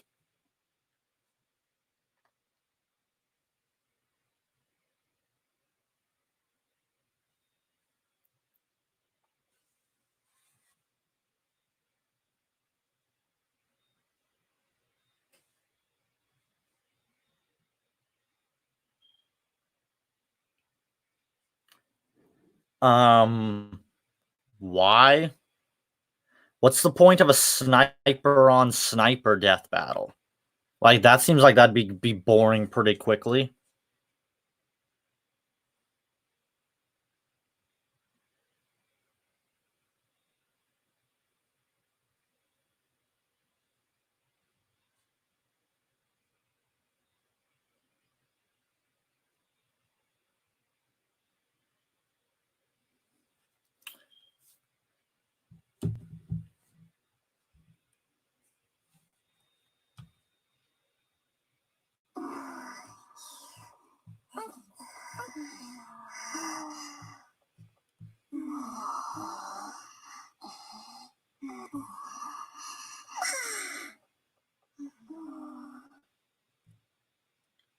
Huh.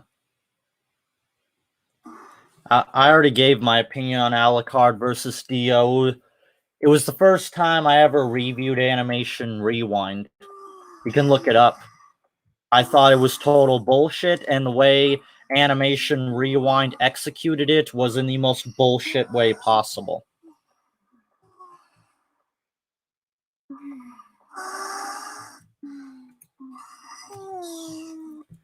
By the way, someone in the chat who's a fan of my Trap Nation series, let me know how this runs. たくさん話しましょう。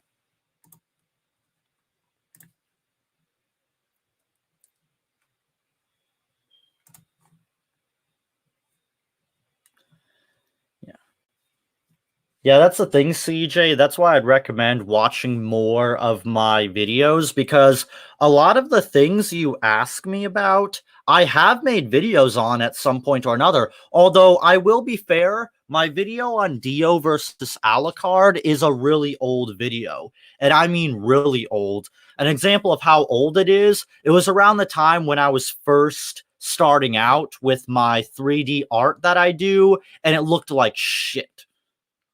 It was so pixelated, I don't know what the fuck happened. I might have to remake that video if I'm being perfectly honest.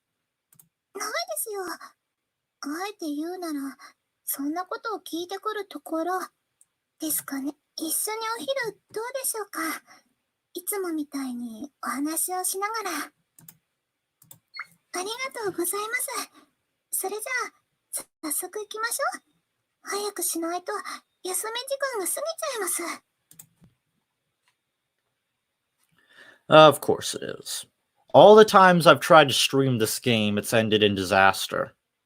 I mean, I guess at least it's not buffering every 5 seconds like last time. I'll take that. Although I do confess the frame rate on this game and lag can sometimes be a bit of a pain. This game certainly isn't a consistent 60 frames.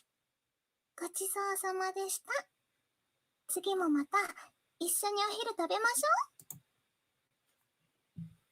う。 Although I'd like to be able to live stream this as opposed to just recording gameplay footage and then editing it, because it absolutely clogs up my data. I have like, I think like barely 60 gigs left on my 1 terabyte laptop, and recording sometimes hours of gameplay just frickin' incinerates right through my data. 購買には行ってみた？パン買ってきてあげましょうか。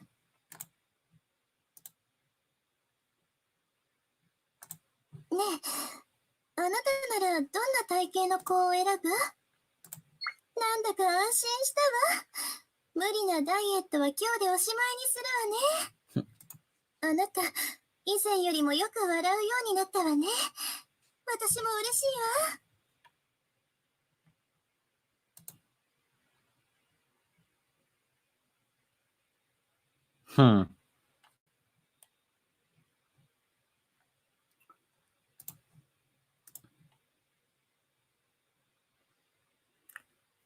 I don't know how to address that one.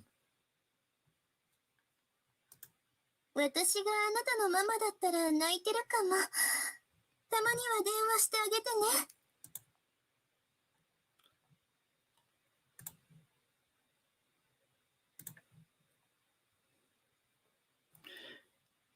I wonder why does everyone say that this game looks like Yandere Simulator?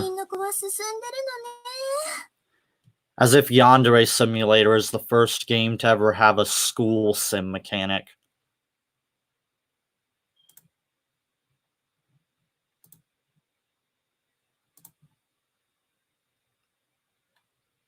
Oh, そうやってお姉さんをからかおうとしないの。ね。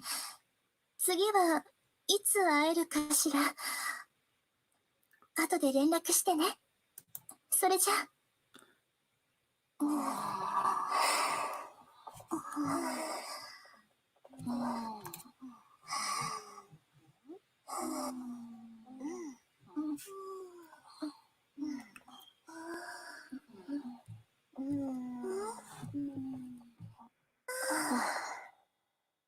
Huh, seems to be running fine enough. Good. Maybe I might be able to live stream this next time.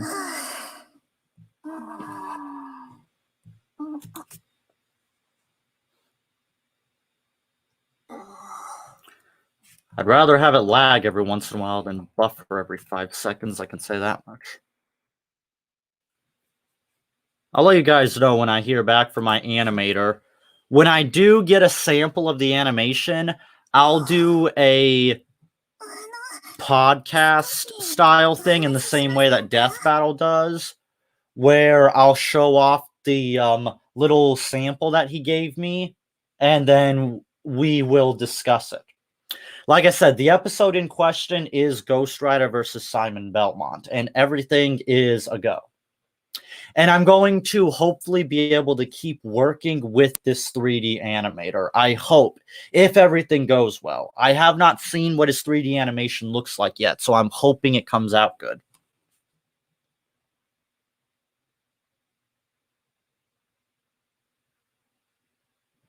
Well, this game, sis, this game does lag every once in a while. It's just something with the game. Like I said, the game isn't always a consistent FPS, which is fine. I could deal with a little lag every once in a while. Just that last time I tried streaming this, it was impossible for you guys to see anything. The frame rate was god-awful. It buffered every 5 seconds. It was impossible. A little bit of lag is something I can tolerate.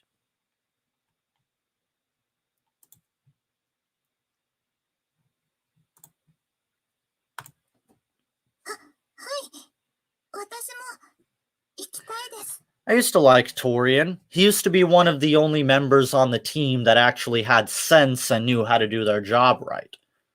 And he's a pretty good animator for the most part. And I kind of liked his attitude. I especially liked it when he went straight after Wiz to basically say, like when he was talking about like Samus Aran versus Boba Fett, he said when Ben Singer gave him the script, he said, so basically you want me to kick your ass, making fun of how bad Ben Singer's animation was for Boba Fett versus Samus, and he absolutely did do that. He made Ben Singer look like a fucking amateur.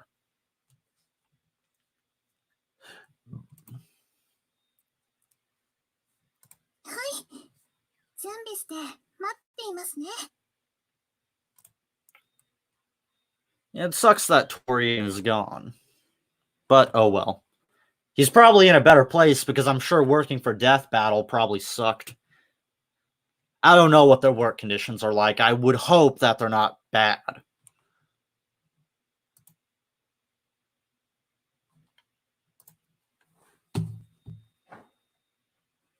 Hi, いいですよ。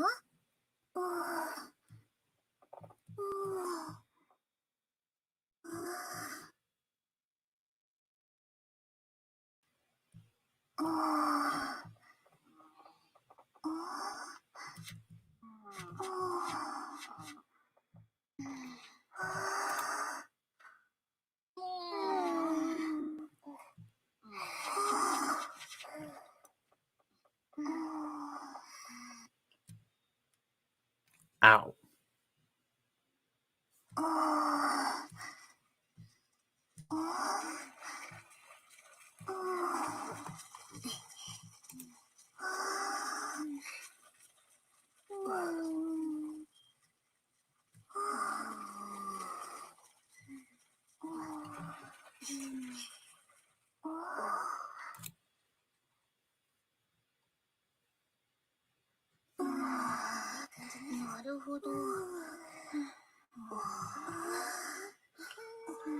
Okay, I don't know why this outfit is so glitchy, and I swear to God I'm gonna get rid of it.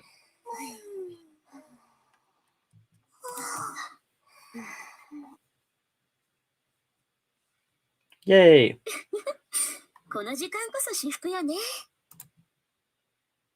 Oh, by the way, I just want to say for the record, I own a 3D model of Schrodinger. Just saying. I modded him into this game.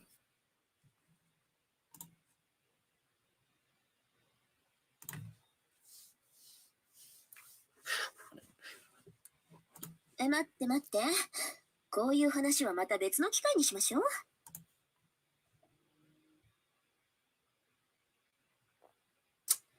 don't know too much about Lord Demos, so I can't say.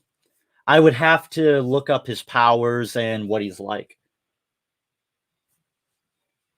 I wish I had more to say. It's hard for me. I don't like to speak on characters that I'm not familiar with, because I don't like to speak from ignorance.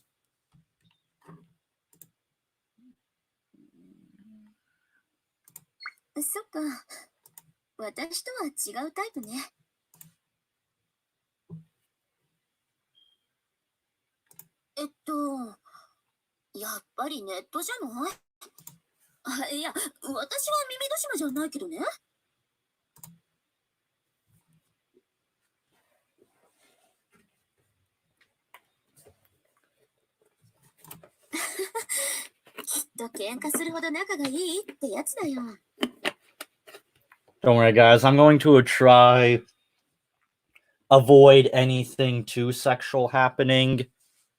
I'm just trying to do a little test of this gameplay for something else I'm doing on my channel.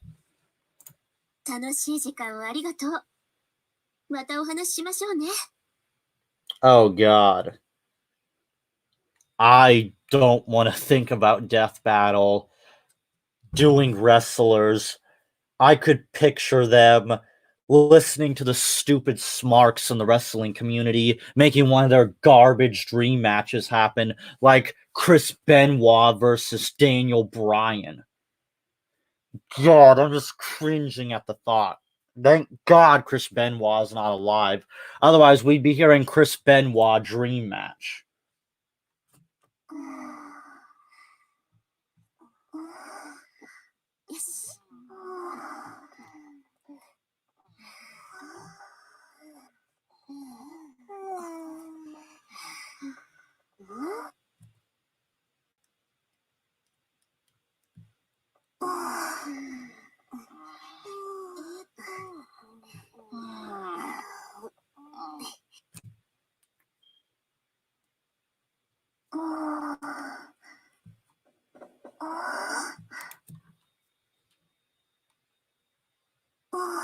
Probably.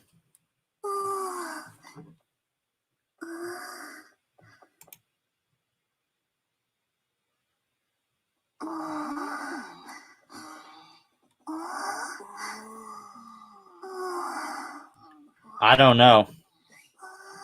I don't hear the Smarks mention him a lot.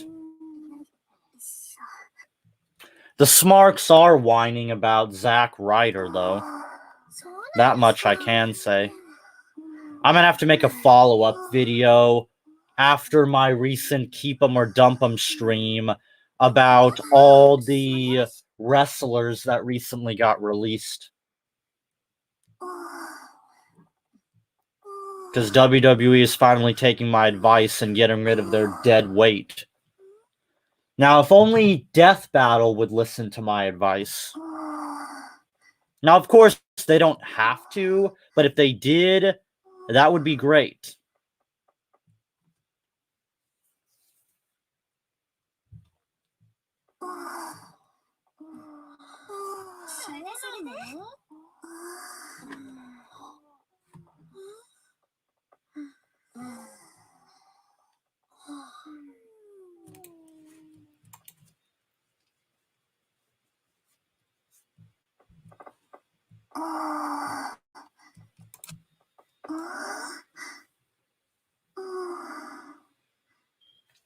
One wrestler I miss is Tajiri. I wish WWE would bring him back.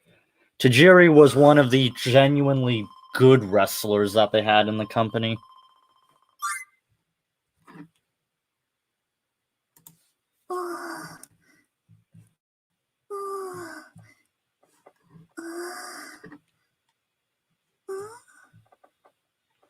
Okay, I think that's good enough.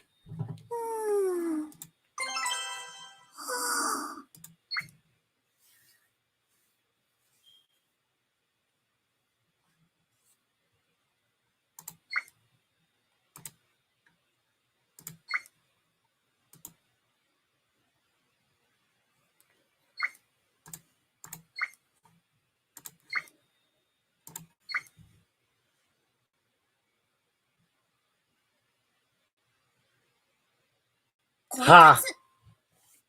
Good. I own WWE 2K18, but I can't play it. Because for some reason, the PC port I have, it doesn't fucking work. I don't know if it's the port or if it's my PC. But it doesn't work.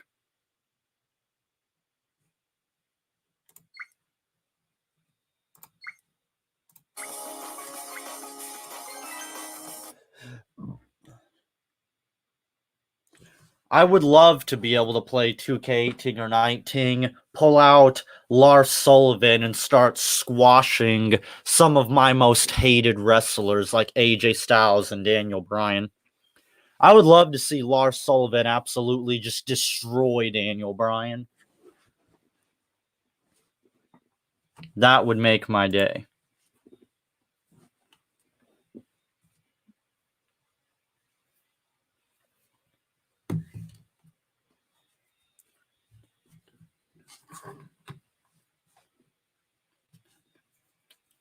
And then there were 9.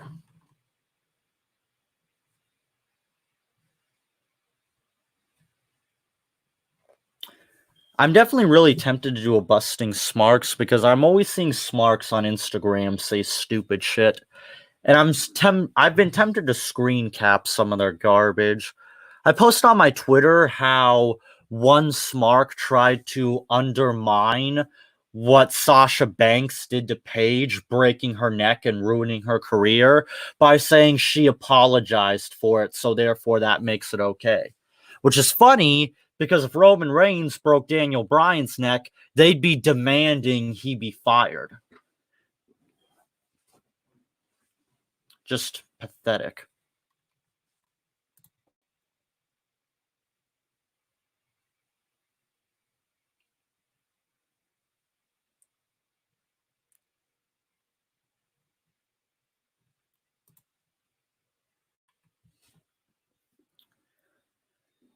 So, what do you...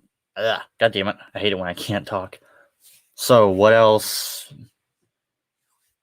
do you guys have in mind that you want to talk about? I mean, I guess I could keep the stream going as long as you guys want. It really matters not to me. I won't be going to sleep anytime soon anyway.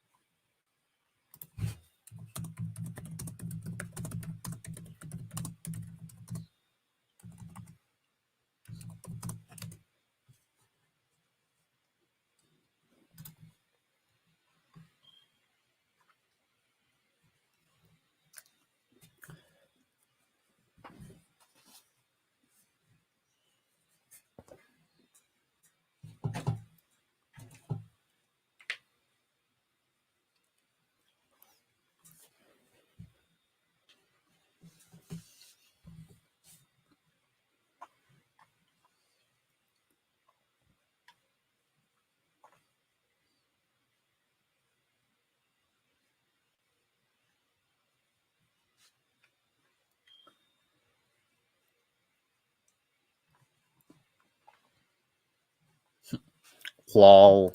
What? I think someone might have had a stroke.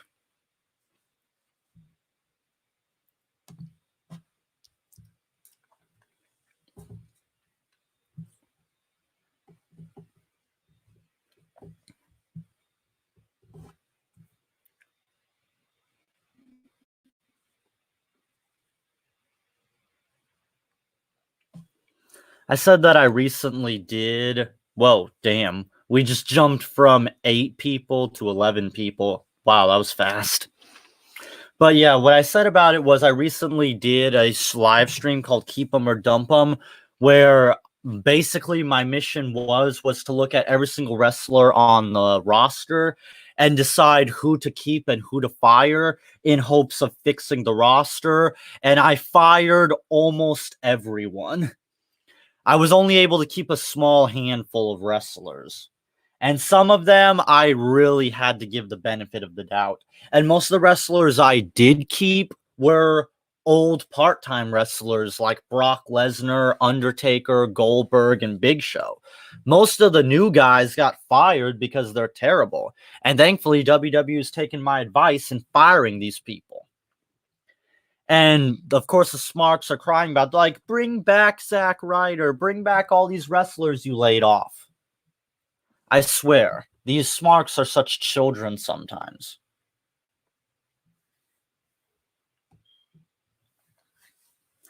And I'm going to try to have the new Death Battle review up soon. It might take a little bit longer because I might have to try to edit it in a way to where Rooster Teeth's dumb block bot won't come after me because I'm sick of that fucking block bot that Rooster Teeth has.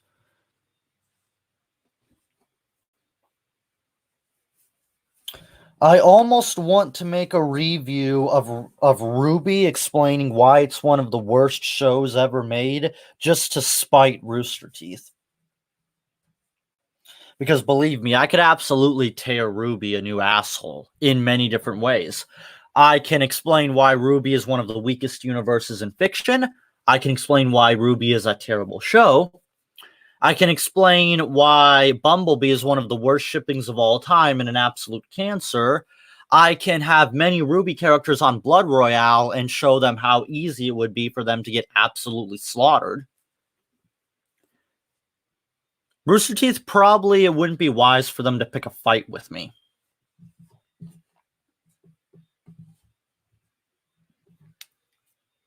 Now, I, of course, don't want to do that because I don't want to waste my time with Rooster Teeth, RWBY, and all their trash shows. It's run by a bunch of talentless hacks.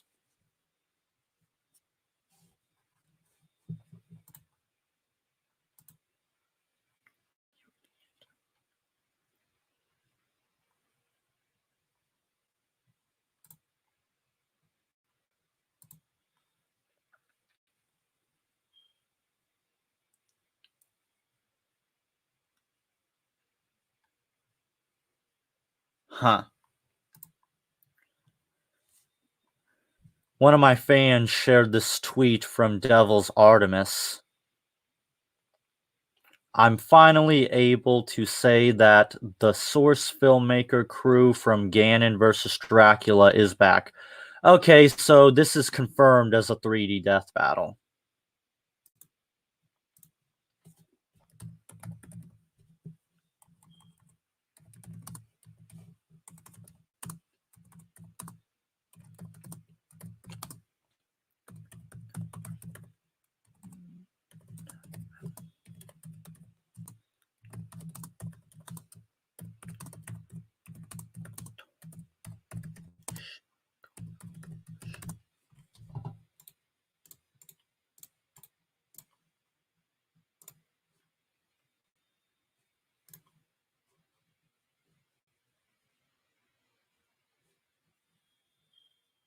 Yeah, it's 12.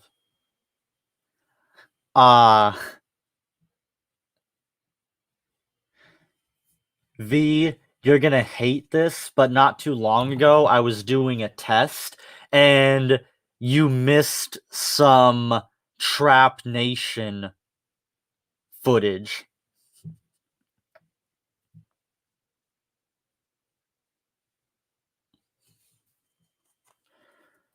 That will happen real soon. I just did a test to see that I absolutely can live stream it in a decent quality. The original plan was for a live stream, and I should be able to do that. So I think tomorrow I'll try live streaming it. I don't know. You weren't over here earlier, at least not that I was able to see. And not too long ago, I was doing a test to see if I could live stream the footage. I mean, the most I can say is you didn't miss anything. You just kind of missed the follow-up to what happened between me and that real thick trap from day 3.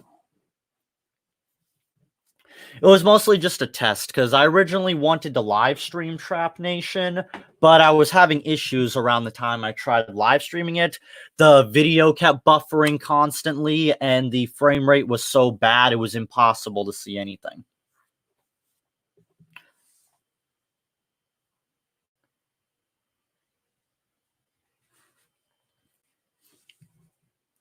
I don't know why everyone says that really thick trap looks like Armin. They look nothing alike. Like, that trap is tall, thick as shit, and not a little bitch. Also, he does have a name, you know. I mean, I get that it's a Japanese name, but he does have a name.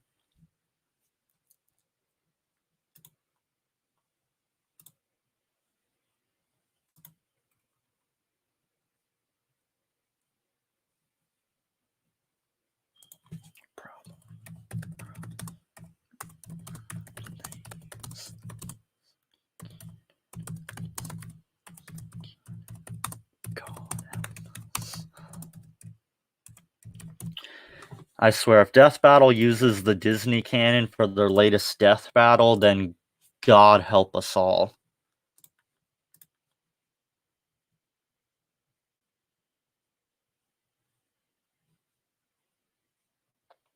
I'm not even sure I even remember who the hell La Parka even is.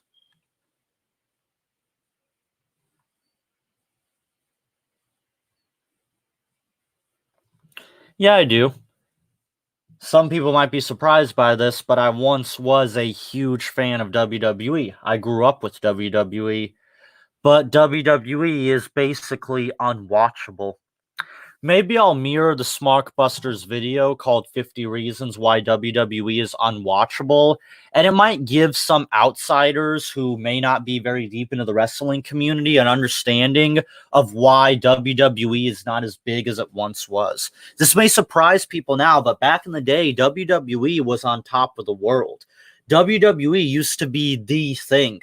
Other sports programs had to compete with WWE. WWE used to get 7s in the ratings. WWE used to get more views and ratings than Death Battle. Really put that into perspective.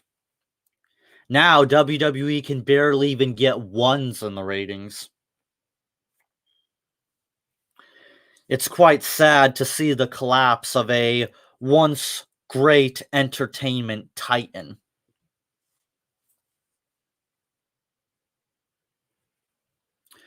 Well, it's not that the stories are repetitive, it's that there are no stories. And when there are stories, it's just the same bullshit. The underdog story or something dumb like that. I'm so sick and tired of the underdog story. It's so overused. Thanks to WWE, I hate the fucking Rocky movies.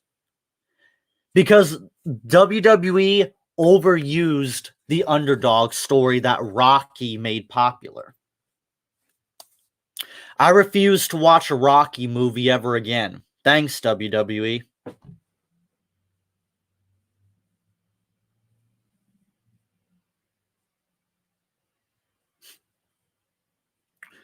I don't know why you would do that. Randy Orton sucks.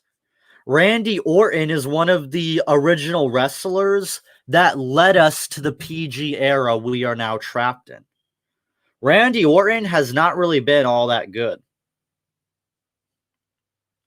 The Smarkbusters go over this, but Randy Orton was always bad. Randy Orton and John Cena were the beginning. That was where it all started. That's the thing. A lot of people who might be newer fans may not know this, but those who watch WWE all the way from the Ruthless Aggression era would know that this new era of bullshit, it started with John Cena and Randy Orton. Now, make no mistake, while they were the beginning of the eventual fall of wrestling, it was CM Punk and Daniel Bryan that was the point of no return.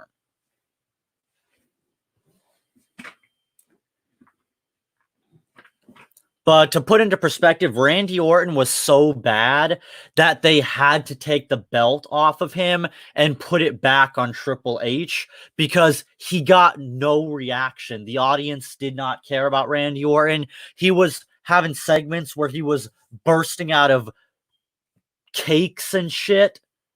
Like, it was a disaster. He dropped the belt the next pay-per-view, and they immediately had to give it back to Triple H. If Batista did not show up, Randy Orton may have killed the company before it even started.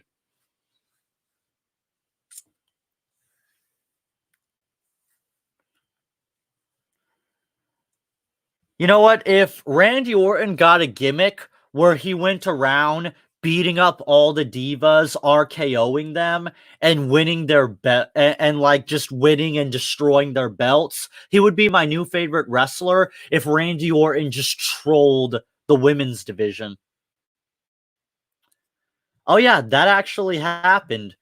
Back in the day, there were segments where when Randy Orton first got the belt, he was busting out of cupcakes and shit. Like large cupcakes. And it was such a disaster, he could not get a reaction from the crowd. They immediately had to take the belt off of him.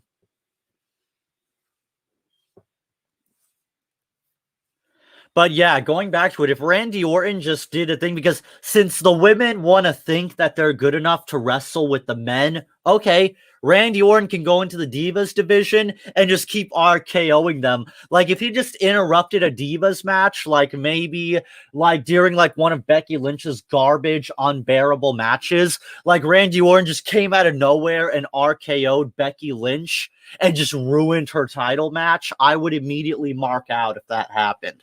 That would be absolutely hilarious. Becky Lynch goes to do her stupid disarmer, and then Randy Orton just comes out of nowhere and RKOs her.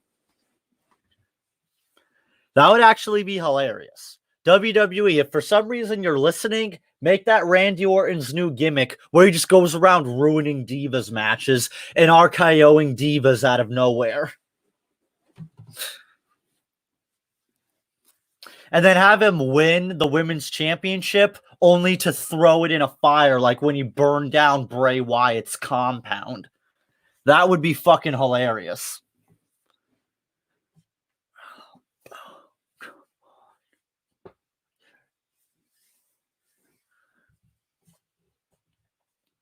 Randy Orton as a good actor, that can be debatable. I don't even think he's even done all that much acting. I can say, though, The Miz is a god-awful actor.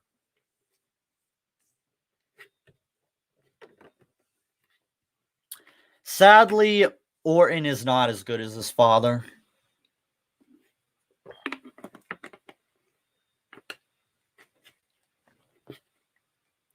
In fact, if it wasn't for the RKO, I don't think people would even like Randy Orton all that much. He's not all that good on the mic. He has little to no character. Like, the Smarkbusters absolutely destroyed Randy Orton. In fact, if you guys are interested, I can pull up the video of the 50 reasons why Randy Orton sucks by the Smarkbusters, and we could just sit back and watch it. I don't really mind. If you guys are entertained, I don't really care. Whatever works for you guys, we could just watch it together and just laugh. They absolutely destroyed Randy Orton.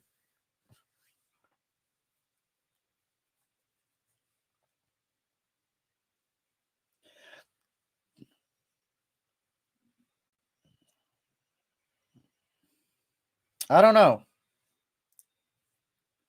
Like, a lot of people tried to make fun of the Ascension by saying they were Legion of Doom ripoffs. At least the Ascension actually had a decent look.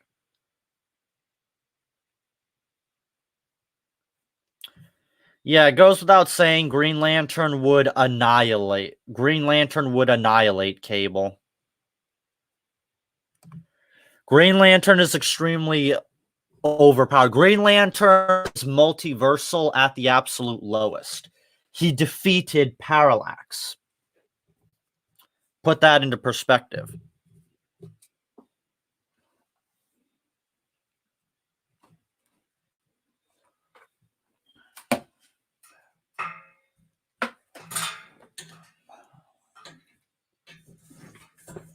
Damn it. I wouldn't say Brock Lesnar looks like Machoke. Although I will say Brock Lesnar looks like someone who could choke the shit out of you.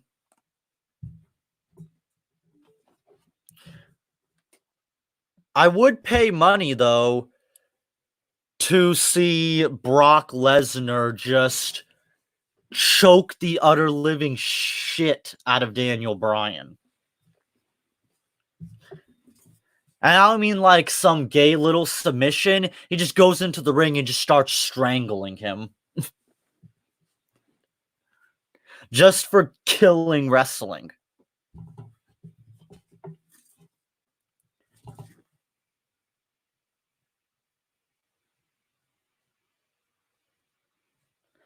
How is Booster Gold Green Lantern? That's weird.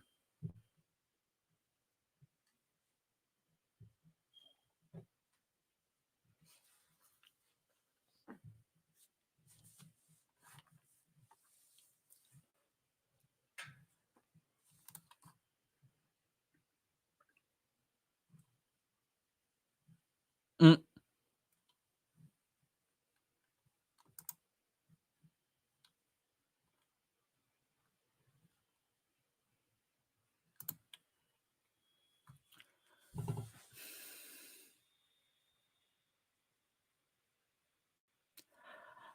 Why is Adam Driver trending on Twitter again?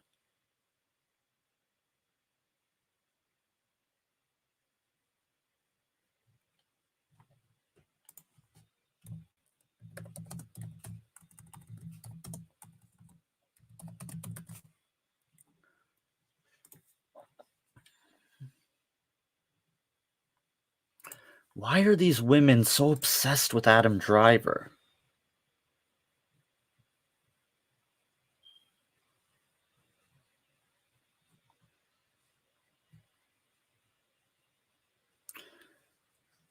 All right. See you tomorrow, V, for episode 4 of Trap Nation. I don't know. I've seen really stupid stuff trending on Twitter. I remember one time I saw Death to America trending on Twitter. I don't know.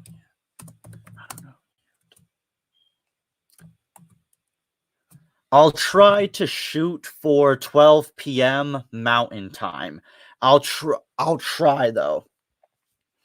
Although due to my erratic sleep schedule and insomnia, I can't make any promises, but I'll try to aim for that. I'll try to make it to where Trap Nation actually feels like an entire day, rather than just getting a couple hours of it. Because that was part of the idea of it in the first place.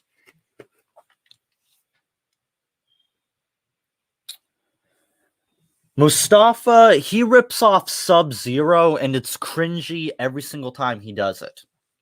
I might start taking over for the Smarkbusters and doing a 50 reasons why some of these newer wrestlers suck, because holy shit do these new wrestlers freaking suck. Someone needs to do a 50 reasons why the New Day suck. Holy shit, I am sick and tired of the New Day. I found out that they put the belts on the New Day again. All WWE knows how to do is throw tag belts on the New Day. It's pathetic. Why can't WWE release the New Day? They're terrible.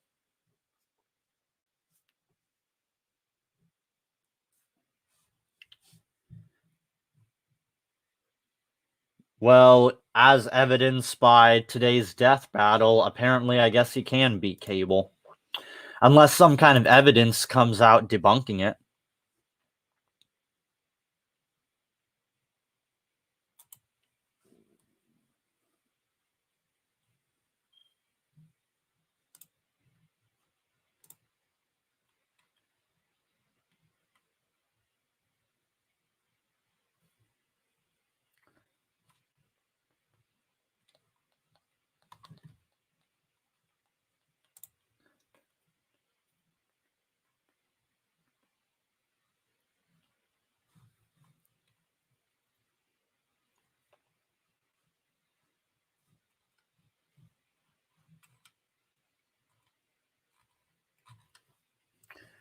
God damn it, YouTube is a freaking mess, I swear.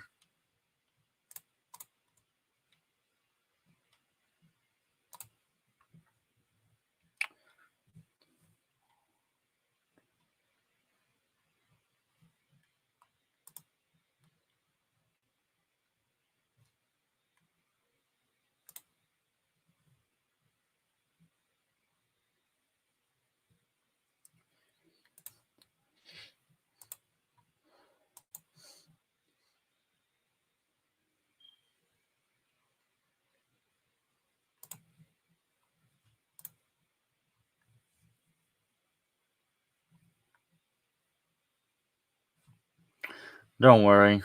I'm going to try to make sure people are awake. I don't like to do streams when people are asleep. That's why I'm surprised this stream was so successful. I thought I was way too late. Guess not. Either that or maybe YouTube is finally deciding to start frickin' notifying people when I upload.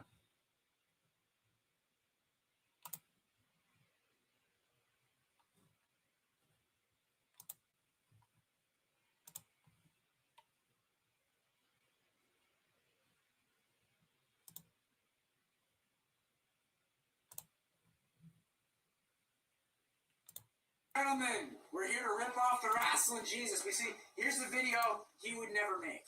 Okay? You know how he does his little reasons videos, 10 reasons why whoever sucks? Well, we're going to do what he would never do. We got 50 reasons. Nice. 50 reasons why Daniel Bryan fucking sucks! Number 1, no moveset. Alright, you fucking advertise all over. Oh, the moveset, best in-ring performer of all time. That moveset, he does fake-looking kicks. He can't lift for shit. He has no moveset. Seriously, Daniel Bryan's moveset sucks. He's nothing compared to Kenta. Reason number 2, shit on the mic. Complete shit. Sounds like he's reading from a script. This is a yes movement. I'm not going to leave this ring. I won't leave it here anywhere. Number 3, He is the same character as John Cena, and you fucking know it. You fucking know it. He's a goofball who wins. That's his character. It overcomes the odds. Oh, Miracle Cat! Miracle Cat! Miracle Street! Miracle Cat! Miracle Cat! Got more on that later.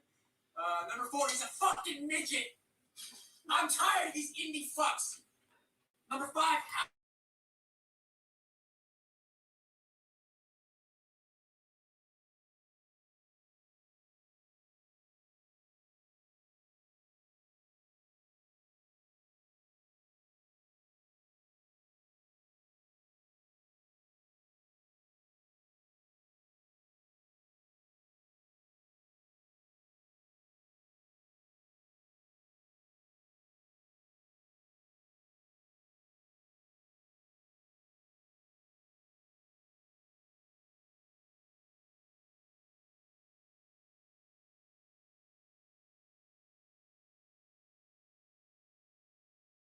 shirt. Oh God, that's embarrassing. Why would you buy that? Number 9, the Che Guevara shirt. Enough said. Number 10, his fucking theme music. That is just the cheesiest shit you could ever come up with. Number 11, he's not marketable. He has no character, so what are you going to sell merch based off of? I want to buy a Che Guevara shirt because Daniel Bryan has one. But like, what are you gonna like? What's the selling point of Daniel Bryan? You can't sell him. He has no character. Oh, Michael, I love it, Michael. Oh God. Number 12, this fucking title reign's a joke. Hasn't been on TV, and he's not even in the main event anymore, even though he's the fucking champion that he won at WrestleMania. He had his fucking moment, the Miracle Barry Street, and now he's not even in the main event. He's getting buried, and he's not even fighting. That's fantastic, brilliant. Where the fuck am I? Number 13, Team Hell No. Enough said.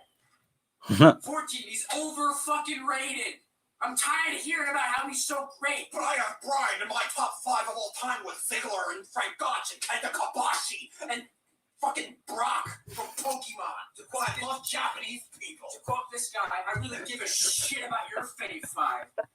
We gotta Charlie Wolfbright's on our side now. That's all we gotta say. We love you, Charlie. Keep making videos. You're great. Overrated as fuck. Is that where I left off? Right. 15. He's fucking gross. Take him. He has a rash. Maybe that's why he hasn't been on fucking TV. Maybe he caught his fucking herpes from Brie Bella. Literally, number 6. He's got chest herpes. Number 16. He's married to a tranny. Let's be honest, people. Look at that fucking face on that bitch. Number 17, he hasn't been on TV for more than 5 minutes in 6 weeks in a row. He won the fucking belt and he hasn't been on TV. 18, he's ugly, Michael. He's ugly. 19, the flying goat. That fucking move. Remember when that move used to be like a daring suicide dive? Now every time I see it, I think the flying goat. Thank you. You fucking ruined wrestling. 20, he's not believable. He's absolutely fucking not believable that this fucking 70-pound midget is winning against everybody. Look at WrestleMania 30.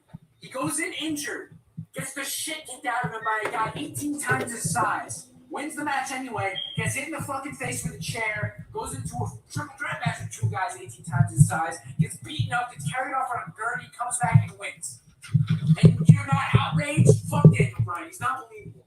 21, those fucking leg warmers he wore at WrestleMania. That was so gay. Enough said. 22, his dorky smile. Go fuck yourself. 23, the worst badass character ever. Last week on Raw, when he's sitting in the fucking doctor room like, no, you're not a badass. No matter how many times they permit you to say the word ass or bitch, you're never going to be cool because you're wearing a shirt with a goat on it. 24, you can't lift anyone. Look at those fucking German suplexes he tried to do. Oh, what was this? He was selling his injury. You can lick my nutbag. 25, he's a creepy Chris Benoit ripoff. Yeah, really. Everything he does is like him. He's got his moves. He won a triple threat match at WrestleMania. He had a kid come in the ring that he was hugging. It was fucking confetti. Not to mention, he looks like he's a fucking insane person like Chris Benoit. Yeah, I don't know if I'll ever do a face reveal anytime soon. Probably not. 26, he's a vegan and vegans suck.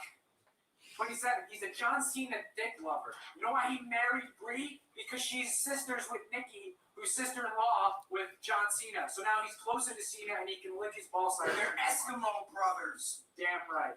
28, absolutely no memorable spots whatsoever. I can't think of one thing he's ever done that he goes, you know what, I'd like to see that again. He's trash. 29, he was involved in the second worst storyline of all time. This fucking fight with the Authority and Randy Orton that dragged on for months and months and months. The only thing that's worse than that is Punk versus CM versus Paul Heyman. That almost killed me, but I'm never talking about that again. Number 30, when he was a heel, he was like even more G-rated with the whole hugging out shit. What is this? Why? How did you initially get behind this guy? Fuck, 31, he lost to Sheamus in 18 seconds. Enough said, motherfuckers. 32, he's on Total Divas. I fucking hate that show and everyone was on. I think a big reason for his fucking push was for Total Divas. That's just my opinion. That's just my opinion. 33, he left the fucking Wyatt family. It almost broke me. Enough said. 34, he's an indie jobber. And everyone who comes from the indies and gets touted is great. First of all, they all weigh less than 100 pounds. They all have a very limited moveset, no matter what you fucks like to say. Oh, the WWE's holding them back. WWE's telling them not to do cool moves. Really? Why aren't they telling Seth Rollins? Oh God, no. TNA is terrible. Why are they only telling the people you like and we hate not to do cool moves? Keep in mind, TNA gave us such great wrestlers as Robert Roode and AJ Styles and Samoa Joe. They're never gonna redo that with a fucking midget goat. Oh, well, he's fighting the Authority just like Steve Austin. You just don't like him because he's small. No, I don't like him because he's a fucking childish character. 36, the running knee. Worst finisher. What is that? The worst finisher of all time is what it is. What's it called? You couldn't come up with something better than the running knee? How about the fuck? Why don't you call it the goat seat? How about that? Kick fucking knee in the face. Jerk off the Brian's gaping asshole. I'm sure you neckbeards would love that. Oh my god. Fucking. You know how neckbeards have like those little hairs growing out of their face? That's Brian's asshole hairs. From giving him fucking rim jobs all the time. 37. He literally hulks up. You know, you talk about how, old wrestling sucks. Hulk Hogan was a cartoon character. Your fucking idol with his gaping asshole that he loves to lick. He does the fucking motion. He's Super Cena, and you love him anyway. Unbelievable. He sucks. 38. Predictable matches. He's gonna get beat up and win, just like Cena, but for some reason it's forgivable when it's him. Fucking predictable as hell. 39. He's gay, motherfuckers. 40. You can talk about this one. At the fucking Miracle Kid. Just talk about that. Michael Cole had that fucking line planned for 7 months. You can tell. And he was so proud when he came up with it. And when he unleashed it, he just sounds like an old man hacking up his dinner. Miracle Kid! Miracle Kid! The Miracle Kid! And Miracle Burger! Go fuck yourself, Cole. And fuck Daniel Bryan for making Cole come up with that line. And putting that in a situation where we have to hear it. Number 41, he's corny, motherfuckers. The whole yes thing is one of the corniest things I have ever seen. Remember our first Raw review when it starts out with John Cena is the corniest motherfucker on the planet? Daniel Bryan has overtaken him. 32, shitty attire. He just has red trunks that say yes. Who's gonna get behind that? Oh, I forgot. Idiot neck-bearded mongoloid mouth breathing smarts will get behind it. For fuck's sake. 43, he's never been good. I don't care what you say. From the second he came in WWE, he's done nothing. I don't give a shit about what he did in the Indies, because 0 + 0 is 0. Oh, Brian's hardcore. He tried to choke Justin Roberts. I want to choke. Oh! Fuck you, Daniel Bryan. You offer nothing. 45, a forced push. Okay? The fucking asshole Yes movement's trending worldwide on Twitter there, Jack. Yeah, and then when you check Twitter, it's not even fucking anywhere near the... Oh, my God. The fact that you had to create a fabricated movement that no one was behind to get this guy over with real fans is fucking pathetic and deplorable for that matter. I see it trending on Twitter every night, right up there with the evolution. Right. 46. People only reference his past when I ask them why is he good. You go, well, he was good in Ring of Honor. What has he done for me lately? What has he done at all besides give me like a brain aneurysm from screaming so much about it? 47, not WWE material at all. He's a fucking waste. He's a good fucking jobber. He's a hometown hero for when Kurt Angle visits Aberdeen, Washington. Speaking of which, number 48, he's from Aberdeen, Washington, and Aberdeen is gay. 49, his character is a pussy. Stephanie McMahon's like, get off my show. And he stands in the ring and does this. And then gets off the show promptly. And number 50, as if this whole concept wasn't copying Wrestling Jesus enough, his fans suck, motherfuckers! His fans are the epitome of neck-bearded, drooling, mongoloid smart. Brian doesn't have every belt in the company. We'll just blindly stand here and chant for not Brian, but CM Punk until Brian wins. You can go fuck yourselves. You are the reason why wrestling is dead. Am I gonna make it? Yeah, bitch. Cody Rhodes.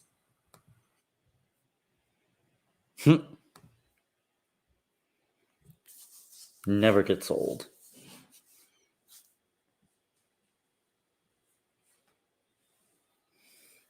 I almost forgot to bring up the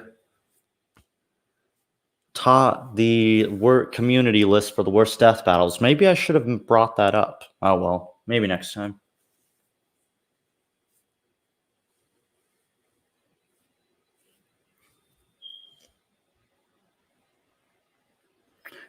I don't know who these guys are. Dean Matthew? Who the hell is that?